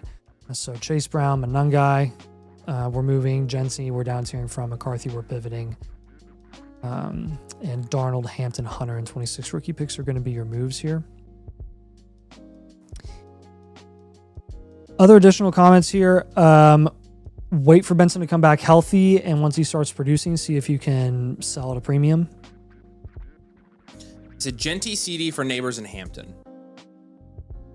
Now, that doesn't make sense because you're actually down tiering from CD to Neighbors, and you're also down tiering from Genty to Hampton. So you need to get something on top of those guys for that to work for you.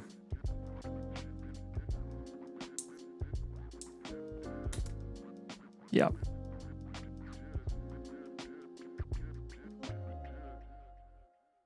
If that makes sense. So I'm open to that deal if you can get a third good piece on top, but that has to happen. Yep. So let me just look at the guy with Hampton here, and we can formulate like a plus. You got, yeah, this guy should realistically do this. Try to get like a JMO or a Chris Olave on top of that deal, and I would do it. If not, then no, because again, you're down tiering twice there. The guy should pay up for the production he gets. He's literally got 2 guys that aren't playing, trading for 2 guys, elite guys that are playing. So he should pay something on top of that. And as a contender, yeah, I think it's more than warranted to ask him for that.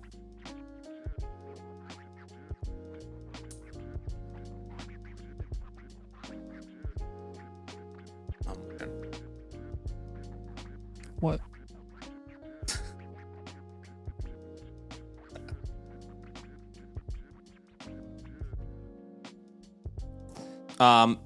Booby says he just got a trade. Breece Hall and Tyler Warren for Harvey, Henderson, and Loveland. Oh. It's not bad. You get Breece and Tyler. Breece Hall and Tyler Warren for I would say, Harvey, Henderson, and Loveland. So it's Loveland and Harvey for Tyler Warren, essentially. Honestly, Breece and Henderson, I think, are pretty even, and then Harvey and Loveland, you would take Warren. I think I would take it. I'm good with that deal. I'm all right with that move. You get Breece also, and he's going to increase in value in the offseason, so that's a good move for you.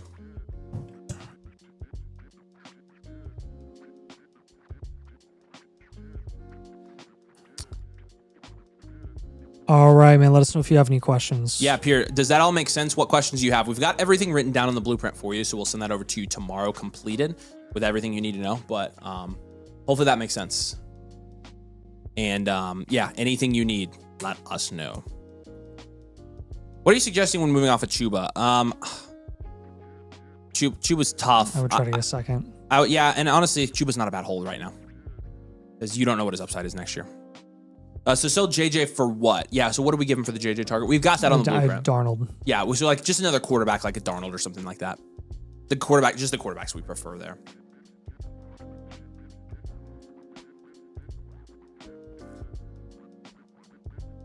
But yeah, if you have any other questions, just drop it. He's not a foundational asset. No, in our eyes, I don't think he is. We think he's set up to lose value.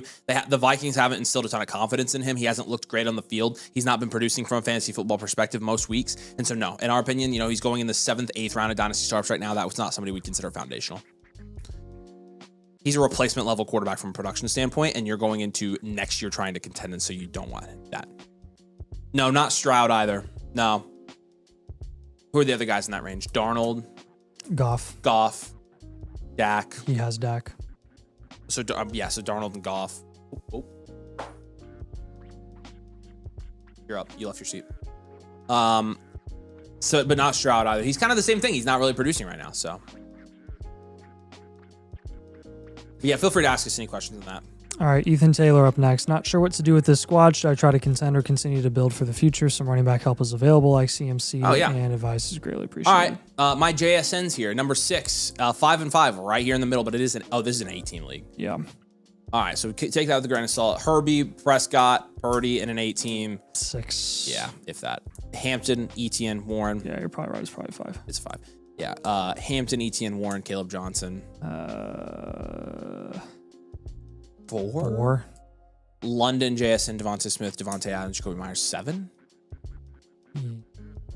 And yeah. 6. Okay, and then Mark Andrews, Hunter Henry. 2, 1. Oh, probably a 1. He's got 2 firsts and 26. He did say guys like CMC are available. You have the London JSN core. It's only a start 10 league. What's up, Ethan? Good to see you, man.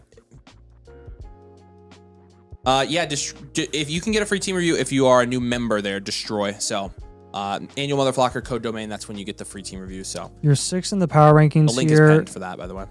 You are 5th in points for, and you are 6th in points against.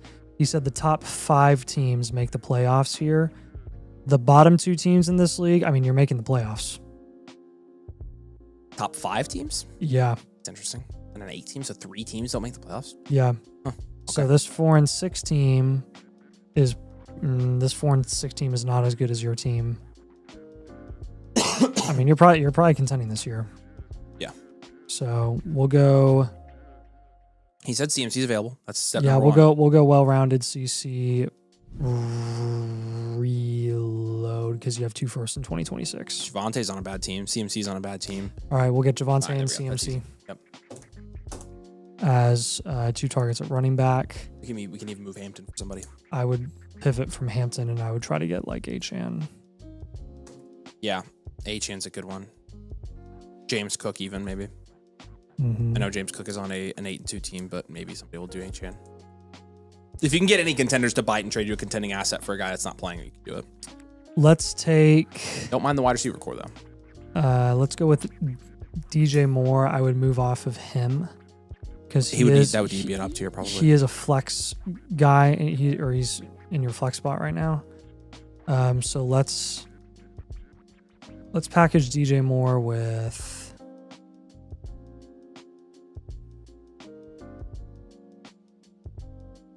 probably Jalen Warren, and let's try to raise your upside.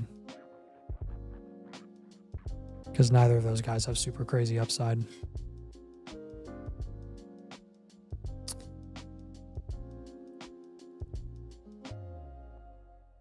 And then I would take Andrews, and I would just go get a more productive tight end. You don't even have to like.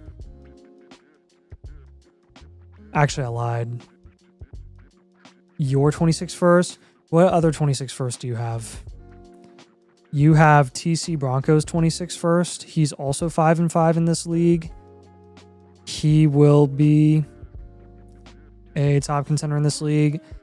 Yeah, let's move that first.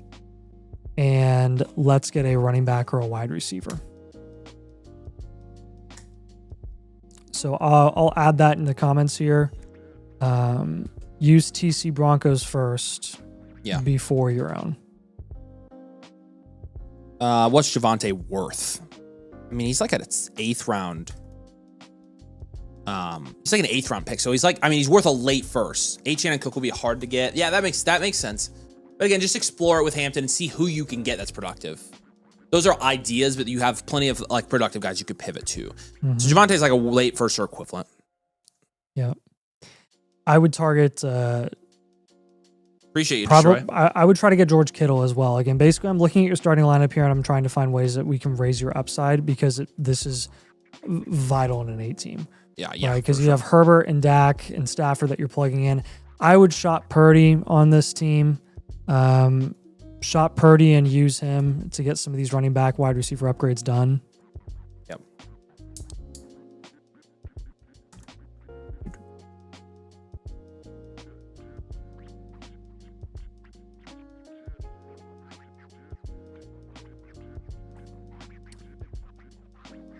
And again, don't worry too much about your depth. You have the value to make multiple up tiers here.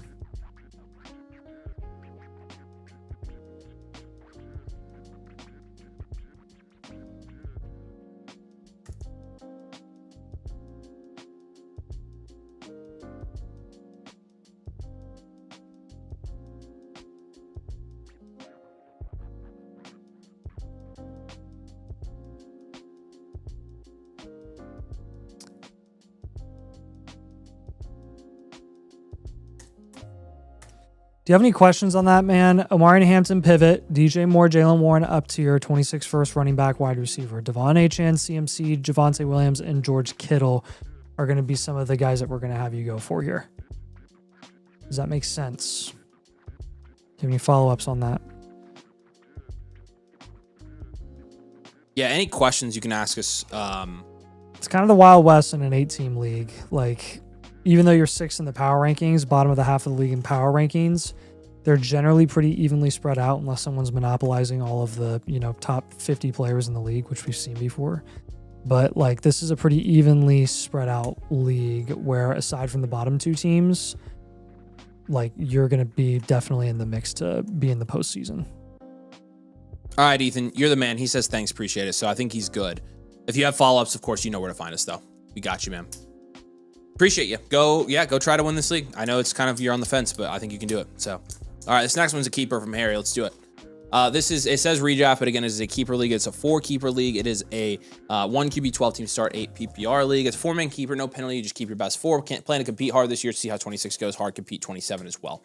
Dumped AJ Brown and 26 first for she have multiple 27 first. Thanks, boys. Appreciate you. Super Jamario. 1 QB 12 team started 8. Caleb Williams, and a 1 QB 12 team is a 7. Kyron Williams, Travis Etienne, and Trey Benson is like a 4. Jamar Chase, Rashee Rice, Abuka, Waddle, BTJ. That's a 9. The 10. And then Trey McBride. 9. Good keep. Yeah, you're definitely good contending this year. Yeah, we'll go wide receiver factory, contend, reload. Yeah. Or actually, it would technically, like you said, be contend, reload, contend. So. Got Waddle on your bench, ETN on your bench. Yeah. What's up, Harry? Oh, is this redraft? It's a keeper. It's a 4-keeper league. 4-keeper. So what's our draft capital? Yeah, it's a good question. Do you have all your future picks? it's a 4-man keeper, so it's going to be all over the place. Yeah. This is very hybrid. Yeah. Yeah. Well, it's okay. Well, let's highlight his keepers real quick. So we would assume your keepers are going to be Chase, Rice, Igbuka, and McBride, as it is right now. Probably. So you agree? Who are you planning on keeping, Harry? It depends on where they're drafted, I guess. But, yeah, probably. But you haven't traded away the rights to anything, I'm assuming, right? I don't know if you even can in this format.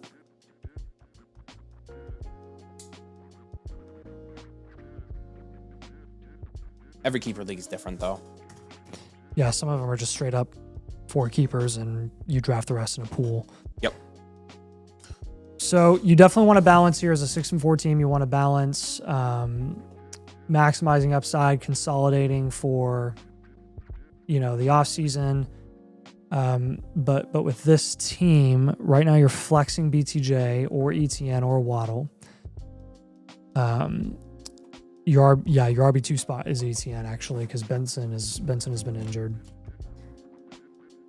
The moves that really stand out to me lie at getting some extra running back help. Like, you have too many wide receivers. You can only start 4, and you have 5 really solid options. Personally, I would be moving BTJ to get another elite running back. 2nd, 2 4ths, 5ths, 2 6ths, 2027, 2 1st, 2nd, 2 3rds. Okay, cool. Thank you. Hey, Lambo, I messaged you on Discord. And then it looks like Destroy got his figured out. So you should be good, man, with the membership. And again, if you want to submit, the link to submit's right here, and you're gonna have that free review. So.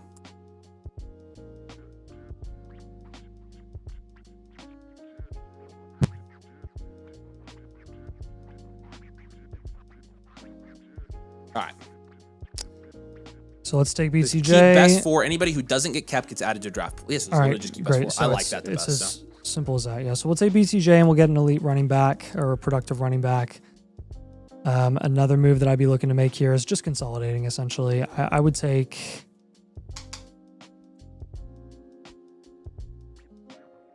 There are some teams in your league here that are so value deficient. Like, this bottom team in your league has Drake London and Mahomes, and that's literally it. That is it on his team. So I lied. I'll take BTJ and I'll up tier and I'll go get Drake London from that guy. Give him some combo of like Pitts and Benson to get up to Drake London, because London's outlook rest of the season is better than BTJ's.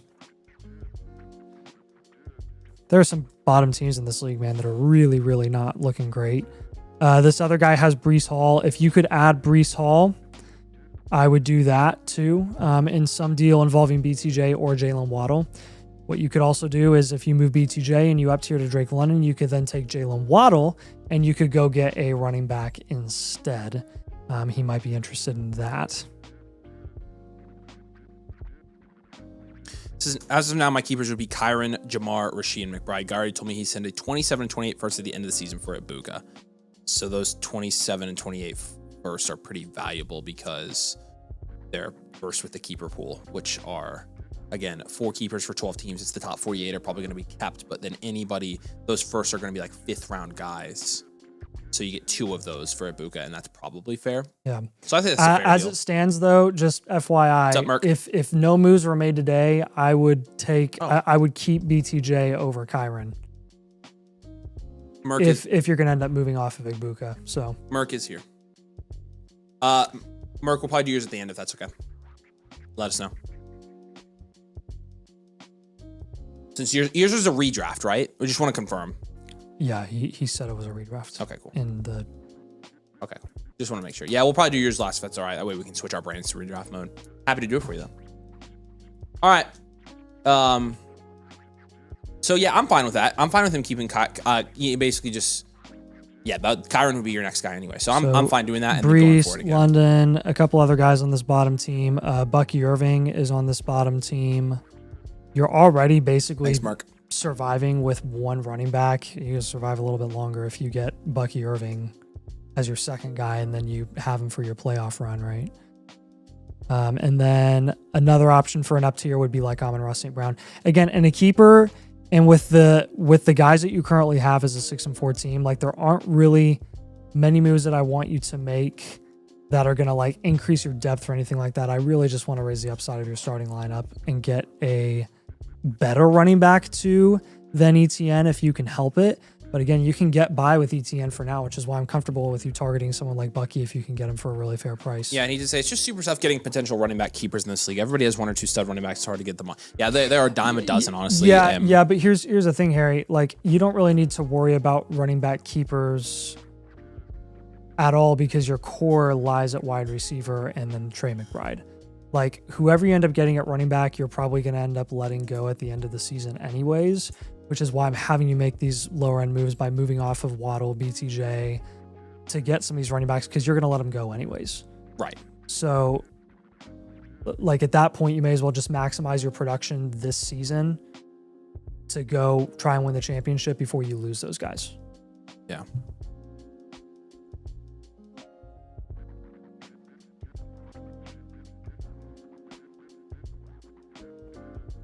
But that makes sense, Harry. Like, I mean, you're 6-4. Like, just looking at the overall landscape of this team, you're first in value, 6-4. Your points for are first in the league. So, like, I think right now you're still set up. You can be pretty picky with these moves because you're still set up to win this league, in my opinion. Do we know when Bucky's coming back? No, we don't. It's very scary. Destroy, appreciate you, man. Yep. All right, man. Any follow-ups? Feel free. Yeah, Harry, you got anything? Let us know. We can put up we'll put up on the screen. Ask anything. You'll get the blueprint, of course. But Destroy, I still haven't seen your team come through yet. But you probably have your membership, but I haven't seen the team. So just let me know.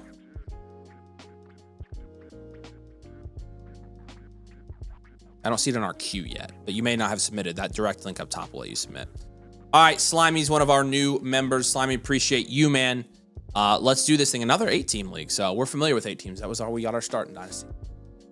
Frank's Fearmongers. Hey, guys, it's an 8-man super flex, or 2 QB, 1 super flex. It's a 3 QB. This is how you should play in an 8-team. 3 running back, 4 wide receiver, 2 tight end, 2 flex. Been trying to solidify the championship run this year, not selling the future to do it. Should I stick with what I've got? League's a little tough to trade in. Thanks for the help in advance. Appreciate you. Let's take a look. Wow. Okay. So 8-team again, start 14. So you grade this pretty close to a normal. Just a normal, right? Okay. Yep. That's what I thought. So with that, I mean, that's a 10 at quarterback with starting 3 QBs and you have, that's a 10. Yep. Like that's really good. HN, Kyron, Kenneth Walker, Scadaboo, I think you give it like a 6 or 7. Dang it. Probably a 6.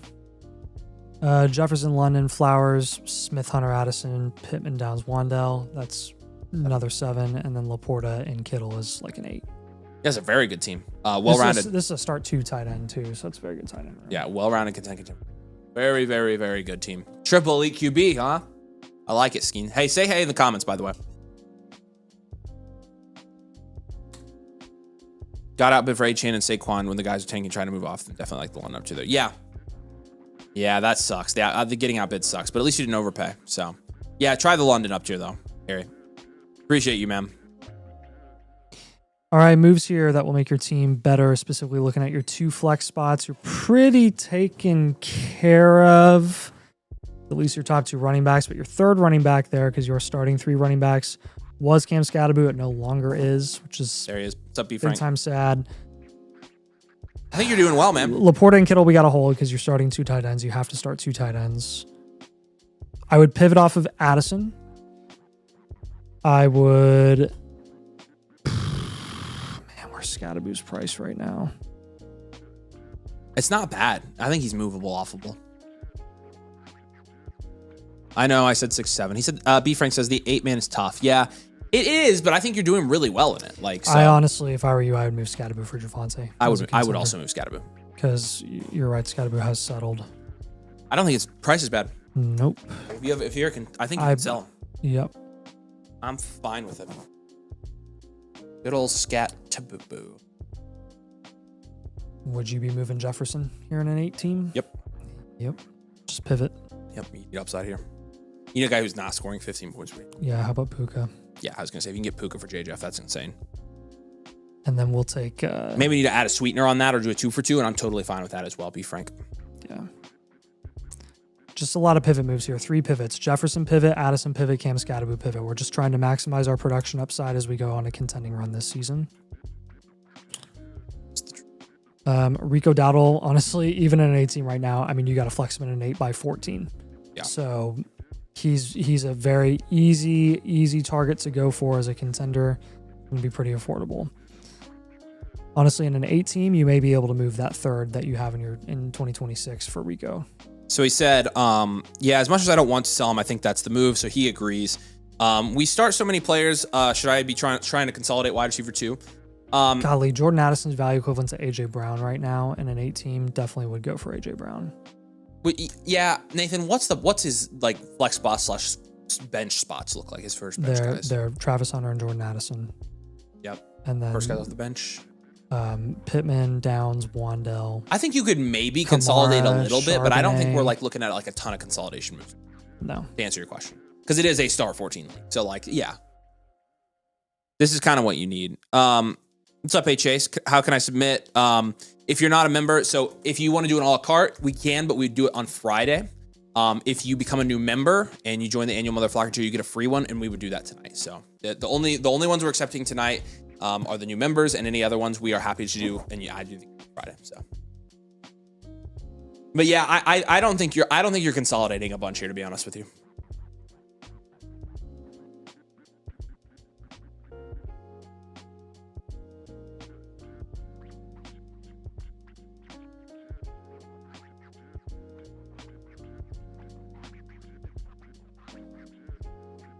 Destroy, did you figure out how to submit yours?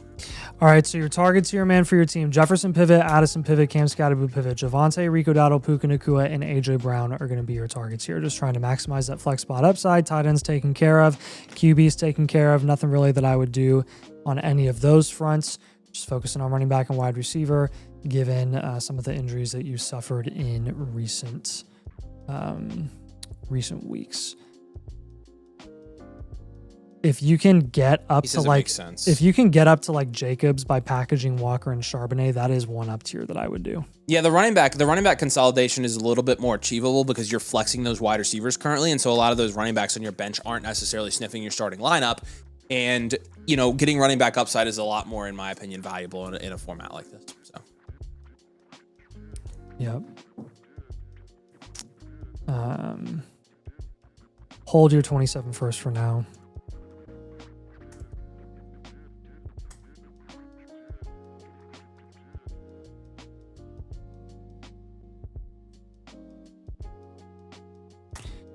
All right, Slimy, we appreciate you, man. Any other questions for us? You can drop in the comments, but appreciate you being a member. Make sure you add yourself to the Discord, sync your roles. Make sure you check out the site. Make sure you got everything over there. You know, Nathan and I's friends on Discord. Said, sick, I thought I was crazy for thinking about selling JJ. It's the right move, man. Like, you're going to contend. Like, you've got to get as much production upside as you can. JJ holds the same value as guys that are scoring 20+ points per game. You've got to take the production, guys, in that tier. So, appreciate ya. All right, M26 here. Just traded Herbert and Hubbard in a 1 QB for Scatterbo, Penix, Burden. I don't know how you did in a first. How did you even do that? How did you do that? What? Yeah, that's a great move. I'd do it for the first alone, but you got Burden on top, Scatterbo. I love that. Okay, so McCarthy's Marauders here. So 1 QB, 10 teams start 8. It is a keeper league on ESPN. It is a 25 keeper, so essentially just a dynasty league here. We'll grade it out as, again, a 1 QB 10 team start 8 here. Caleb Williams in a 1 QB 10 team is probably more of a 6 with McCarthy. Breece Hall, Scatterbo, Woody Marks is probably more of a 4. Marvin Harrison Jr., Lad McConkey, Travis Hunter, Quentin Johnson, Luther Burden. Lots of depth here, but probably still like a 5 in this format.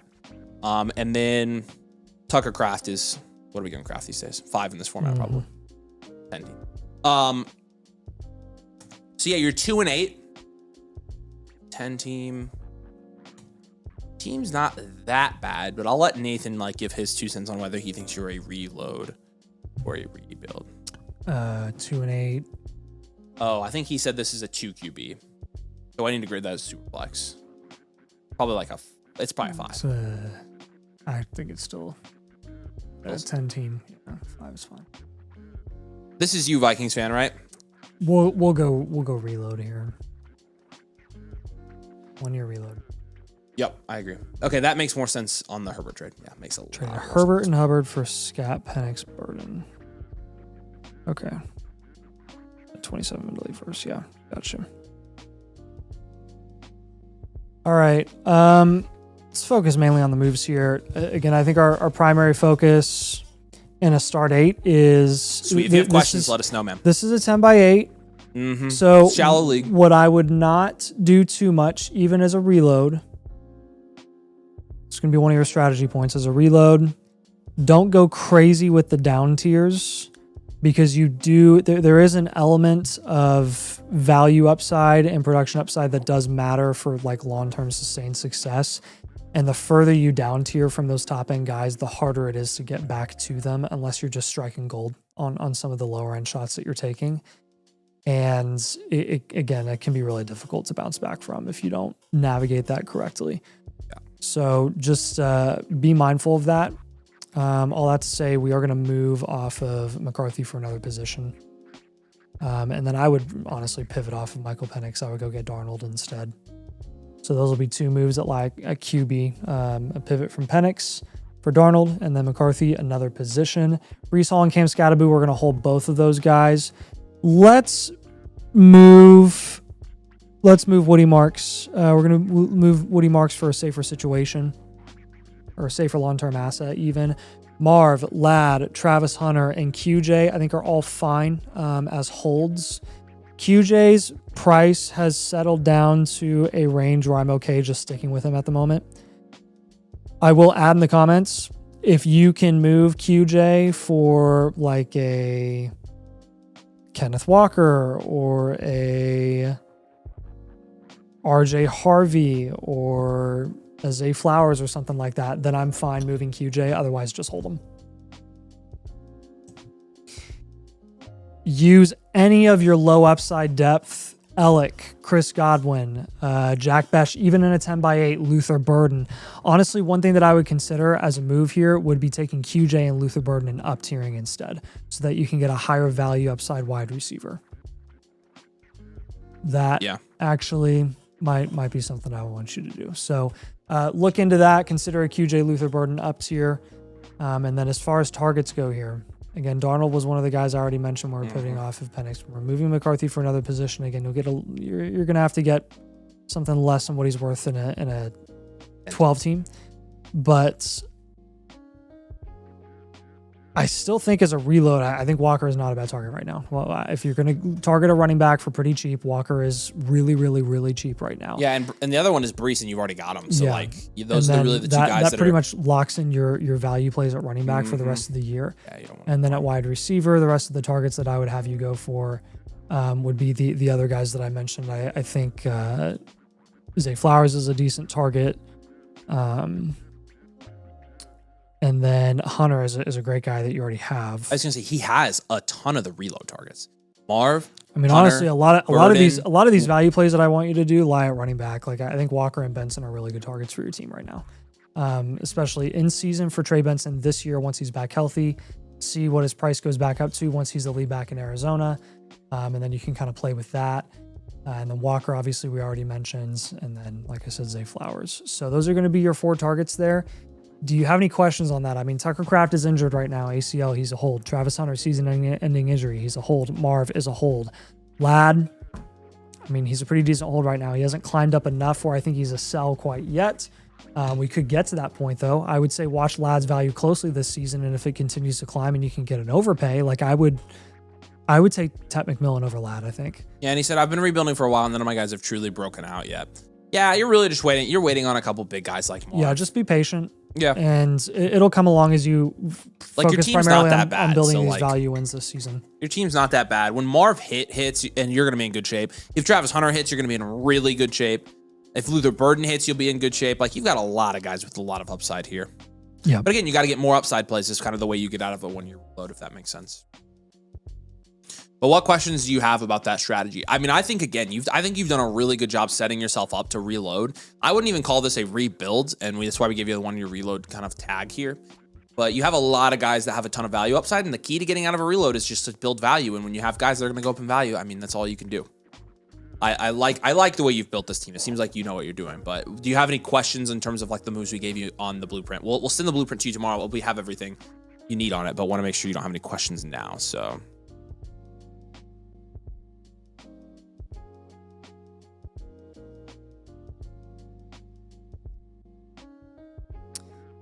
All right. We got Let's up next. All right, we're refreshing here real quick. Just got a second. Yeah, Let's team name is Free for Allen. He says, not sure why I can't get the free blueprint, but curious what y'all think about this team and what moves I should make, if you any. probably already used your free blueprint because you're getting charged. You've got the discount being applied. Yeah, so you probably already used your free blueprint. If you haven't for some reason, let us know. But I can look it up real quick and make sure you have. So yeah, we'll start by we're grading out your team. Yeah, any moves we should make here are free for Allen. Your fourth here, you're 7-3 in terms of your standings. You're second. Points for, he's 30. He's firmly in the mix here. We're going to grade out his team as a contender. Lutz is the name. Let me look you up real quick. Lutz, like from, is your name Lutz or like? Josh Allen, CJ Stroud, Michael Penix is going to be a 7. Hey, Lutz, you're on the season pass. If you upgrade that season pass to the annual mother flocker, which it will only charge you the difference, then you get the free blueprint. If you do that, we can refund you for this one. Yeah. So just that's what it is. Yeah.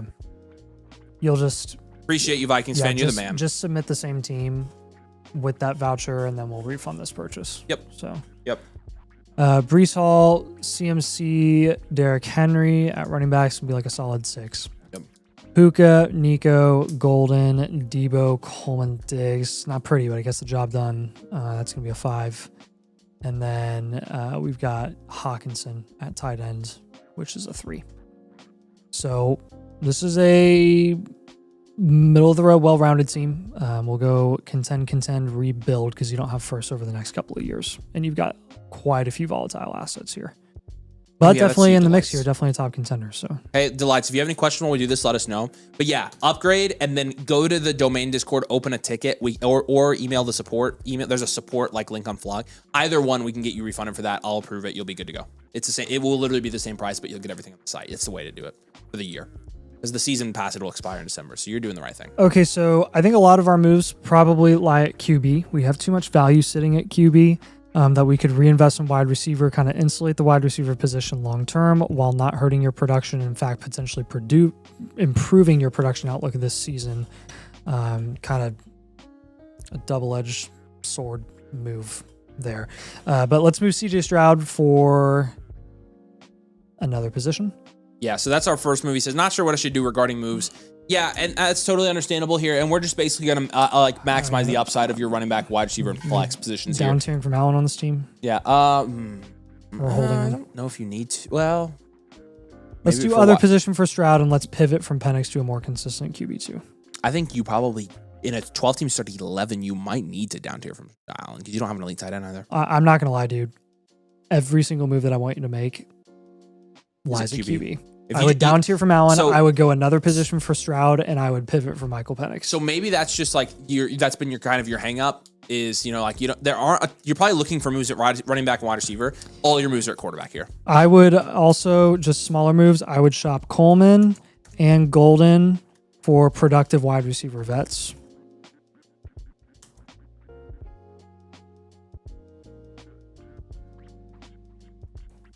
Those are like Adams, Michael Pittman, those types of guys. Again, I would do the same thing with Debo. I would shop Debo. Tight end, streamable. It's whatever. You can hold all those guys. It's fine. Brees, CMC, Derrick Henry, they will get the job done at running back, and you're cool with that. Nico Collins, his price range is very unique right now, where it's like you have to pay up to get somebody better, and I don't really feel any better about anybody else ranked below him as a contending team right now. So you probably just stick with Nico. Puka, the reason that you can go on a run this season. Diggs, he's not worth anything, so you can just flex him any given week and feel okay about that. So again, QB moves. Here we go. When we're down tiering from Josh Allen, I would just go down to Mahomes. You could go further down if you wanted to. You could go Herbert plus. Yeah, I'd say Herbert was my Herbert's first. like the QB3 in the Did I have an offer? Oh, yeah, you mentioned this offer to me. Coleman and 2 fourths for Sutton. Yeah, take Sutton. Yeah, that's worth taking Sutton there. See, in a vacuum, it's like fair, but seeing your team, it's worth taking Sutton. Yep. Got wide receiver on upside. Michael Penix. Here's the thing: you don't have many picks, but fourths don't matter. Like you don't have picks now with the fourths. Yeah. It makes no difference. I'll give you Sam Darnold as your QB2 target when you're pivoting off of Michael Penix right now, and then CJ Stroud are going for another position. A couple of options here. I would go for Kyron if you want to go for another productive running back. If you want to go for a wide receiver, then you're probably looking at like a Jalen Waddle or a Chris Olave type. I'll give you Olave. Olave's kind of fun right now.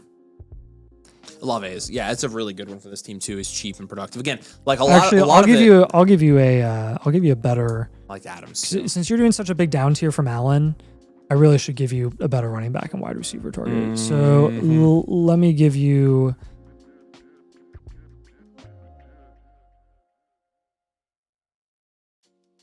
Let me get you Ladd. He's been productive at wide receiver to pair with Justin Herbert, and then I'll stick with like the Kyron move there.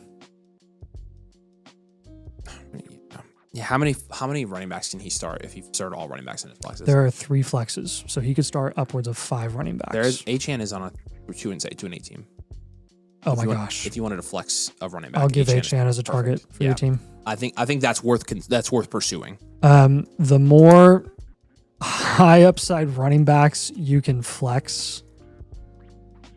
Yeah, I was gonna say I would probably prefer the better off you're gonna be on making a run.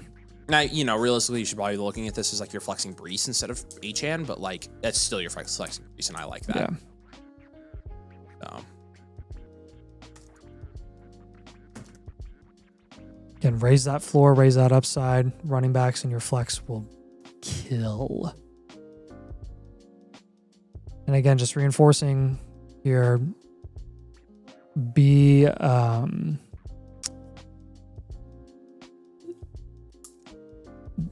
definitely focus on the moves that you're making at QB to help improve running back and wide receiver. Take advantage of that QB value. Yeah, you've got a lot of value in QB, which is great, but we need the value in running back and wide receiver to win this league. So. Yeah, so that's really the key here. Like, part of that is preference with us. Like, we don't prefer Stroud, but Stroud's also just not producing. And he's holding dynasty value still. And Allen is producing, but this year with Allen, it's not like you're looking at selling like a 27 point per game guy. You're selling him and he's producing at the same levels of guys that are going way behind him in dynasty. And so you can just make that move and help stack your team. And so. But that really is the key, I think, for this one.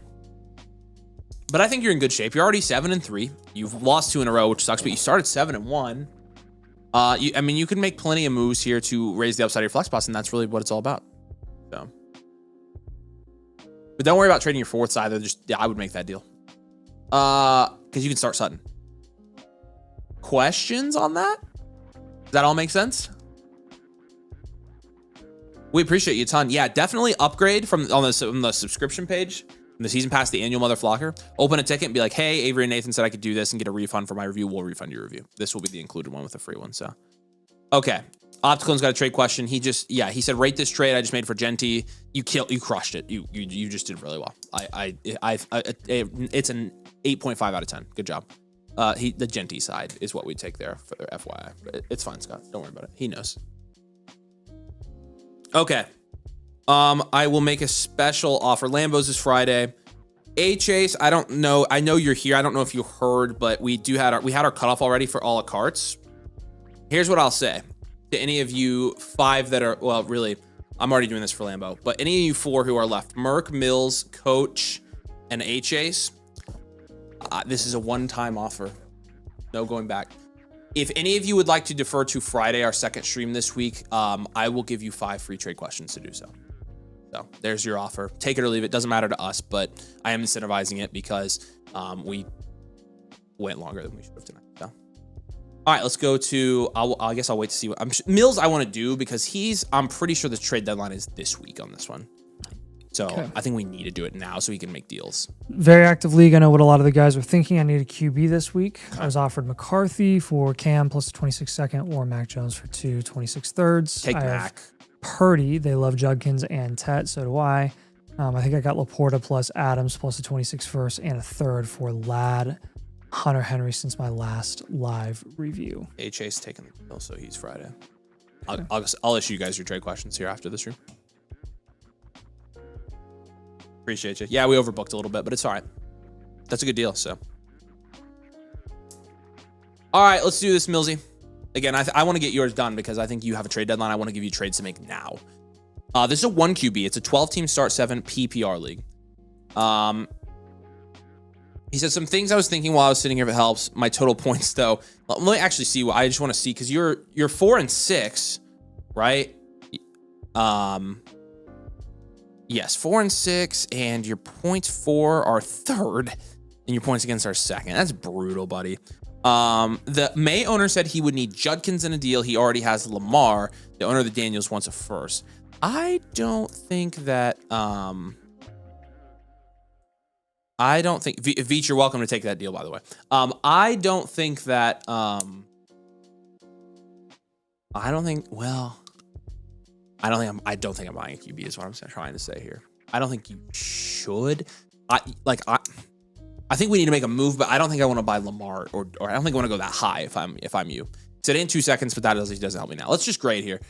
Purdy and Daniel Jones, 12 4. Team 1 QB's a 4. It's a start 7 here. Oh, Cook, sorry, it's a Quinshon. 1 QB. Sorry, it's probably Still 4. James Cook, Quinshon Judkins, Josh Jacobs. It's pretty good, actually. Mm-hmm. I'd give it a 7.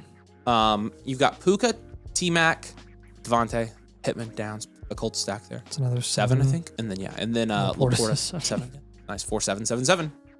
Daniel's on bye this week. Yeah. This is a start 7 league. No, Rob, don't apologize. You're good, man. Do not apologize at all. It's totally fine. That's why I want to prioritize your guys that have trade deadlines this week. But yeah, H-Ace is next week, so we'll have a week to make moves. If you have questions in the meantime, H-Ace, you can message us on Discord, by the way.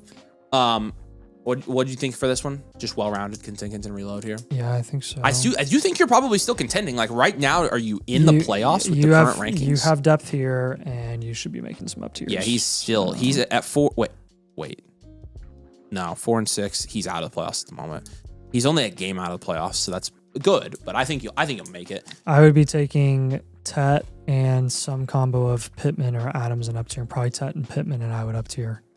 Yeah, so in terms of QB for this week, just pay for Mac Jones. I would rather do that than like up tier to a guy. Who has A-Chain in this league? I would pivot off of Judkins. Yeah, let's pivot off of Quinshon here and get some higher upside like production guys. The guy that's 9 and 1 has A-Chain. You're not getting them from them. Okay. Let me look real quick. Let me what's the word I'm looking for? Mm-hmm. Yeah, you know what I'm trying to say. Oh gosh, it's ugly down here. It's ugly at the bottom. He's the lowest team with any running backs. Maybe you could try to get Kyron. I mean, all the top teams have all the running backs in this. I'll try Kyron. Disgusting. But then he has Puka and Adams and Kyron. Yeah, okay. So no, I don't want to really do that. do that. That's a great point. I don't want to. Who has JT? Honestly, he's flexing Judkins. I'd probably just stay put. With the rest of the league, I'm looking at it right now. I'd probably just stay put. I think the moves are going to be at wide receiver and maybe potentially a quarterback here. We'll do a Laporta down tier. Do we want to do that, or do we want to use Laporta to upgrade at quarterback? Sure. Let's do that. So we'll take...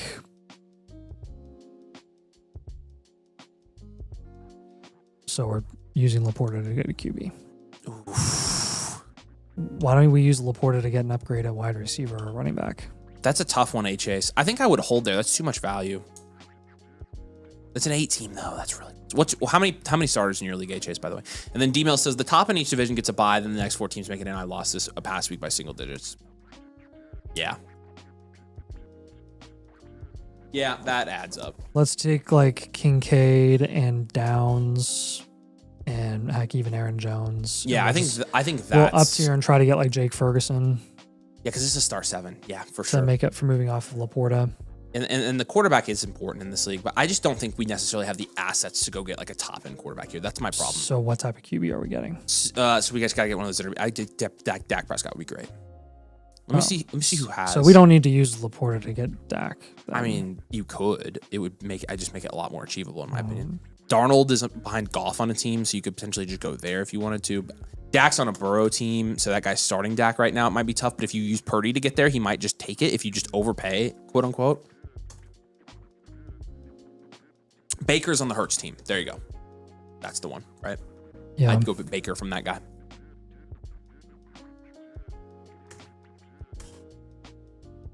To start 8 team, start 9, and you'd be oof. I'm honestly okay with that, H-Ace. I'm honestly okay with it. If you have the depth, I wish you don't even need it to start 72. Like he said, Squirrel asked for Jones. Let's look at Squirrel's team. Squirrel.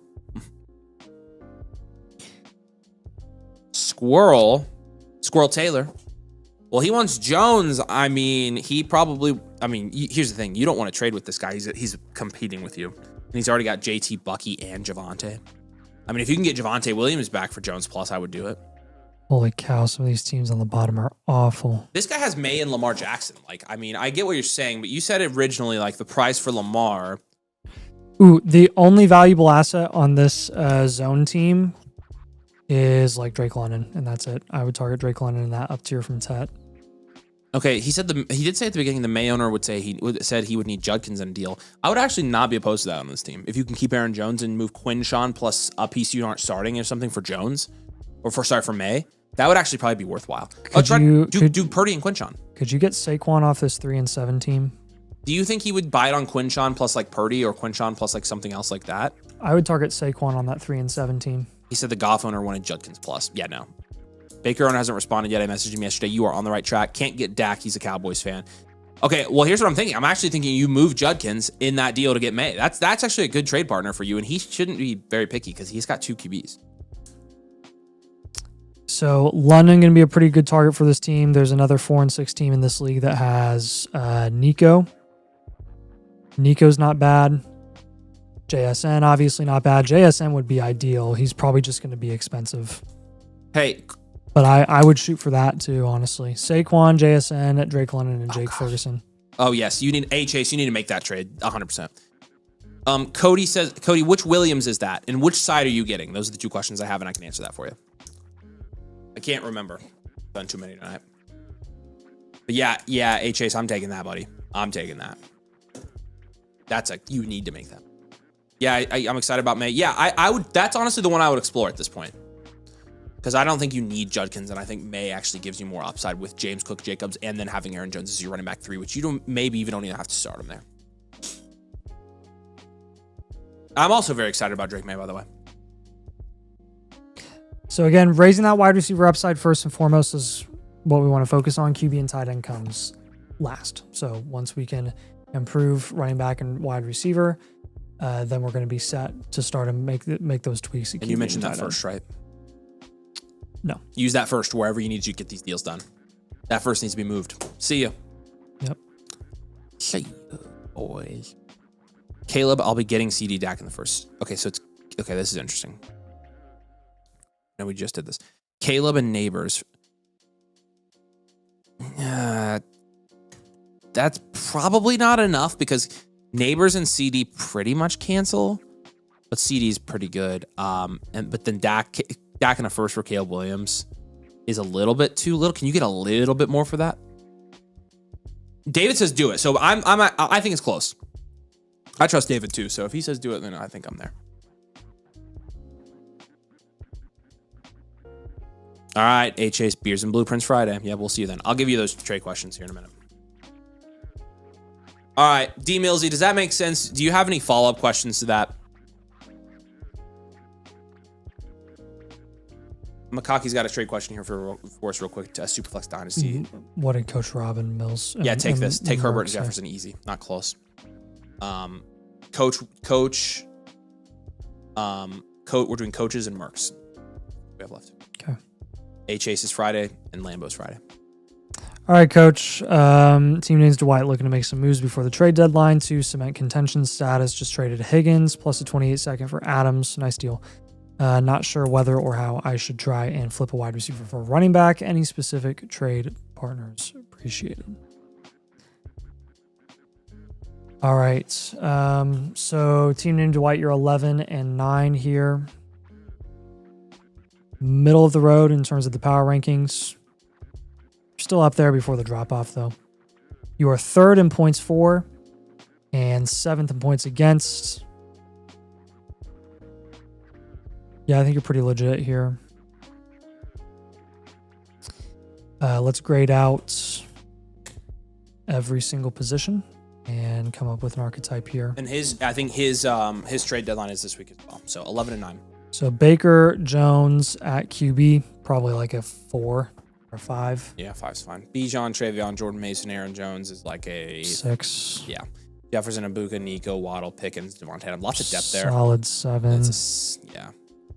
Close to an 8. Close to an 8. And then Ben Sinnott. You'll give it an 8. Yeah. 1. And then Ben Sinnott is a 1.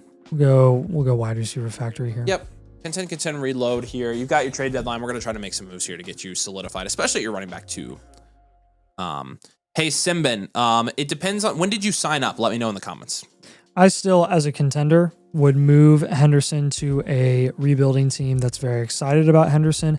So, okay, this 4-16 team is sitting on Devon Achane. I would do what it takes to get from Henderson to Achane.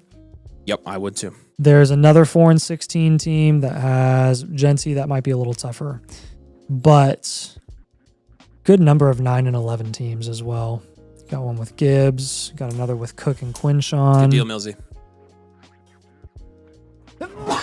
Whoa, bless you. Whoa! Okay, here we go. Don't try to get attention. This 9 and 11 team down here is trash. And he has Saquon, Jacobs, and Javonte, and that's it. Sick. I would target every single one of those running backs. I'm about to be annoying. Get ready.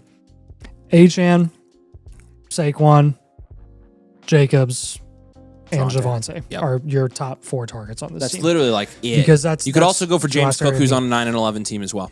Yeah. That's literally it. That's all you need. Like that's where we're at. So I love your quarterbacks. What we care about now at this point is who do we move to get these deals done? I move Henderson.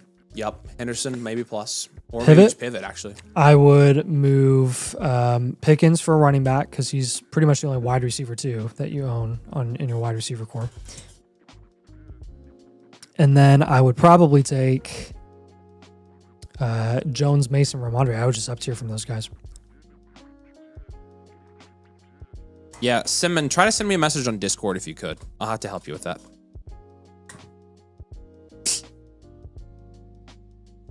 Everybody said bless you. Thanks. I sneeze a lot. I've been sneezing a lot today.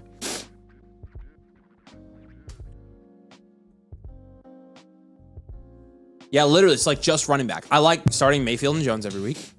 You probably need a tight end, like you're definitely on the right Band-Aid tight end. Yeah, just get a cheap Band-Aid tight end like Kelsey. Kelsey's dirt cheap in Dynasty. Hey, Coach Rob, if you're here and you have questions while we're doing this, let us know. Just drop them in the Kelsey, chat. Kelsey, Njoku, Goddard, Juwan Johnson. Someday when I have time, I'm going to take you up on lessons. I promise. I haven't forgotten. But yeah, I mean, you're definitely on the right track. You mentioned getting some running back help here. That's definitely what our focus is going to be.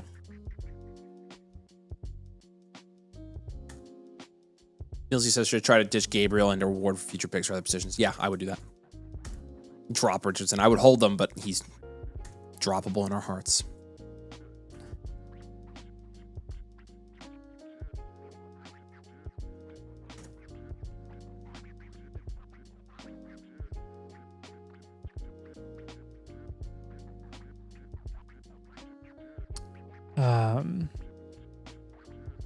Last couple comments here. I mean, QB is fine. Don't stress about QB. You'll get by with Jones and Maker, no problem. Avery, you're messaging Avery, Simbim. It should be Domain Avery on there. I don't remember. I think it's no, maybe it's just Avery Huffman.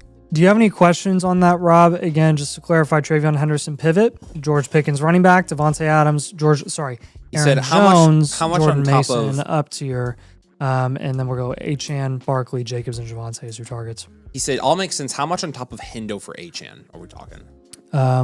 I would start low. With Jordan Mason and Aaron Jones as those up tier guys. If it gets to a point where it's like, give them whoever they want. Yeah, I mean, obviously even Adams I would consider. I would too. I would probably do Henderson and Adams to get up to HN. Yeah.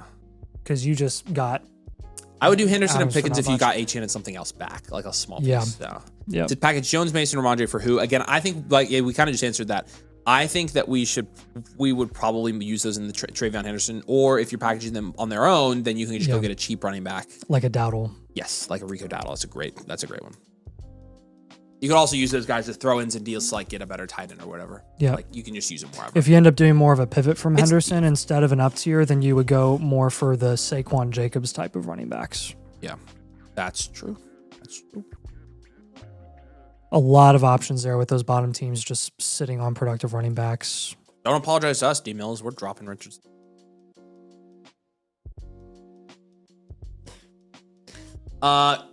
Any questions here, Coach?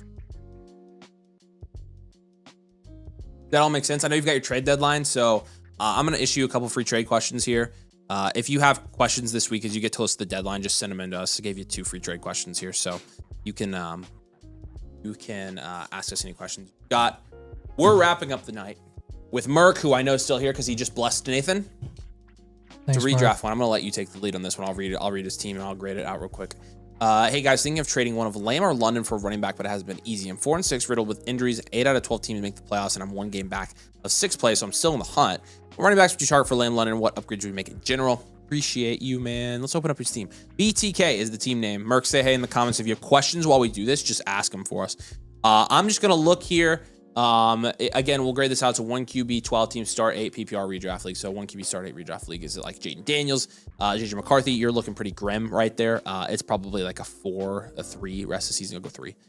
TreVeyon, Corey Krosky, Merritt, Imani Vidal, Chuba Hubbard, probably also a 3. 10 at wide receiver. You got great wide receivers. And then Gadsden's probably like a 7 at tight end for the rest of the season. He's pretty solid. Yeah, clearly no archetype, no 3 outlook for this one, Scotty, since it's a redraft league. Just looking at your team here, points for wise, you're an 8th. So yeah, I mean we know our issues here, right?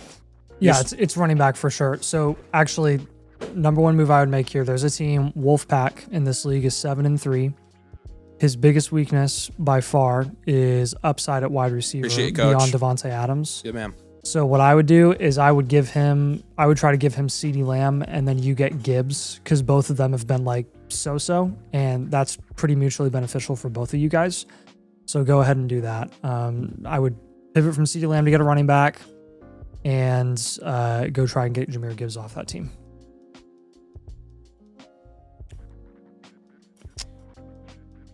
Put Judkins on the block, Millsy. Get some offers in there. Yeah, but I agree with that. You could also try. I mean, this guy that owns Bijan actually is kind of struggling too. He's 6-4, but he doesn't have any depth. He's literally living off of Bijan, Kyron, and Rashee Rice. That's like all he has. He said Wolfpack has offered Cook for Lamb, but won't budge on Gibbs, unfortunately. Cook's not terrible. You're not too terribly far apart there. Like, Cook is not bad. I would take it probably. On this team, I'd probably take it. They're 5 spots apart in the rest of the season rank. Like, yeah, can you get any chance that you could get him to throw in Jones? Like if you get Aaron Jones, it's a smash. You need bodies.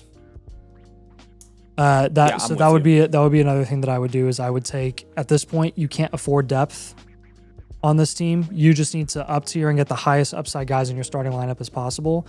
So I would take Krosky, Merritt, and Henderson. I would up tier from those guys. Yep, I would too. I mean, the other thing you could do here is I would probably trade Oronde Gadsden, and I would pick up Juwan Johnson off of waivers. I would start Johnson at my tight end spot rest of the year because I think he's projecting very well. Yeah. And Gadsden, he was hurt now. I know injuries are hurting you, but I still think Gadsden, he's day to day. I think you could get something for him, and I think if you get even like a startable guy. And then you just stream tight end. Tight end is so streamable in fantasy. That's like your only hope. Yep. So we'll move Gadsden. That'll be another move. But yeah, Henderson and Krosky Merritt, when we up tier from them, Henderson right now, according to expert consensus, is only a tier below the range where Jency and Kyron and Derrick Henry are being priced. So I legit would go for Jency, Dowdle, or upside shot with Henry. but probably like Gensi or Dowdle. Dowdle, because of name value or lack of name value, is probably going to be your best bet there. Thanks. Okay. So I would shoot for him. When we're moving Gadsden, currently Gadsden's overall price pretty reasonable. So Josh Allen, owner, offered Allen for London or Lamb too. I don't think that helps you at all. No. I'd rather stream QB and have one of London or Lamb. Yep. I would move Gadsden for Aaron Jones or Alvin Kamara as well. That team that has Aaron Jones has like Goddard and Mark Andrews, and he also has Rico Dowdle. So honestly, this guy's a pretty good trade partner with some of the players that we were mentioning as targets for this team. What was your third move? Lamb, Gadsden. The Krosky, Merritt, and Henderson move. I want to make sure that's what you said. Okay. Yep. Because that's where I'm at as well. Does that make sense with your moves? Again, as far as like some of your strategy points go, like Garrett Wilson, you kind of are forced to just hold Garrett Wilson. It's really, really hard for teams at this point in time to have any interest in investing in him whatsoever because injuries have been so devastating across the board for everyone in all leagues. Yeah, they're killing you too, man. For anybody to buy Garrett Wilson, like at that point, you're literally not going to be selling him for anything. You may as well just hold and hope that you can survive until he's back. I don't know. I mean, the one thing you could consider with Garrett Wilson that I'll add as a comment is you could try to shop him to like the really good teams in your league and see what they can give you. Because at this point, like you are just trying to scrape by and make the playoffs. There's only like 2 7-3 teams in this league. Yeah. So they're like, I think the odds that you get anything worth of freaking depth. crap is not. I mean, nobody has any depth. I mean, you could try to get AJ Brown. I would be okay with that. Yeah, you could try. But like that's just something I'm considering. I mean, when you think about it, though, we are 4 weeks away from the playoffs, which is right when he's gonna be back. I mean, you're getting double the amount of production opportunity just from AJ Brown. Yeah, being and on the 8 field teams make these compared playoffs, to Garrett Wilson. So he's still got a decent shot of making the playoffs, just because 3/4 of the league makes the playoffs here. So yeah. Does that make sense, Mark? Do you have questions on any of that? Again, we're just kind of trying to save our fantasy football team here. I mean, just kind of classic last-ditch efforts to, make moves, but I want to make sure you don't have any questions. So Work with Wolfpack has been the only league mate willing to talk. Well, that's good. Yeah, that is good. And for sure. I would. Wolfpack is your number one trade target. He has a lot of guys that you need here. So Cook, Dowdle, Jones, we all gave you his targets. I just mentioned AJ Brown even, so you have that as well. So appreciate you, Merc. We'll send over your completed review here tomorrow. So you'll have that as well. Okay. 11 o'clock. Bedtime. Appreciate you guys. You're the best. 421 likes. That was that's like almost a domain record. You guys are the best. We do have a video. We're supposed to come out today. We got a video coming out tomorrow. That is players that we would trade. Which one was it? Trade players for rookie picks. We trade players for rookie picks. We already did the rookie picks for players one. So with the opposite one. We would trade these players for 2026 picks. We talk about the class a little bit, but then we just mostly talk about making trades for rookie picks. So, all right. You guys are awesome. We appreciate you. We'll see you here with a video tomorrow, and we'll be having another video before Friday, but then we'll be live on Friday as well. So, peace out. We love you guys. We'll see you here soon.